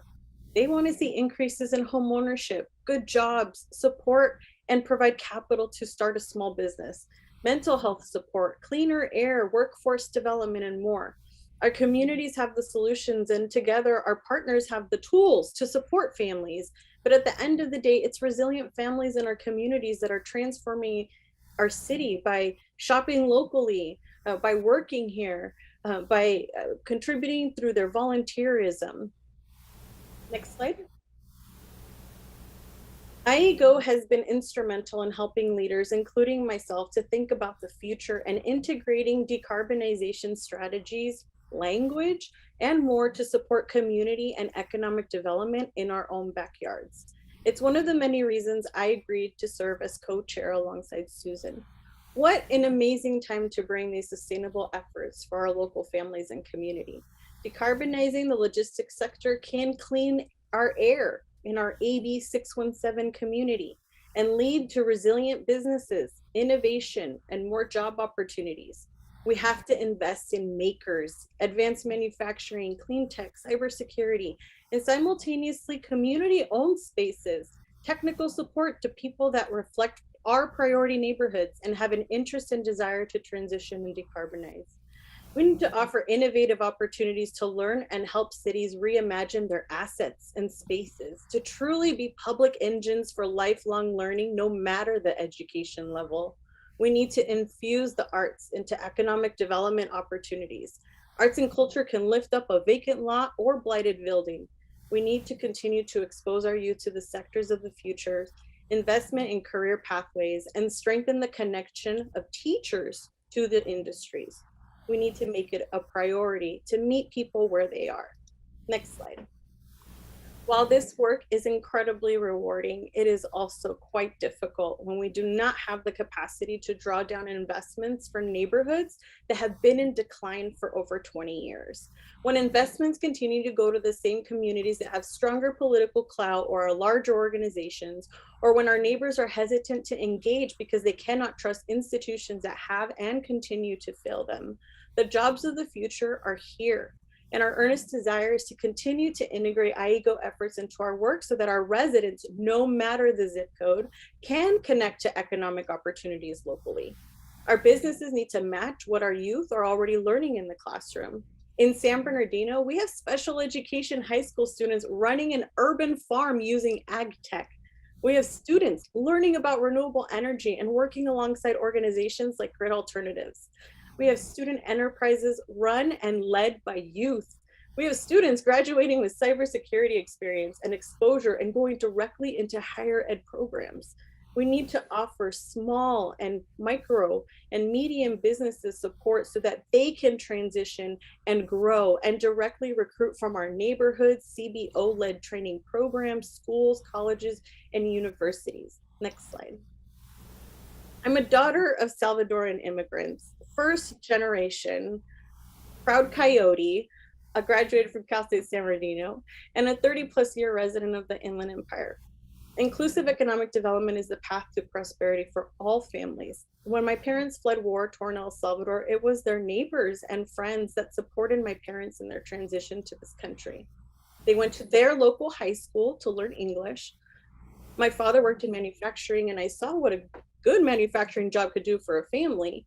It was his colleagues that taught him about 401k and on-the-job training programs. It was through a friend that my father left his 26+ year job in manufacturing and took a leap in his 50s to join the Jet Propulsion Laboratory as a technician. My father, with a high school diploma, works alongside engineers and uses the skills he learned on the job to build robots that have traveled to space. I'm incredibly proud of him. Excuse me. My father's manufacturing led to home ownership, which was transformational for my family and for me. And this is just one story. Some of the greatest obstacles we have in ensuring economic prosperity for all is the lack of investment in specific neighborhoods. It's important to support workers and families to build our vibrant communities. CBOs are known to solve community members on their are known to involve community members on their boards, volunteer groups, and staff, and serve as trusted messengers connecting families to the assets in our neighborhoods. We are part of the overall ecosystem that supports people and places. Policymakers can help priority neighborhoods by increasing community representation, ownership, and protecting our most vulnerable from slumlords, predatory lending, and extraction. We need to build up our infrastructure, provide sustainability and resiliency training for small businesses and entrepreneurs, and increase investments in small social enterprises and community development corporations so that the physical community assets can be preserved to create the sustainable cities that we desire to live in. Next slide. Oh, and the next slide. I welcome your questions and I thank you for your time. Yes, Commissioner Sidley. I just want to ask Alex a question. Is the distrust that you described, that everybody here is working so diligently to alleviate, is that also evident in voter turnout? And how do we fix that? Because that's the power. Hello? All right, cool. I just want to make sure that worked. No, yes, it's evident in every element. So why vote if people don't believe in you and don't invest in you? Why continue to go on pathways that are just going to lead to dead ends or debt? And so, yeah, that's historical, and it's a trauma that hasn't been really addressed. And it's a trauma that we're trying to figure out how to work with actual programs or examples to show like this could be real. And so voter turnout is very low, and you're right, because voter turnout can turn out more economic resources to our region. And it's hard to talk about voter turnout when the bills are not being paid and the lights are about to be cut off and there's an eviction letter coming on the door, and it's like they're moving from place to place and it's not sustainable. So it's a lot of distractions of why people don't go to vote. And you only hope that the student who that mother is caring for, who's in high school going to college, becomes a voter, becomes a city council member, becomes you only pray that there's some sense of resiliency.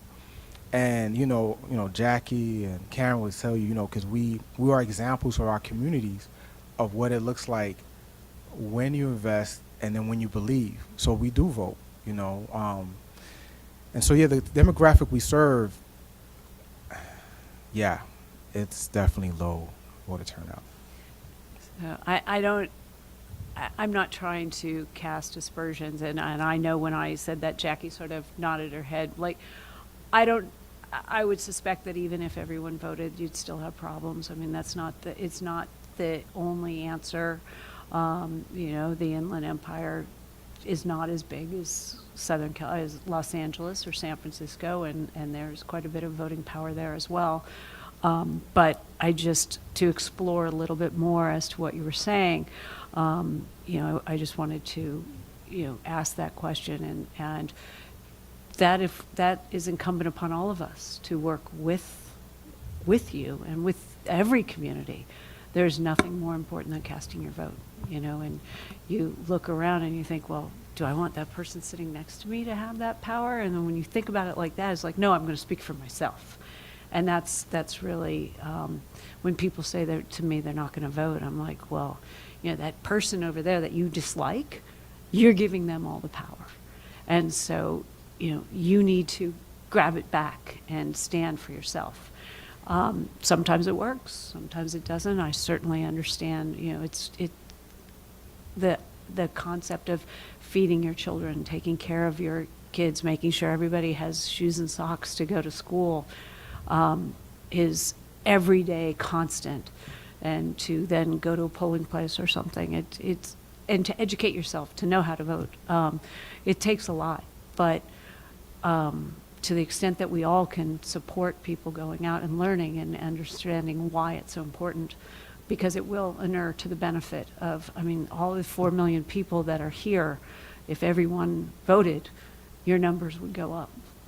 So that's not to say that our work here at the commission won't also shed a light on issues that are here, and it's not just to point to you, Alex, and I just wanted, I heard what you said, and I just was afraid of what your answer was going to be, that it was and it is what I was afraid of, but that's incumbent upon all of us to make sure that distrust doesn't trickle down to not turning out to vote.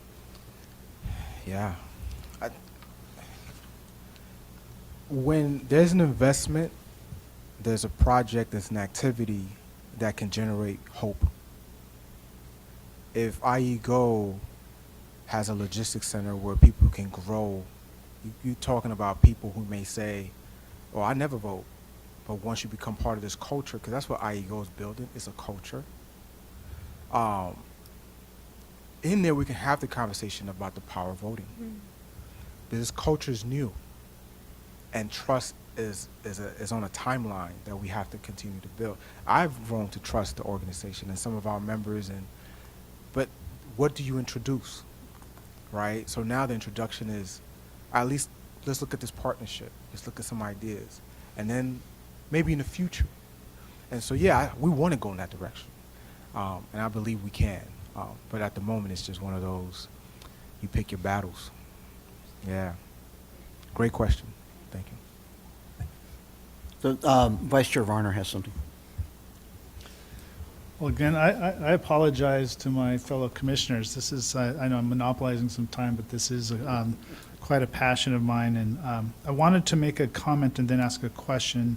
I have a comment with regard to Uplift San Bernardino, and that Ms. Suarez, I think, understated Uplift San Bernardino's impact. But a couple years ago, I made it a personal mission that what could I do to be helpful? And in that personal mission was I was going to go meet with people in my hometown of San Bernardino and actually ask, what can I do with you? That was my actual comment. And I met with people who have friends of mine that have equal distrust for what's going on. I met with San Bernardino High School, came up with this plan of, okay, this is how we're going to do this. We're going to get to our young folks, and we're going to invest in the young folks and meet with them and be there for them and mentor them. And I met with Michelle Decker, and she said, I think there's some people you need to talk to. And so I had the opportunity to meet with Ms. Suarez and Uplift San Bernardino. They're already doing it, so it made it really easy for me to say, okay, how do I partner with Uplift San Bernardino and really take this to the next level? And some of the things that are happening is, just even at San Bernardino High School with what they're doing with having the students there operate their own business, and it's incredible some of the activities going on there. So that kind of feeds into my question, which is for you, Ms. Melendez, is IEGO is doing a lot of things. You know, there's a lot here, and we heard quite a bit about focus and how do we have to make some hard decisions and be direct. And one of the things that IEGO is doing is gathering data and taking that data. And you talked about there's this silo stew that it's all going in there, and the Inland Empire Multicultural Collective is probably one of those silos that you've got that goes into this stew. And how do you, what are you doing with that data? And is there two questions? Is there a process right now which you're going to review these difficult decisions and make those decisions? And then secondly, what do you need from the state? It's a kind of the question's been answered with others, but I'd like you to answer that as well. Yes, thank you. So with the data, I'll say one of the first things when I came on board was started to look at our marketing strategy and our communication strategy. So so physically putting the data online in a new and comprehensive way.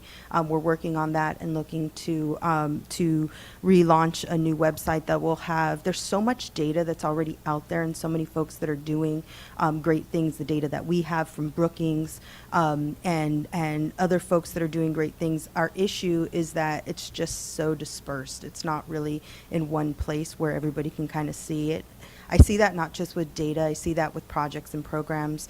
People don't know what's going on in their backyard, and so the communication and working together so that we know what's going on in the Inland Empire is really critical. So we're looking at a website that's going to help us a bit with that. On the funding side, Paul had said $1 million. I need $1 million just for us.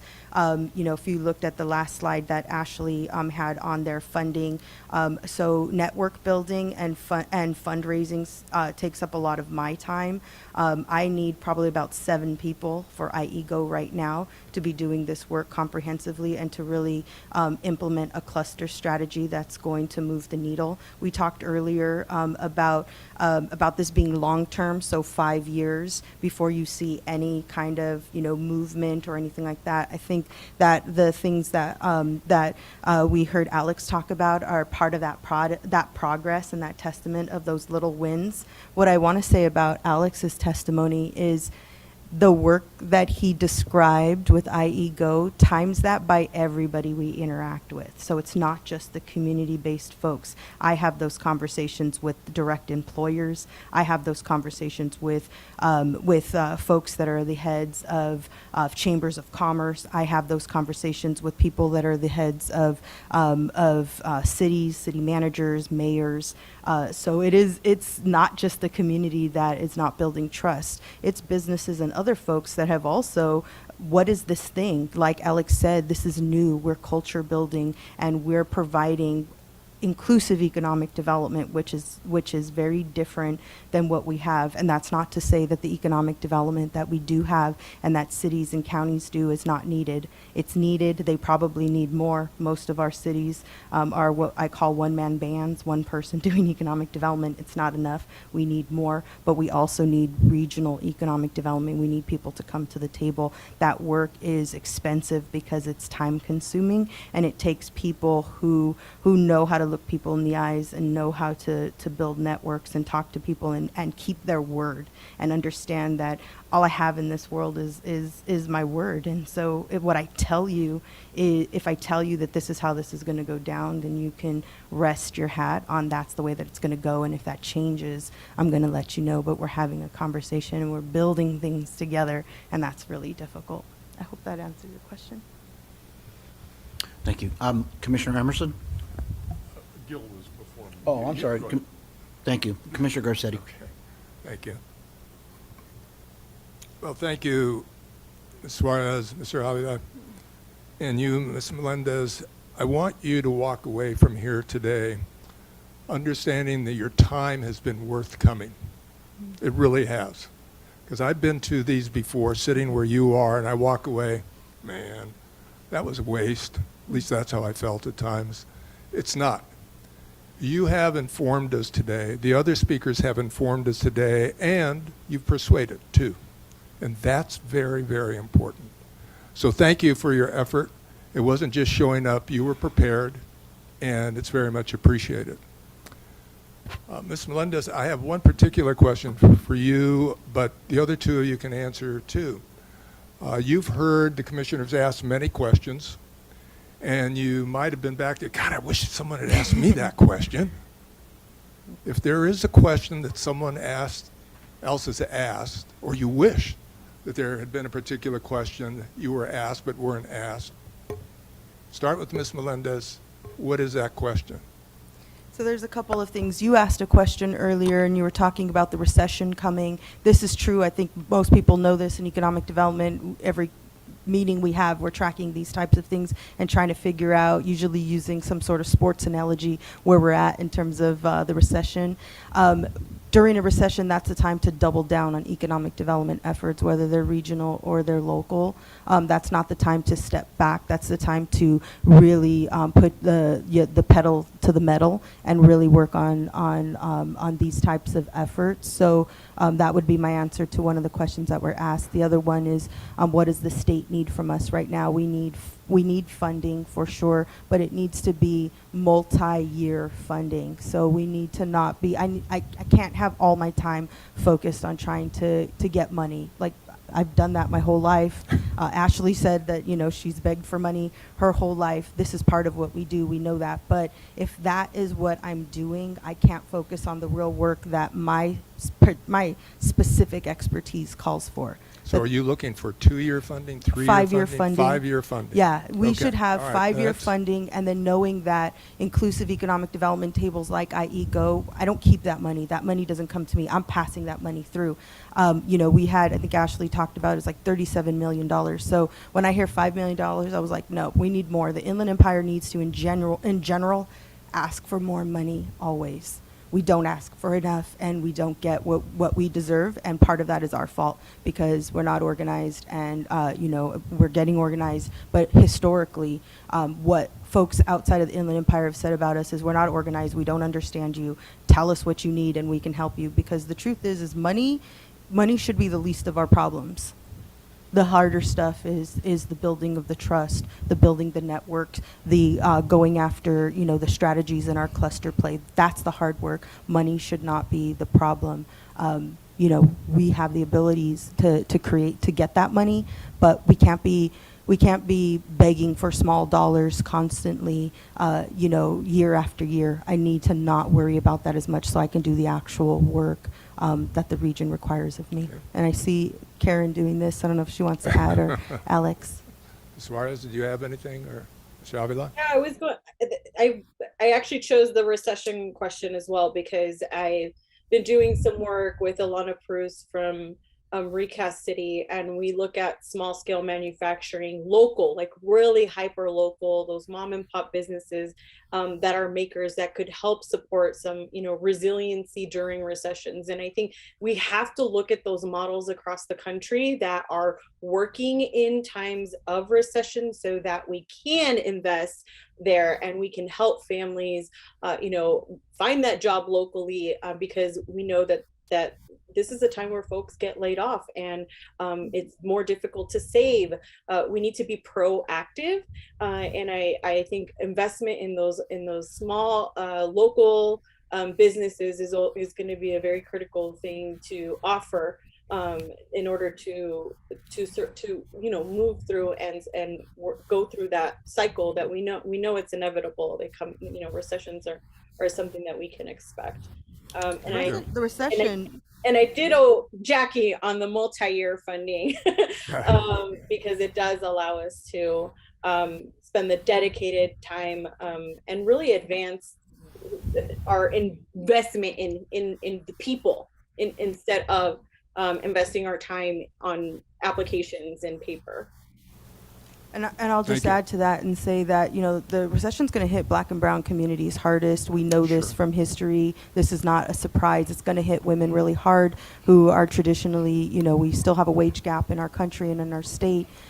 So now is the time to put the pedal to the metal. If the recession is around the corner, we need to be geared up. We need to be preparing for battle. Mr. Avila? I got to say this. I know I'm not supposed to, but I got to say Go ahead, come on.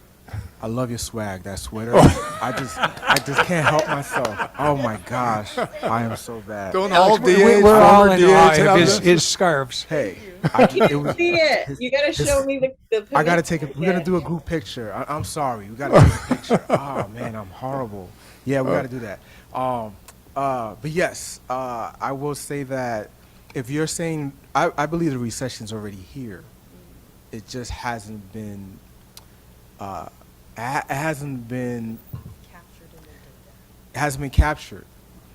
When the cost of living has dramatically jumped 30% during the COVID, and people are shifting jobs or losing work or losing housing, I see the recession. I see the people who are impacted now. If you ask me how many students were impacted by that, you're talking about a year or two of students who are now behind, who should be moving forward and moving into careers, right? So now we got to wait for those people to recover, and that's maybe 2 or 3 or 4 years before they can recover to come back into a school system that, and I shouldn't say this, oh man, I hope I don't get in trouble, but a lot of our systems is outdated. What we're teaching, what we're learning, we're not even competing globally. We're barely competing regionally. And a lot of it is the infrastructure that we have is not scaffolded for us to be competitive all over the world. And that has to do with lack of funding, lack of creativity, lack of inclusivity. And I think we can design models that can lead us into the future. $1 million house today in California, you're not even in a nice neighborhood. You're in some good luck, get a pit bull kind of neighborhood as a security measure. But it's $1 million, so think about it. How are our kids going to be able to afford to buy a house? Tell me. I'm just saying it's astronomical now, and I can't even, the 10 years from now is just be another. Absolutely. So funding to help us streamline partnerships that can create pipelines for success that we can model not just here, but all over the country. Yep. And I think what we need is an example, and we have a program that's already attempted and has successfully built partnerships with saying, just hang on, believe in us, this thing can happen. And I think with that, yeah, I think we look forward to being a part of that. Increasing engagement, retention, doing co-curricula, things of that nature, because we can help. You can. So thank you for that question. Of course. One final comment from me. One of the first things that I heard here today, I can only speak for myself here, but was the importance of leadership. The three of you showed the leadership is there. That gives us confidence going forward. Thank you. Yeah, Commissioner Emerson, before you speak, I thought you wanted to speak, but I know that Commissioner Byer has. This is just a question of clarification. So the State Resilience Fund, SURF, the application process, applications are due the 25th of July. So is IEGO an applicant for that money? We are working to convene the region with the Inland Empire Community Foundation as a fiscal sponsor helping with that, and we've been convening the region. So you've got yes. 2 months to submit something? Correct, yes. And then if you get the money, it's $5 million. $5 million. 1 to 5, Planning. for planning over a 2-year time period. Yep. So my question really is based on Alex's observation. How do you sustain progress in the 2 years you're planning to create a plan and sustain the trust that Alex so eloquently spoke about earlier from communities who've been told things, not included in things, for too long?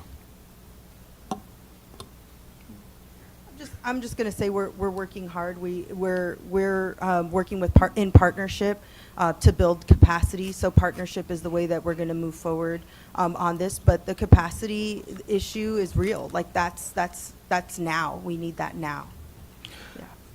I will say, and Karen can jump into this if she wants. I think what we're doing now is testimonial that we're going outside the box. When I heard about this hearing, and Tristan called me and did a Zoom meeting, and I was like, what's happening? Like, what are we doing, Tristan? And he just said, no, we just want to hear your story and see. I was like, why do you even care? And I felt like after talking to Tristan, I think people are hearing us. So it's a sense of hope. So we have to continue to diversify our partnerships, our connection, and we hope that in the process of getting this funding that we're building more partnerships that opens the door for opportunities.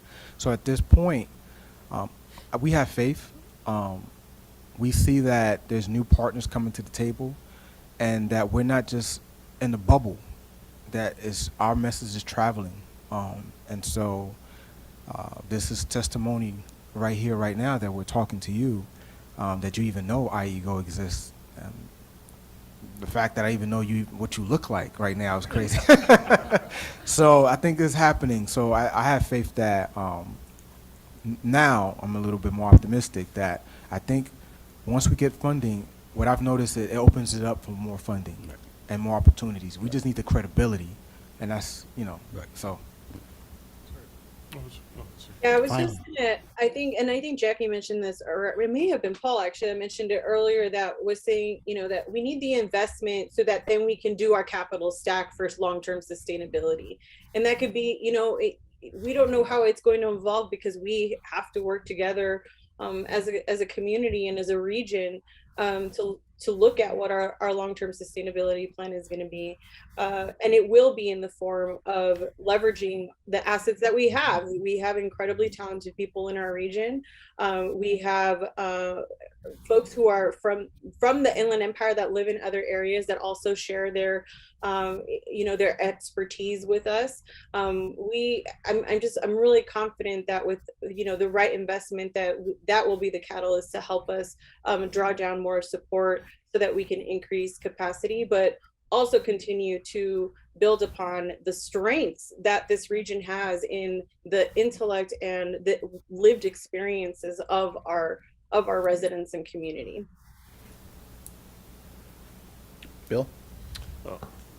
Thank you, Mr. Chairman. I was going to ask Ms. Melendez a question, but I'll put it out to the broader group here. It has been 10 years since redevelopment agencies were ended in California. And I was wondering if you have any thoughts on what the impact was on low economic communities because of that ending of that program. I know we had a one-stop shop that was funded through some of those opportunities in San Bernardino, and they help with like building resume. They also pay for training. They also pay for certificate programs so people can get certified to be, CNAs, fire, et cetera, et cetera. And when that shut down, I mean, it literally crushed an entire population who was looking forward to being a part of that process. And I remember when the building closed, I just went to look at it. And to see like hundreds of people just in awe, like I came here to do my resume. I came here for, where am I supposed to go now? And it just fragmented a lot of those resources, and it's hard to access, and centralize some of those things. And so at least that's what I saw firsthand in working with folks, because I used to send young people there all the time, and people who were going to Valley College or community colleges were using the resources as well for development, for growth, yeah, I mean, you saw it everywhere in the housing and the business. We saw it everywhere. And this place has been under-resourced for a long time. So when we had that little bit and it was gone, it was like, oh my gosh, like we don't, so we had to get creative. We haven't been as successful, but yeah. So have we gotten creative to pick up the slack from redevelopment being ended? Development money has been low. And so. Well, one of the ways that we've had to get creative is through partnership. So in terms of housing development, we've been really fortunate to have the investment from Dignity Health, for example. And so our hospital system has stepped up to the plate to help bridge the gap where redevelopment would have been incredibly beneficial to have. So that we can build more units. Portions of their investments have helped us with the redevelopment of Arrowhead Grove. We've also done some infill housing with Neighborhood Partnership Housing Services, MPHS Inc. out of Rancho Cucamonga. And we've been able to create homeowners in the last couple of years that are 80% and below the area median income. So absolutely, getting rid of redevelopment was detrimental in being able to reduce the blight in our neighborhoods. Those were the funding sources for a lot of our nonprofit developers who were creating affordability in our city. And in the city of San Bernardino, we've actually done a really great job of building affordable housing because of redevelopment money. But when that went away, now we actually need more market rate units. We still need extremely low and low income housing, but we've had to get creative using the capital absorption framework modeled out of the Center for Community Investment at the Lincoln Institute of Land Policy. And they've provided a ton of technical assistance to a lot of our housing partners. And so we are trying to come up with a new way to accelerate development in disinvested communities like ours by unlocking the capital resources within our anchor institutions, within our larger CBO networks and community, and trying to leverage a pipeline of projects so that we can fund multiple projects at once. It's incredibly difficult. There's a lot of policy at the local level that needs to be looked at in order to streamline and make things make the entitlement process easier. But I'm hopeful because there are these really great strategies that the more we talk about them and train other communities, then we can start to I mean, we should look at housing as an economic development opportunity, because if you can scale production, those are more construction jobs. Those are new construction firms. Those are trade opportunities for our residents in different communities across the region. And a really, really great example and model for this is actually Lift to Rise out of the Coachella Valley. And it's where I've largely learned a lot about capital absorption and how to do this pipeline work. And we were a sister pilot here in the city of San Bernardino. It was called Accelerating Investments for Healthy Communities. But it would be great to have redevelopment money back. Yeah, I think if you look at the number of homeless that have increased over the past 10 years, I think that speaks to that loss of funding. And I think it was as last December, the median cost of a home in California reached $800,000. So, I mean, that just speaks to the problem that we're facing. Thank you. Did you? Yeah, I would say I started my career in government. My first full-time job in government was in redevelopment, and I always say if you put economic developers in a room together long enough, they'll start talking about the end of redevelopment and how that's the end of everything. I think that in California, there was a lot of money in redevelopment, and some of the reasons why we're having conversations about inclusive economic development are directly related to the way that those funds were spent. Those funds would still be around if folks were doing better work and deeper community work. A lot of this housing set-aside funds, we all know they went to, sort of the low-hanging fruit. They really weren't penetrating the way that they needed to do it. I think if we had redevelopment come back, I don't think that it is going to come back, but I think that, at some point in the future, once we have these conversations about inclusive economic development and have more Fresno drives and more IEGO, we might be better stewards of redevelopment money. I think that what we have to focus on is how do we move forward from here. I know CalEd and other folks are working on other options. They're not like the old system, but we do have to think about efforts like Fresno Drive and IEGO to move the needle forward. I think you're right. I think what redevelopment over the last few years have got such a bad rap that we got to call it something different. We need funding, but we got to call it something different. It's no longer redevelopment. I think what we're talking about here is making sure we have equitable economic development in the communities that have been underserved for so long. But I think we just need to call it something different, but I think there's probably an appetite now for doing something. Go ahead. No. Your time. So we, a couple years ago, started a program called Black Economic Empowerment Partnership, the BEAT. And it was a group of young folks, and we still around, who I talked about, how do you see your neighborhood? And they drove for miles, and we were looking at our neighborhoods in San Bernardino. And one of the common things is that we don't own anything. Mm-hmm. All these businesses and all these establishments, all this development, we own nothing. So they started a program called Buy Back the Block. They did a whole pitch deck. And then one of the things that came up, well, you're not developers. But we want to be developers. And then we will go to meetings, and we weren't credited. So we had to talk to a white developer and say, look, we need you, because when we walk in a room, they don't trust us. They don't question you and give you 15 million questions when you walk in the door. But they'll question us 100 times. So would you work with us and do an equity partnership? Because what we want to do is create 3D printing housing and affordable housing in San Bernardino.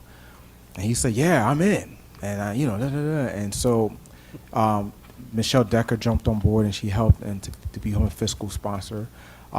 We applied for a $20 million grant. But in the process, we learned that affordability, to even rent is you need to make $34 an hour to pay rent in Riverside and San Bernardino right now. 30. So that means in one household, you have to have a bunch of people just to sustain rent. And then you talk about houses, then you have to have, when we have the development funds, credit building. How do you build credit? How do you build assets? So there was a lot that goes into it. So when it comes back, it needs to be holistic. It just can't be this one frame model. It needs to be diversified where it helps in multiple sectors. So that way it's sustainable and we don't have what we had in 2006. So, yeah. So I think all the commissioners have asked their questions, and I've just got a couple of points that I want to make. And it seems to me that with redevelopment, there never was a real commitment to community participation. The same way, and I'm sure that someone will criticize me for this, but the same way that banks are supposed to be engaged in community participation, somebody checked a box is what they were doing. And it just strikes me that if there's any silver lining from COVID, it was how obvious it made the disease impact on the communities of color and on essential workers. You know, we were never called essential workers before.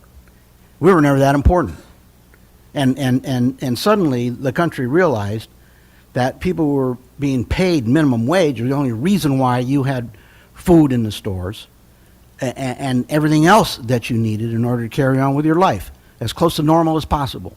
Minimum wage workers, people of color, men and women of color, at risk, being forced to work in situations where their health was the least of anyone's concern, because what was more important was to move the goods, to get them to the folks who could afford to buy them.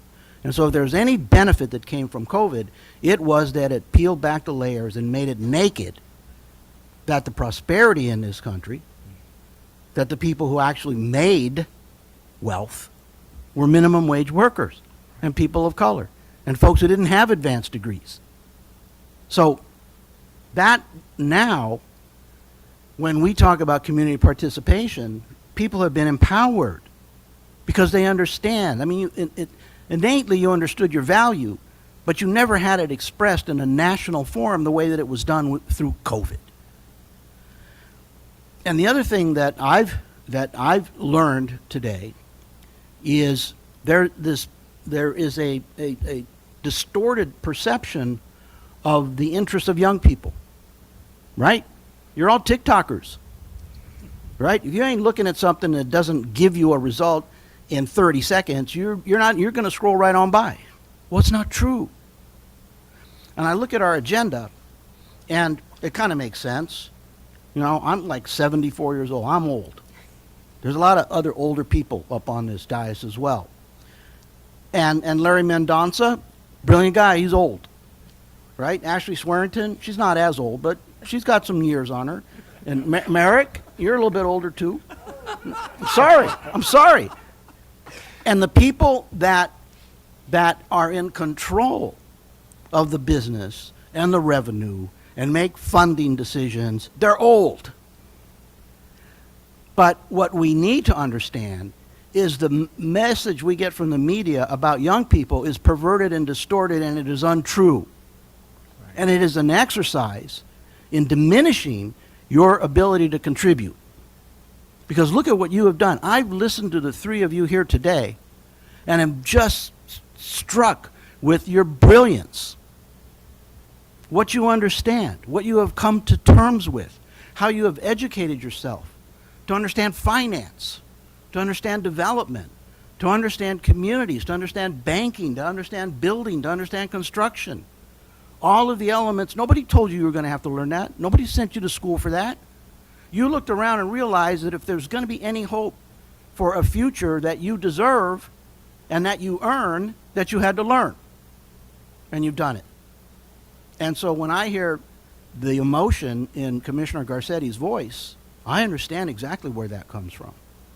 That comes from the recognition of how blessed those of us that are old are, that this generation, that your generation, is here and ready and eager and prepared to do what needs to be done. And that we may be in a position, and part of what this commission can do, is make sure that what you have sacrificed to learn is not forgotten, or that we don't appreciate it and embrace it and incorporate it in the lessons that the legislature and the governor have to take forward. It should not just be, we have this surplus so we can pay for some stuff for a little itty bit of time. Because the pain when you were talking about that resource center where men and women went to go fill out resumes, the pain that they felt when those doors were closed is extraordinary. And then you have to work to build back hope, to help them understand they're worthy and that the benefits of this society should inure to them just as well as they have inured to those that have exercised power for so many years and been dismissive of everybody else who wasn't like them. So I want to thank you for your work, for your investment, for your commitment, for taking the time to join us and to educate a bunch of old people on what it is we need to do. Thank you. Oh, thank you. It's an honor. Thank you. Okay. We taking a picture, right? After, you want a picture? Everybody gets a picture. All right, that's what's up. So I think that that concludes testimony from witnesses. We now have the opportunity to open up for public comment. Thank you, Mr. Chairman. I'd just like to say Mr. Gootman and Mayor Swearengin seem very young to me, but anyway. We will now move to public comment, Mr. Chairman. We will take public comment first from those who are in the room and then public comment from those who are attending online. Public comment in keeping with the Commission's normal practice is limited to 3 minutes per commenter, so please limit your comments to 3 minutes. If you are in the room, you may fill out a form that has your name on it, and Ashley is standing by those forms, so if you'd like to make public comment, fill out a form, give it to Ashley, it will be brought up to me, and we'll call on those who are in the room, and you can just come up and sit next to Mr. Avila there and make public comment at the witness table. If you are online, those instructions are on your screen now. You can, if you've joined by Zoom, you may use the raised hand function to indicate you wish to make public comment.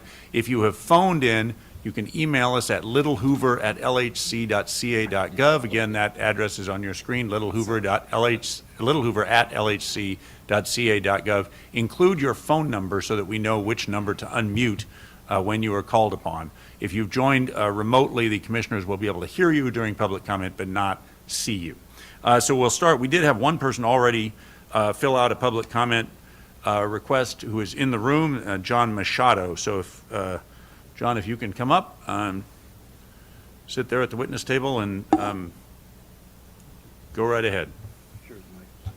And I believe that mic is live. It should be. I think it is. Yeah. Okay. Thank you. When I saw the announcement on equitable economic development, I was like, okay, this is what I work on every day. I should go see what's happening here to learn. I didn't know it was going to be a public comment portion, so I said, oh, let's try it out. So a little bit about the work that I do at economic development, especially looking at equitable access, has to do with the creative industries. So the areas of art, culture, and design, which is, is about 12% of the economy here in California, larger than a lot of the sectors you were talking about today. So looking at that access, a little bit about myself and how I ended up here. Actually, I grew up not far from where Mr. Granillo was mayor. I grew up in Stanislaus County, third generation dairy farmer from the Azores. A tiny town called Houston. He's the only person here who's ever heard of it because he was the mayor in the next town over. You've heard of Houston? Wow, okay, they got two. Everybody's always like, Texas? No, Houston, California. Yeah, my father still lives in the house he was born in. So I came to the Inland Empire when I became a full-time tenured professor at Chaffey College, where I teach art history. So I am a person trained in looking at the development of cultures through the shifts happening in race, gender, and class by looking at the things that people make and the places that they build, right? The economy. It's multidisciplinary, We're coming out from every sector because it impacts every aspect of society. I can't think of any part of the economy that doesn't have something visual happening in it.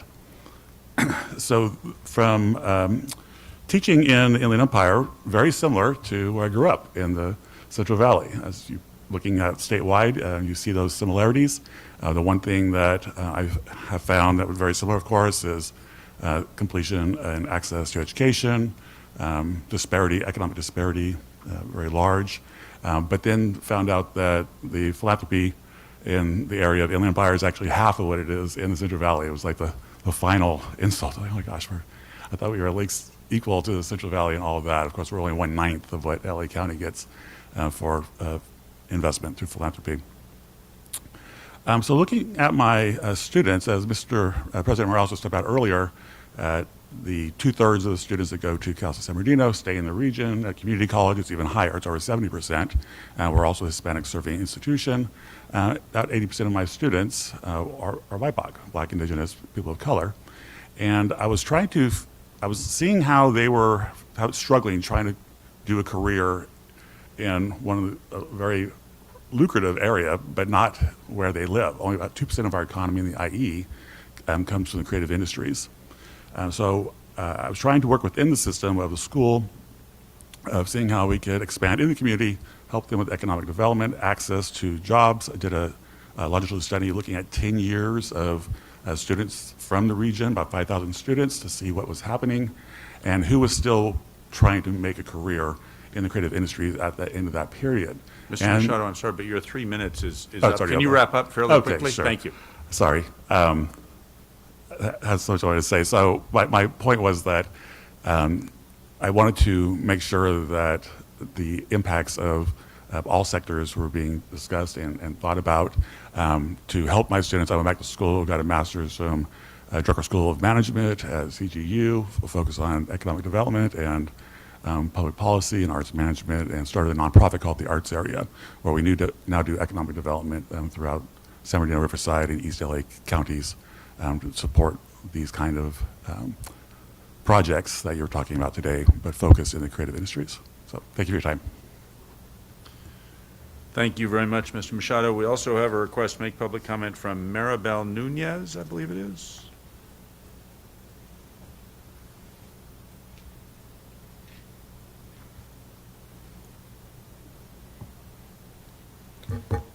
Hi, everyone. I get a little embarrassed here. Yeah, no. Go ahead. Maribel Nunez. I live in Riverside. Actually, I live a couple blocks away from here. Live off on Lime Street. And I rent. I'm a renter. And yeah, I think we're one of the few apartments left that have rental affordable housing here in downtown. So I really appreciate able to speak. I'm the executive director of Inland Equity Community Land Trust, and also part of our advocacy, which we advocate for permanent affordability, and we're part of the California Community Land Trust Network.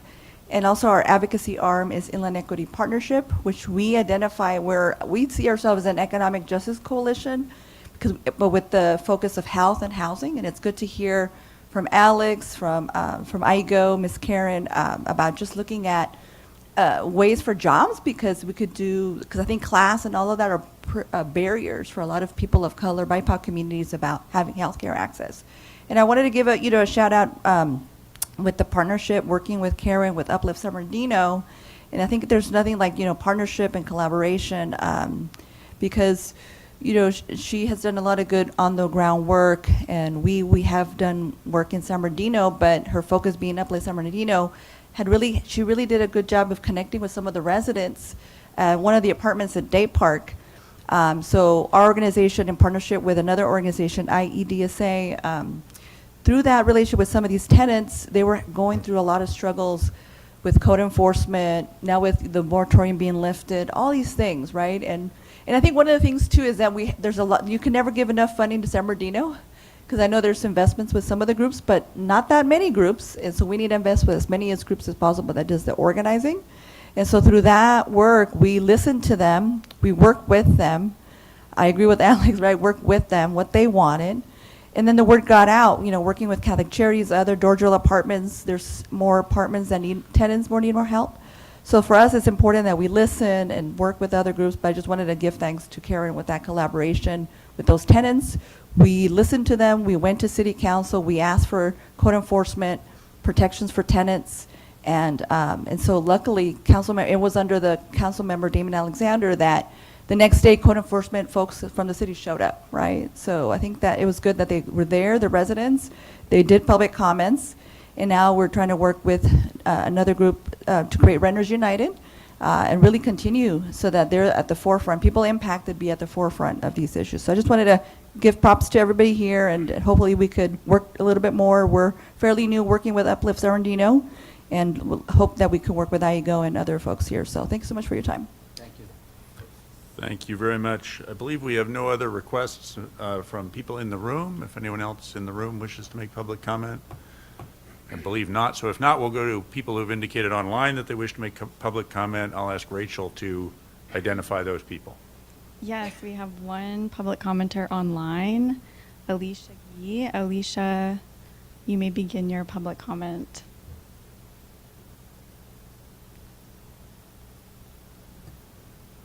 Ms. Gee? It looks like you're muted on your end, Alicia.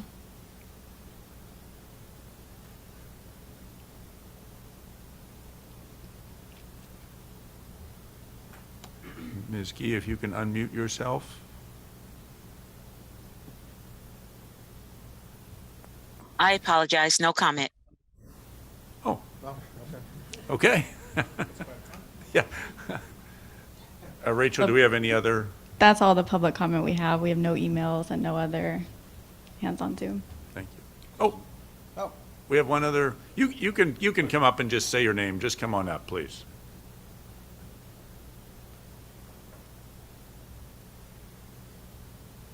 I was looking for the form, but I Oh, always say there's sorry. a form for that, right? So Go ahead. my apologies. Marisa Yeager. I'm the Government Relations Director for the Riverside Community College District. I'm happy to be here because we are a huge supporter of what is going on in the Inland Empire. And so on behalf of, or as an ambassador of community colleges, we know what makes sense. We're in the trenches with all of our students and the needs. So with that in mind, I would like to underscore the need for investments in areas that most need it based on the data on poverty and educational attainment. We here at the district are working with our community colleges, our business partners, our labor partners as well to create an Inland Empire Technical Trade Center similar to LA Trade Tech. It takes a lot of partnership. It takes a lot of trust building. And we are committed to doing that moving forward. So again, using the data, creating the space for workforce development to meet the needs of the current and future business and economic development projects here in the area. So thank you for your time today. You know, I just want to make a comment about what you're doing, because you are doing some transformative things in our communities. And one of the things that you've done, which I think is just extraordinary, is with regard to educational opportunities for foster youth that have aged out. And thank you very much for your guys' efforts with that. Absolutely. Thank you. All right, ladies and gentlemen, that concludes our meeting on this topic. We meet again, is it next month? It is. We will meet June 23rd in Sacramento, again, discussing this topic for another hearing on this topic. I want to thank you. And so let's conclude the meeting, and then since we have such a fan base out here, you let us know how you want us to get together for this photo.